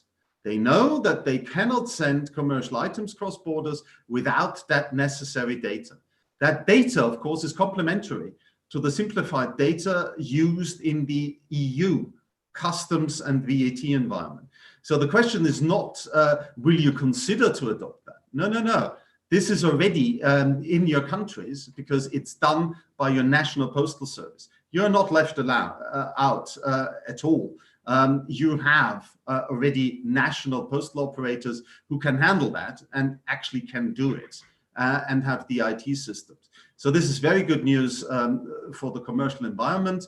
Please reach out to the postal operators and do that. If you need further help to that, please refer back to me. I will channel, of course, then the necessary information coming directly back to you, to the customs authorities, to the national postal authorities. That is also one of my purposes within the Universal Postal Union. So back to you again. Thank you. Thank you very much, Walter. We have heard a lot about the postal services, customs as well, but I think we kind of neglected the issue of diverse regulatory environments. If I were, for example, a company here in Bosnia, and if I were offering services regionally online, I would definitely have an issue of meeting 7 different sets of standards, such as, for example, the ones in the consumer protection. So the regulatory simplification that Lisa mentioned is a part of the CEFTA roadmap on e-commerce. And my question to Irene Maloli, as one of our e-commerce expert group members, is whether something will be done in the context of e-commerce roadmap to really do simplify, let's say, my life if I were that company. Thank you, Draso. Regarding the role of e-commerce working group, I see that these members of working group from CEFTA parties are as a bridge between the issues related with the promotion and development of e-commerce in each party with other parties in order to have regional perspective of e-commerce. And one of the main issues raised during the discussion in working group or discussion with private sector and different stakeholders is the harmonization and simplification of regulatory aspects for cross-border and parties of e-commerce. So the role of working group is, even when we discuss about the first draft of a roadmap for e-commerce, different actors give their contribution on the content of this roadmap for e-commerce. After that, we discuss internally in our institutions and other actors to discuss what we need to be involved in the process of e-commerce promotion. And as I mentioned in my first intervention, in Albania, we have now an interinstitutional working group with different representatives from Ministry of Finance and Economy, from custom authorities, from postal operators, from regulatory bodies, and other institutions. And we discuss all together about the topics which need to be addressed in order to have progress in e-commerce, and considering or working in parallel what is required in a regional prospect and EU integration.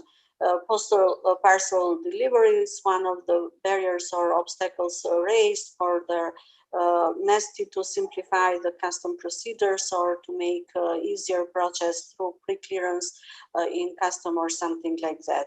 So the role of the e-commerce working group through regular communication, regular meetings, and to give the feedback and exchange views and experience from each party will help the process, since if we want to have at the end the harmonization of regulatory framework, we need first of all to know what is the current situation, what are the problems raised from market players in each party, and what are the difficulties in cross-border or in relation with other parties in CEFTA. We are working regularly during this year, and we hope to have more often communication during the implementation of roadmap, and based on the different topics and issues to involve the experts from relevant institutions. Since I am working in Ministry of Infrastructure and Energy, and I cover postal aspects and digital connectivity aspects, which are linked with e-commerce roadmap, but not only all the picture of a roadmap, especially when we discuss about the harmonization of regulatory framework. We know that there is a list, a long list of acquis to need to be analyzed and transposed and harmonized in the region, including the recent acquis for VAT, or even Digital Single Act, which is recently discussed and adopted, and regulation for cross-border parcel delivery need to be implemented and to be harmonized, and other aspects. So different actors and different institutions need to be part of the discussion in order to achieve the objectives and to have successful implementation of the roadmap. But expert group in e-commerce working group will be as a bridge between each party and other parties in the process. This is my view.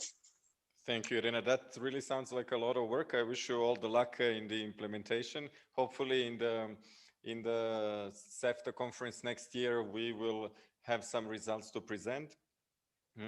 Coming back to Milan, and one of the topics that we only touched upon in a couple of the presentations here, and this is electronic identification. Serbia already has mutual recognition agreements with Montenegro and North Macedonia. Are there any plans to expand this at the regional level? Yeah, thank you, Žarko. Yes, of course, there is a plan, and this plan is practically confirmed on the last digital summit in Tirana with signature of regional memorandum of understanding on interoperability and trust services. And this is something that we think is really important and is a precondition for further regional connectivity, because it's not one topic, it's many topics. Interoperability is covering everything that we need to align on. And Irena just spoke about different legislation that we need to align, and on our road towards EU, we practically have to align on legislation, and this interoperability agreement is guaranteeing alignment in technical standards, in formats for different messages, communication, exchange, and similar. And it is only step we need now is practically to implement that memorandum, to go further, to really do what we said that we are going to do. In addition, when it comes to e-commerce, we probably should be looking and pinpointing few legislative acts that we all need to align first and to define the priority order. And I think actually CEFTA roadmap for development of e-commerce is pretty well identifying the most priority topics. And I would only like then to highlight one more, that this is the way, and let's try to stick with the deadlines, or even do this what we said we are going to do this as fast as possible. Thank you, Milan. I think this is exactly in line with what Lisa was announcing for next year. So that by mid of next year, we might even have the first outcomes. So Lisa, coming back to you, we heard a lot about regulatory cooperation, which involves the word of legislation and policies. But what about private sector? I stopped you there. Yes, perfect. Thanks a lot for letting me continue about this. So with regards to the private sector, we have also a number of activities. One of them is to work on a platform that has information for e-commerce providers, or a company, as we have mentioned in the examples before, a company in one CEFTA party who would like to sell their goods and services somewhere else, but doesn't really know what regulations they have to adhere to. So to basically have a platform where some information about how to offer e-commerce in other countries can be found. So this is our first aspect of our work, to work on this kind of information, providing information about e-commerce in the region, and how to set it up, to have also some best practices. There is actually a platform in one CEFTA party in North Macedonia, e-commerce for all, where they have different modules. So this would be a little bit our guiding principle. Then we also have been talking about the topic of trust. And in order to establish trust, there are a number of examples how to work on this trust issues between a consumer and between consumer and a seller. And here we can think about the example of trust marks. So trust marks are these small logos that you can put on a website that certify that a company or a web shop is in accordance with defined standards. This can concern the withdrawal, or also even some very general things, such as that before you finish your payment or your order, you have an overview. So these are things that are defined in these trust marks. And our idea is to establish such a trust enforcing mechanism in the region, such as a regional trust mark, that we really have one regional trust mark, and that a consumer from one CEFTA party knows that a company from another CEFTA party adheres to the same standards by having the same trust mark, for instance. I think the process doesn't stop only at this one having this logo or this only trust mark at the website, but it is one mechanism to build in trust. And I think here in general, what we are very much focusing on in this process is to work on these trust marks, but really to think about developing business ideas and business models with regards to this from the very early on. So we've seen so trust marks can be a source of revenue for whoever provides it, be it an e-commerce association, be it a private company. So these are the things that we want to work on with the private sector, together with also generally raising awareness about cross-border e-commerce. Good luck with that, Lisa. With private sector, we started today's panel. With private sector, we ended. Yasmin, you heard a lot of messages here about how to improve electronic commerce in the local level, regional, global. This is all in digital world that we said a little bit mashed up. And what should be the role of the authorities at different levels? What would you recognize as something that you can take out of this discussion and say, okay, this is something that would really make sense, that we would really hope to see very soon in place? Yeah, first of all, thank you again. My position is very different, I would say, at least in terms of information and knowledge in comparison to all other participants. But hearing you all speak out so detailed plans, measures, and roadmaps regarding this topic gives me really confidence. I shouldn't say surprised, but I'm very, very, happy to hear that everything recognized is very well aligned with the need, at least from our perspective in Bosnia and Herzegovina, in terms of not only local but also regional commerce. It's very interesting to hear about the initiatives that Lisa mentioned just minutes ago. We are working very much in the same directions, but very much focused locally in terms of promoting e-commerce and organizing the private sector into an e-commerce association, very much like Croatian or Serbian one. So that's at least the one roadmap in that direction, where we can, establish connections and growth in the local market, and then spill it over to other regional markets in that trend. Everything mentioned, from accessing information, guidelines, everything related to online payment and logistics or postal services online or through other channels would be very beneficial, not only for the local market, but then again for the whole region as itself. So the only thing I am not quite sure of are the deadlines that already were mentioned a few times now. I'm referring to the old holy grail of digital problems in my country, which is related to a topic called digital signature. It's maybe 10 or 12 years old in terms of the legislation proposal, and it didn't come to an conclusion in terms of practical usage. So there are many roadmaps and plans in terms of many digitalization processes, at least here locally, which are very well established and recognized, but the finish line and the execution of them in practice is usually takes very long time to implement or to see in live practice actually happening. So I'm really eager to support any initiative from that part, not only from our business position, but from the position of a so-called market leader in our market to organize everything that could be done in the perspective of working together with governments or organization in following the path of the proposed CEFTA roadmap in that part. Thank you, Yasmin. Thank you very much. With this, basically, I would like to close this panel with a couple of takeaways that we could distill from the discussion today.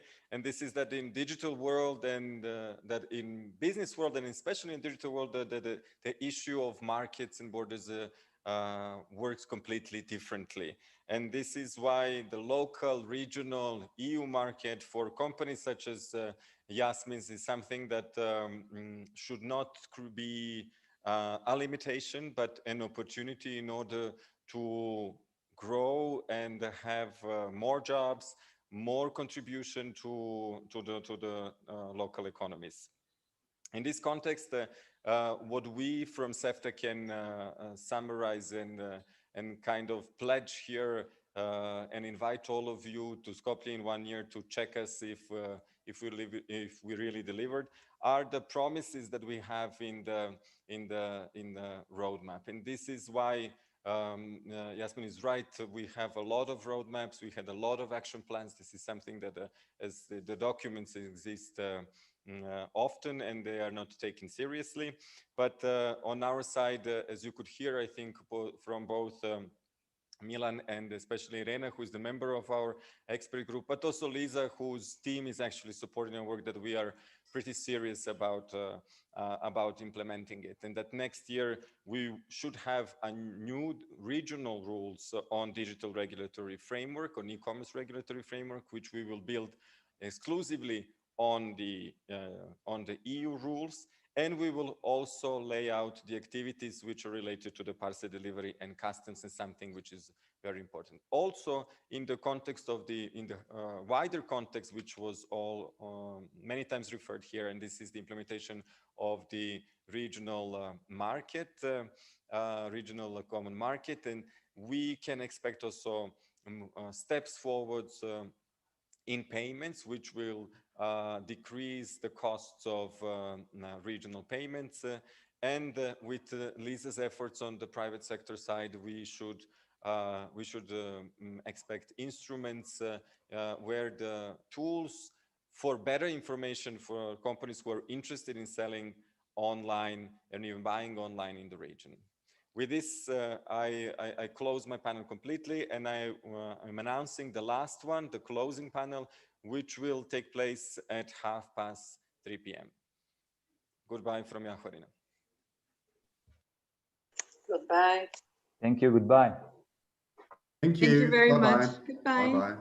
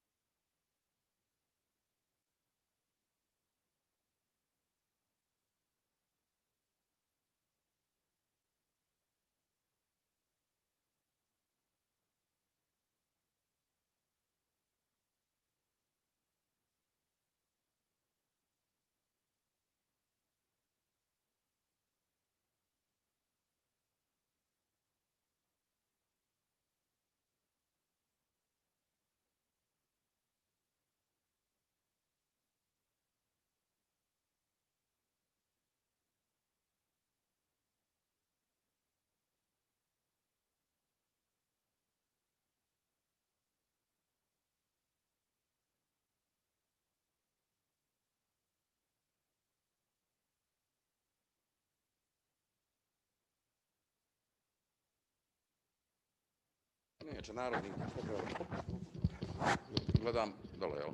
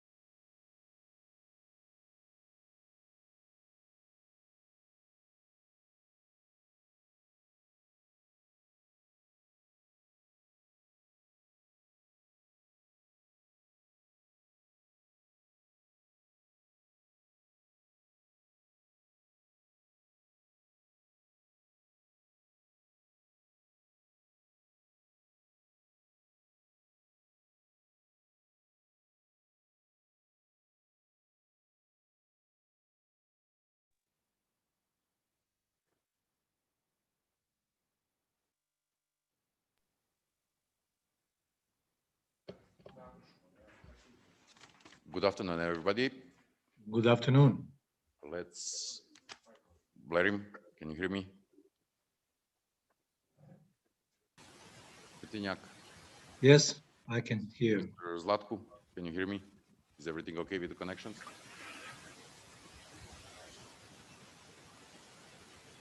Mr. Zlatko? Yes, I'm hearing you. Okay, thank you very much. Just that we established that we have a connection. Thank you for waiting. We had a little bit of break in between the panels. And basically, this is an opportunity to see what we did during this year, what we did during this day, and what we are planning to do and what challenges are in front of us during the next years. As you can see, and from those presentations of today, this year was mostly preparatory year. The CRM is an action plan which is adopted a month ago, and the work and the real challenges are starting already. We already had some of the meetings, but most of the challenges will be in the next couple of years. We introduced this panel, the final panel, somewhere last year in Tirana, where we had Mr. Tinjak, when we heard Mr. Tinjak at the beginning giving the expectations of the Bosnia-Herzegovina chairmanship.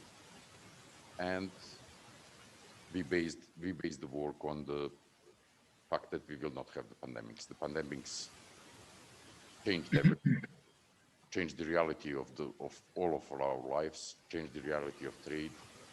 One of the good things I think Mate and the first panel mentioned is we are going more and more into the digitalization.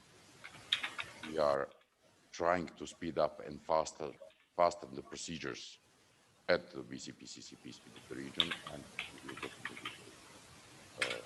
European Union member states that are bordering the CEFTA region. And as well, what is quite important to say, we are hoping that with the new vaccine, we will enter, and that's how we planned the work, that we will come back to the old normal before the pandemics, after the vaccine that is supposed to be given at the first quarter of 2021. So basically, Hamdo, I would like to know what are your impressions and what are the achievements of the chairmanship of Bosnia-Herzegovina, and how different do you feel from Tirana last year? I think it was 18th of December in Tirana. How do you feel a year after, and after a lot of work and meetings which you were with your colleagues from the Ministry of Foreign Trade and Community Relations chairing during this pandemic year? Thank you, Emir. Thank you for the opportunity to be a panelist. And when it comes to the year that Bosnia and Herzegovina has been chair in office of all these activities within CEFTA, and in comparison with the last year, everybody knows that it was very, very challenging year.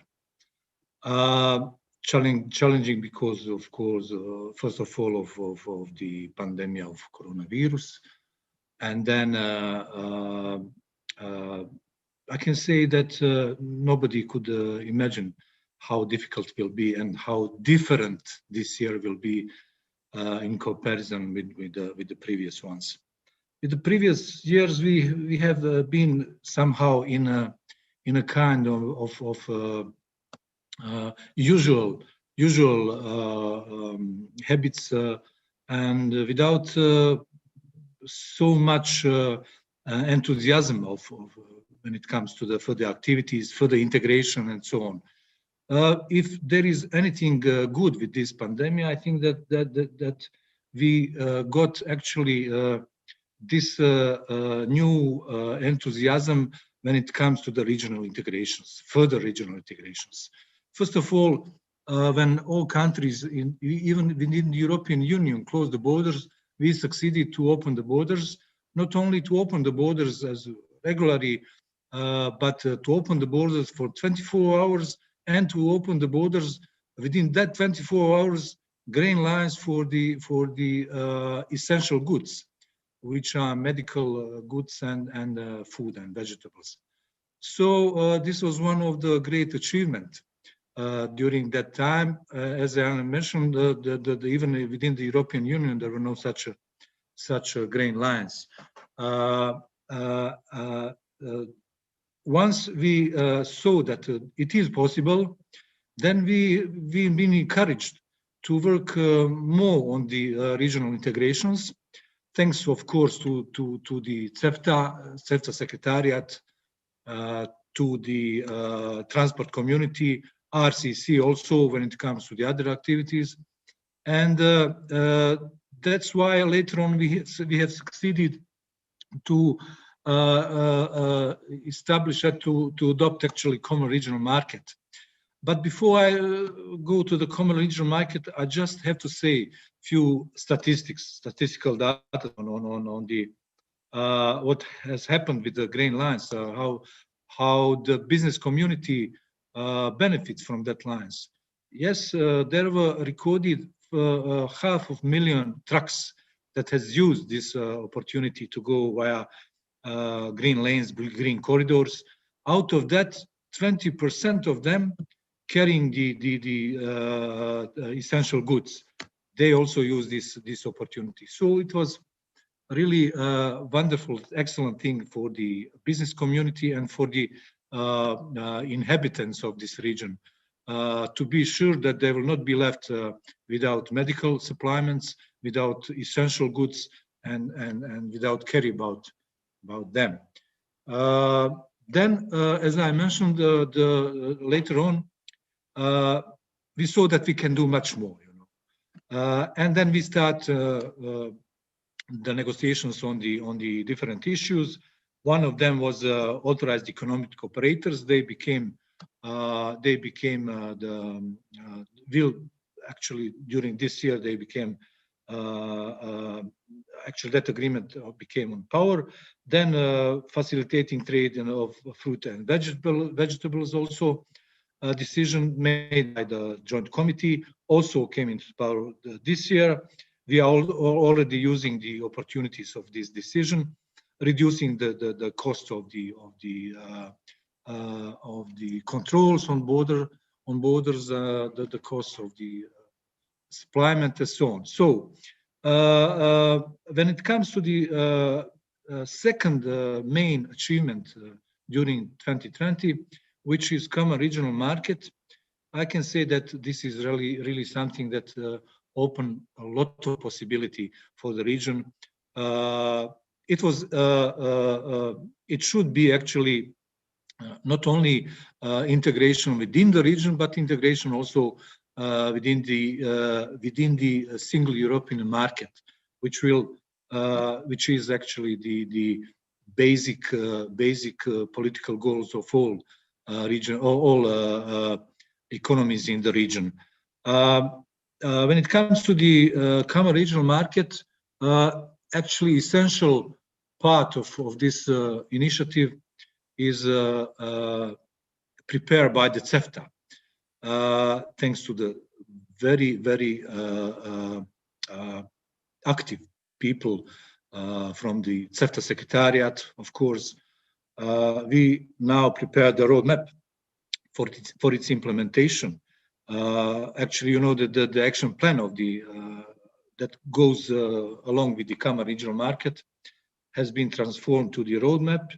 Everybody knows what is his task. There will be monitoring of all activities. Within the monitoring, also there will be always a European Commission that monitors in any case, because a part of this harmonization is actually harmonization with the all legislation with the acquis, and that's why European Commission is involved. Of course, they are the main supporters, and actually they establish special fund for the region to support these activities. If I will not go so much into the details anymore, but I have to say, for example, that additional activity, which open us with much more opportunities out of the trade, not only with trade of goods, is actually additional protocol 6 trade in that covers trade in services. This four economies has ratified this protocol, and it comes on power. There are just few technical issues that have to be done, but anyhow, officially, its implementation will start within the first month of next year. This opens so much opportunity, especially e-commerce. I had to mention one of them, which is e-commerce. E-commerce we have started to speak about e-commerce in this region during the pandemic, and you saw how many people, how many companies use these opportunities to transfer its usual relationship via the digital world. This will be further on developed, as I mentioned, through the roadmap on the electronic commerce. And of course, everything has been planned. Everything has its monitoring. A lot of activities are covered with the different funds, and I think even political, there are actually political will expects with the fact that regional common market has been signed, and now we can expect much more integration when it comes to the region in the future. This will be in very short how do I see the last year when it comes to the CEFTA activities. Thank you very much. Thank you very much, Hamdo. You must admit that you were not hoping that you will manage somewhere in March to do as much as we did when the pandemic starts. When the pandemic started.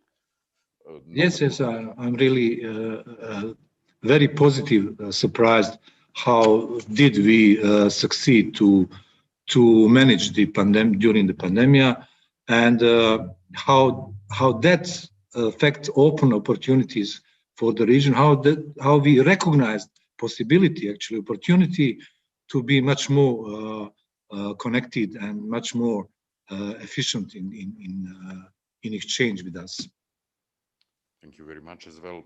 This shows that we started immediately with the digitalization. All of the meetings were held via online platforms and everything, and quite fast we managed to arrange those green corridors in a month.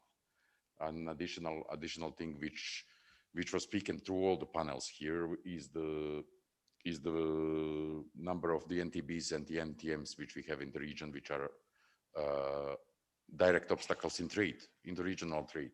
You have been active as a chair in this area as well. As I see, we have started a negotiation on the AP7, additional protocol 7 on dispute settlement. This is something we didn't touch too much, but I hope that in Skopje panel, it's going to be one of the, in December 2021, that the panel on AP7 and its implementation will be one of the main topics of the conference, of the CEFTA week conference next year. And I would ask Mr. Zlatku, who will take over the chairmanship for 2021, to see what would be the priorities of chairmanship of CEFTA for 2021. This document was adopted yesterday at the joint committee meeting held in Sarajevo/online in the Ministry of Foreign Trade. And basically, most of the things, hopefully, which we have been discussing today will be implemented next year, and we will just speak about the results, and the new topics and the new challenges will be presented at the CEFTA week conference in December 2021. Blerim, you already have one result. I think we had a confirmation from Albania that they have received the third instrument of ratification. So basically your first result in the chairmanship is the entry into force of the AP6 somewhere mid-January. So this is something you will take over from Bosnia. Hamdo, I'm sorry, but you took over the fruits and vegetables as well from Albania last year as a result, but that's how it goes. So Blerim, what do you think? What are your expectations to have it in 2021? Of course, we are hoping that we will get out of the pandemic in the first quarter, and that's the best hope for all of us. But what we can expect to have on the agenda a year from now. Okay, hello to everyone. Let me say in the beginning that I have some technical problem with the camera, so you will not see me, just listen to me. So at the beginning, allow me to say hello to my colleague Hamdo Tinjak, to you, Director Džikić.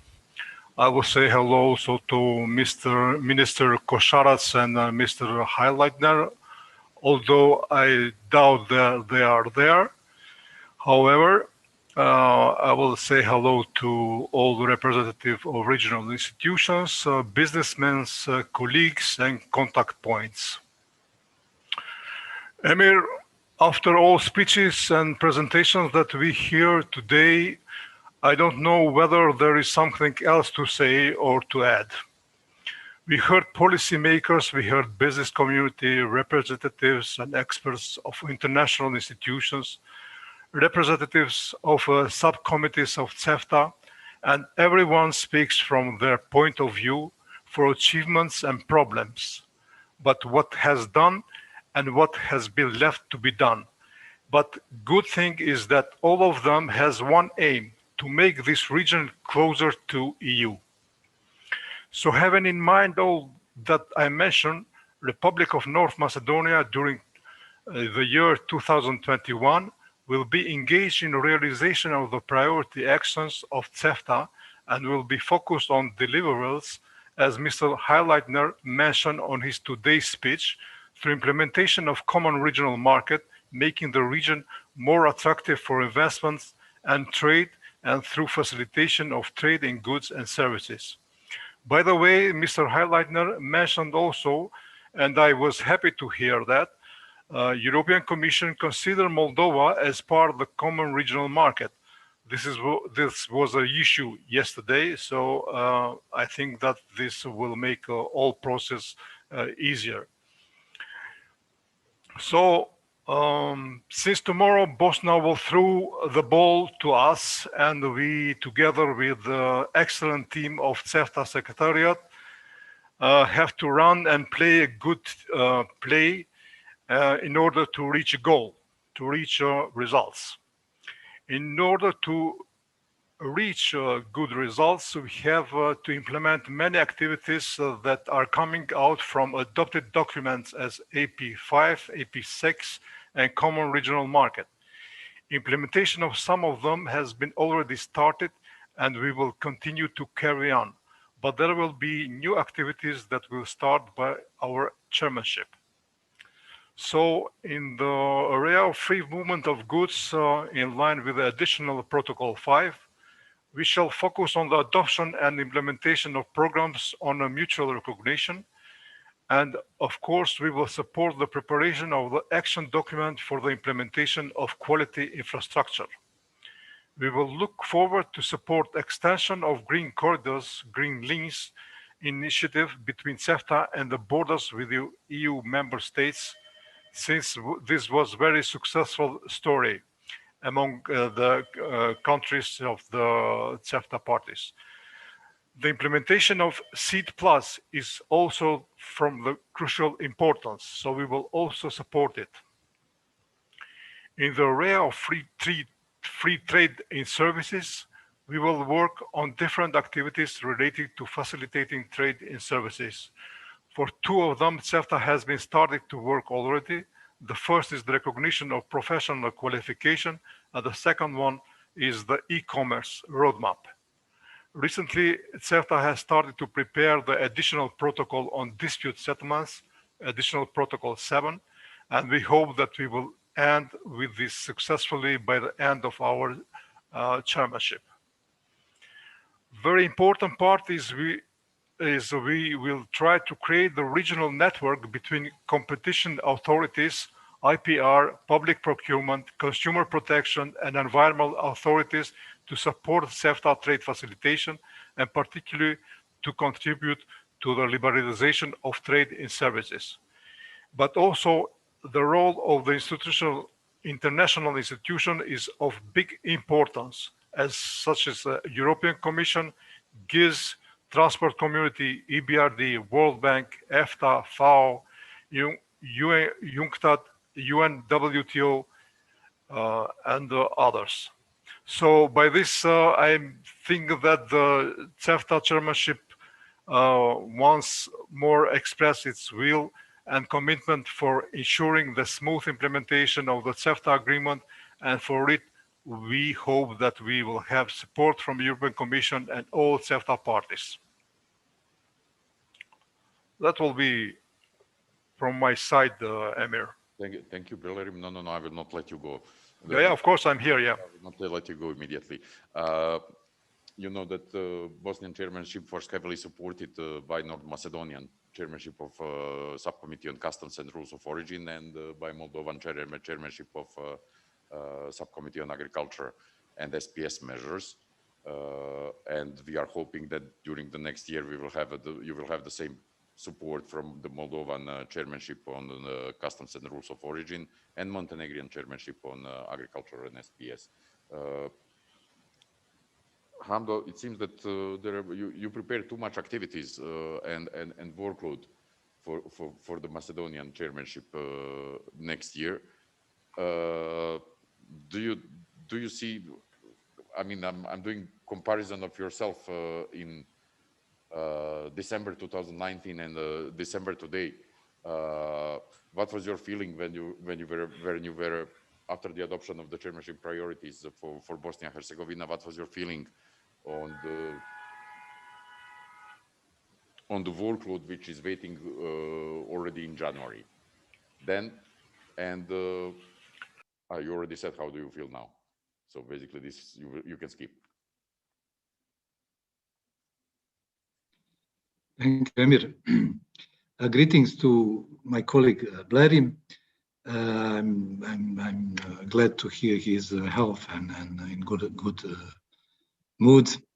Well, I'm sure that previous times North Macedonia has one of the most successful chairmanship during I don't know, it was about 6-7 years. And I have no doubt that they will continue in that mood. Of course, I have to mention their great part that they have actually great job that they did as a chair of subcommittee on customs. Actually, they also have a huge impact to the establishment of the green lines and green corridors. So I have no doubt that they will be successful as we are.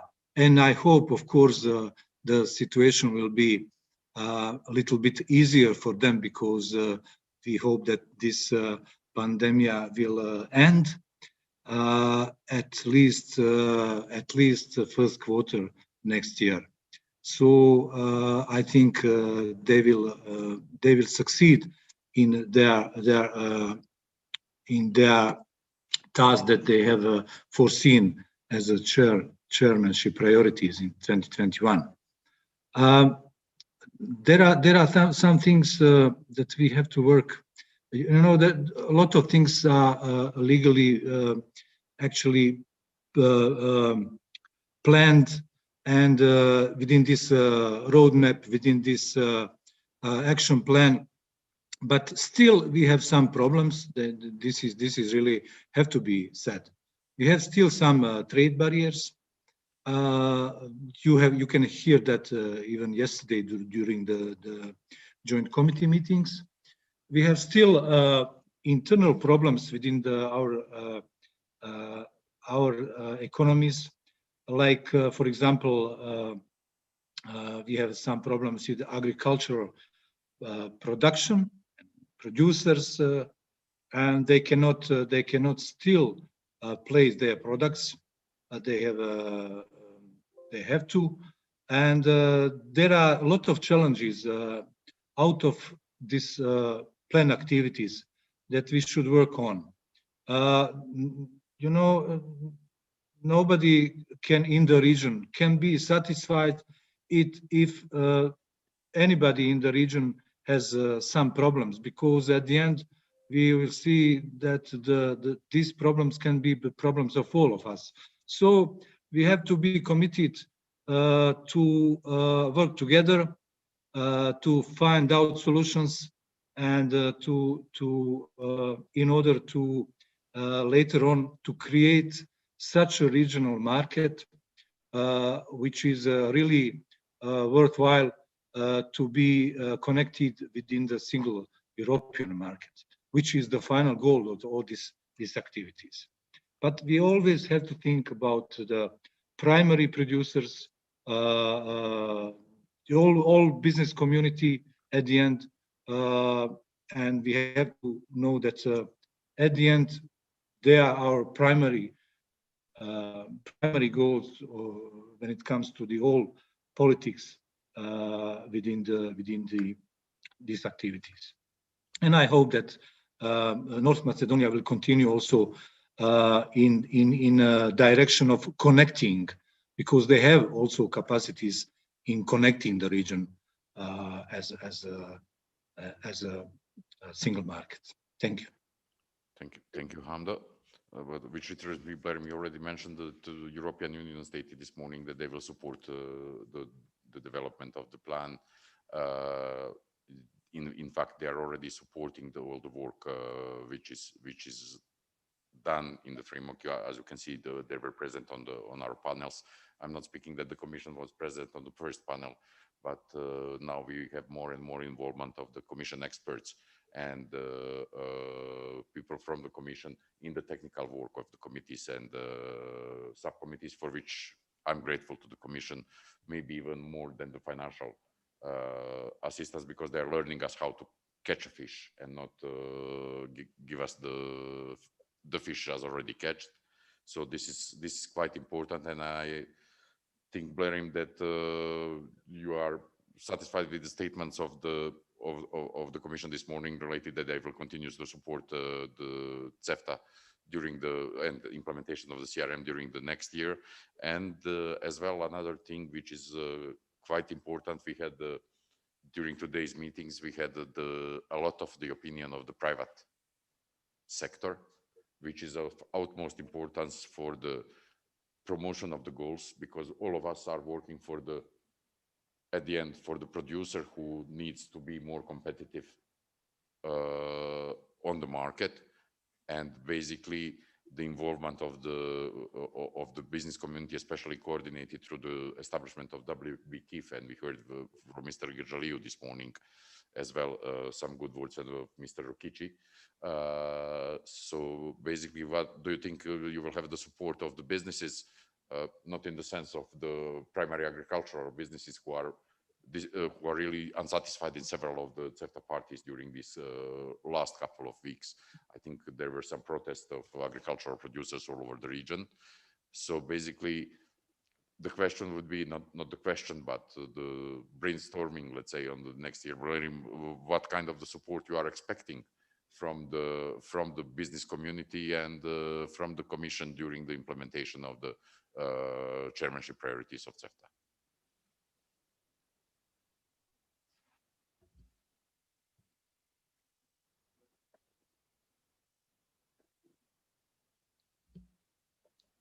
Mr. Zlatko? Huh? Sorry. Yes.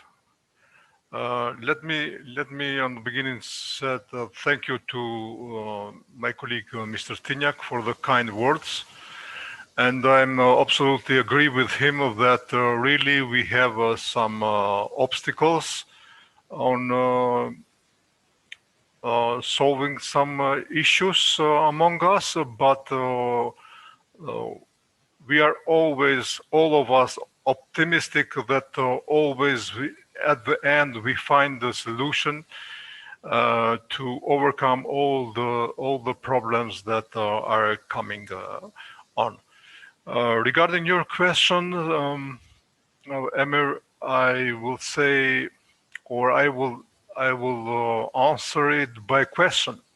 What we are doing if we don't have an how to say, the relation with the business community? Of course, that all these things that we are doing for themselves, for the business community. Through them, our community, our countries will become healthy, will become wealthier, and will become closer to EU. By that, the companies will be strength themselves and will be competitive for the European market. So everything that we are doing, the recent adopt document on a common regional market is on that direction.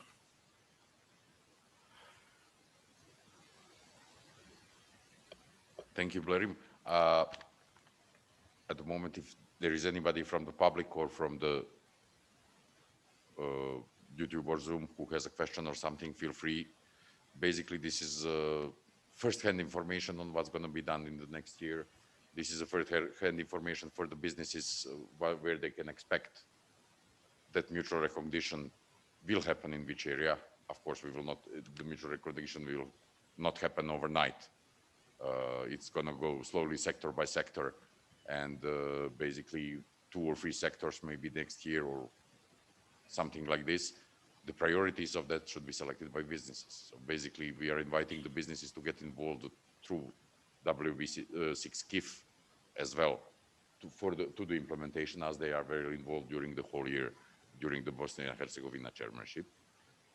As well, Hamdo, this year as well was a year of cooperation of the regional organizations. We enhanced the cooperation with the RCC, finalizing it a couple of days ago by signing a memorandum of understanding with the Regional Cooperation Council. And as well, we established an excellent cooperation with the transport community in our work, in our merging points of the work we are performing. So do you have an opinion on this? Is there a need for more structured approach and cooperation in the future? And if you have any other advice which would be useful for Blerim, unless we have any questions from the floor. Now it's different to say from the floor. Yeah, I was witnessed yesterday, actually, or 2 days ago, the signing ceremony, which was called the wedding ceremony between RCC and CEFTA.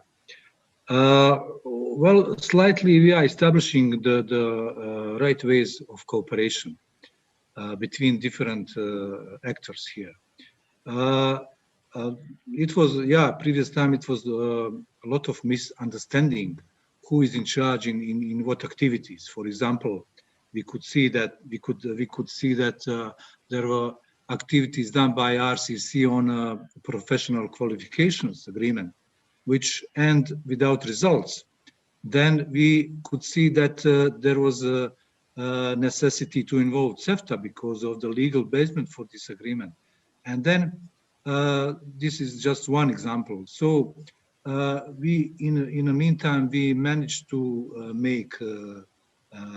to understand each other much more and to manage to make this kind of memorandum of understanding. And later on, looking into the activities that will come, that are foreseen out of the action plan, you could see that there are a new structure proposed by the RCC and CEFTA also when it comes to the implementation of these activities, which is one level more and based on the experience that we have had previous times. So I see the things are moving in right direction, not overlapping the activities. And what I can say to the colleagues from Macedonia, I'm sure that they will be in better position than we were in the beginning of this year.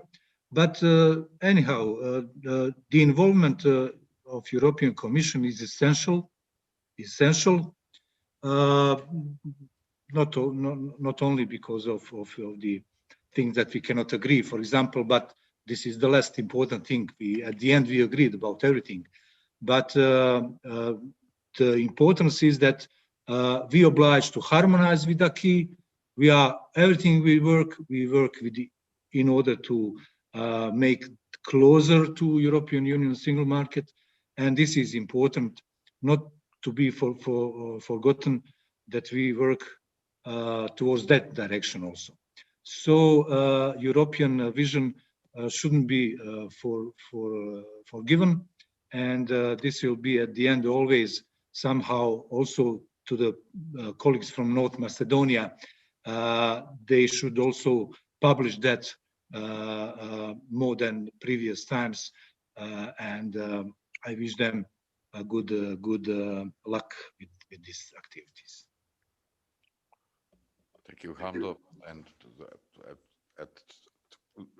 leading towards the end, I would just like to Blerim to say final sentence, which will lead us through the 2021, which will start our, let's say, swimming through the 2021 final statement. What will happen in 2021 in Skopje, where Blerim will be on Hamdo's position, and Hamdo will be sitting on the floor here, not here in Skopje.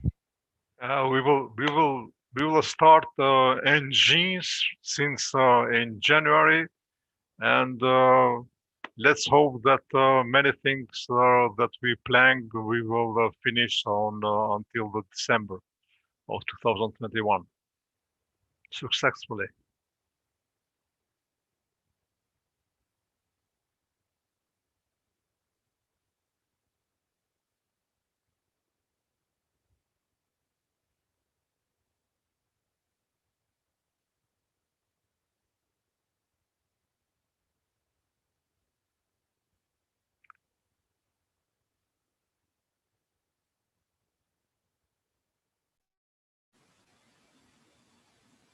Are you listening?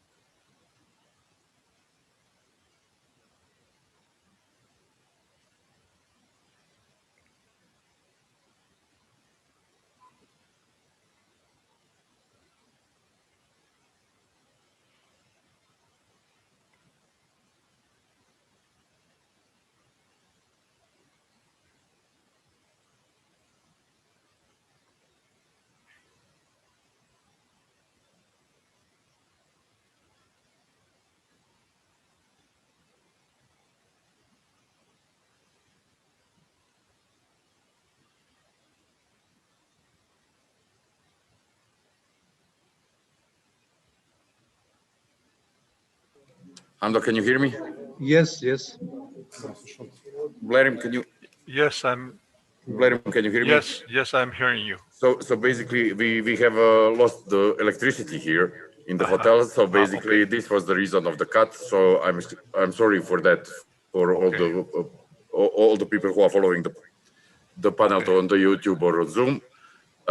Just it was at the moment when I asked you to give us a last message through which we're gonna fly or swim through 2021. Yeah. And I said we will start the engines with all capacity, and hopefully that all the planned activities for 2021 we will finish successfully till end of the December. To both of you, Hamdo and Blerim, I hope that by this we will close the conference. I wish to you, all of you, the happy holidays which are upcoming. Same to all of you. And basically that we sit somewhere in Skopje in 2021 discussing some new challenges and hoping that all of the challenges which we have at the moment will be completed until the 2021 and that we'll concentrate to some other issues that will arise during the implementation of the CEFTA agreement. Thank you very much to all. Thank you very much to the people who were listening on YouTube and Zoom. And we hope that we will have a cooperation with all of you during the next year and that the CEFTA Week 2021 will be live. Thank you, Emir, and thank you for your support and support of the CEFTA Secretariat given to Bosnia and Herzegovina chairmanship. Thank you, Emir, and Happy New Year to all of you. Thank you very much. Bye, and we are going out. Hvala puno.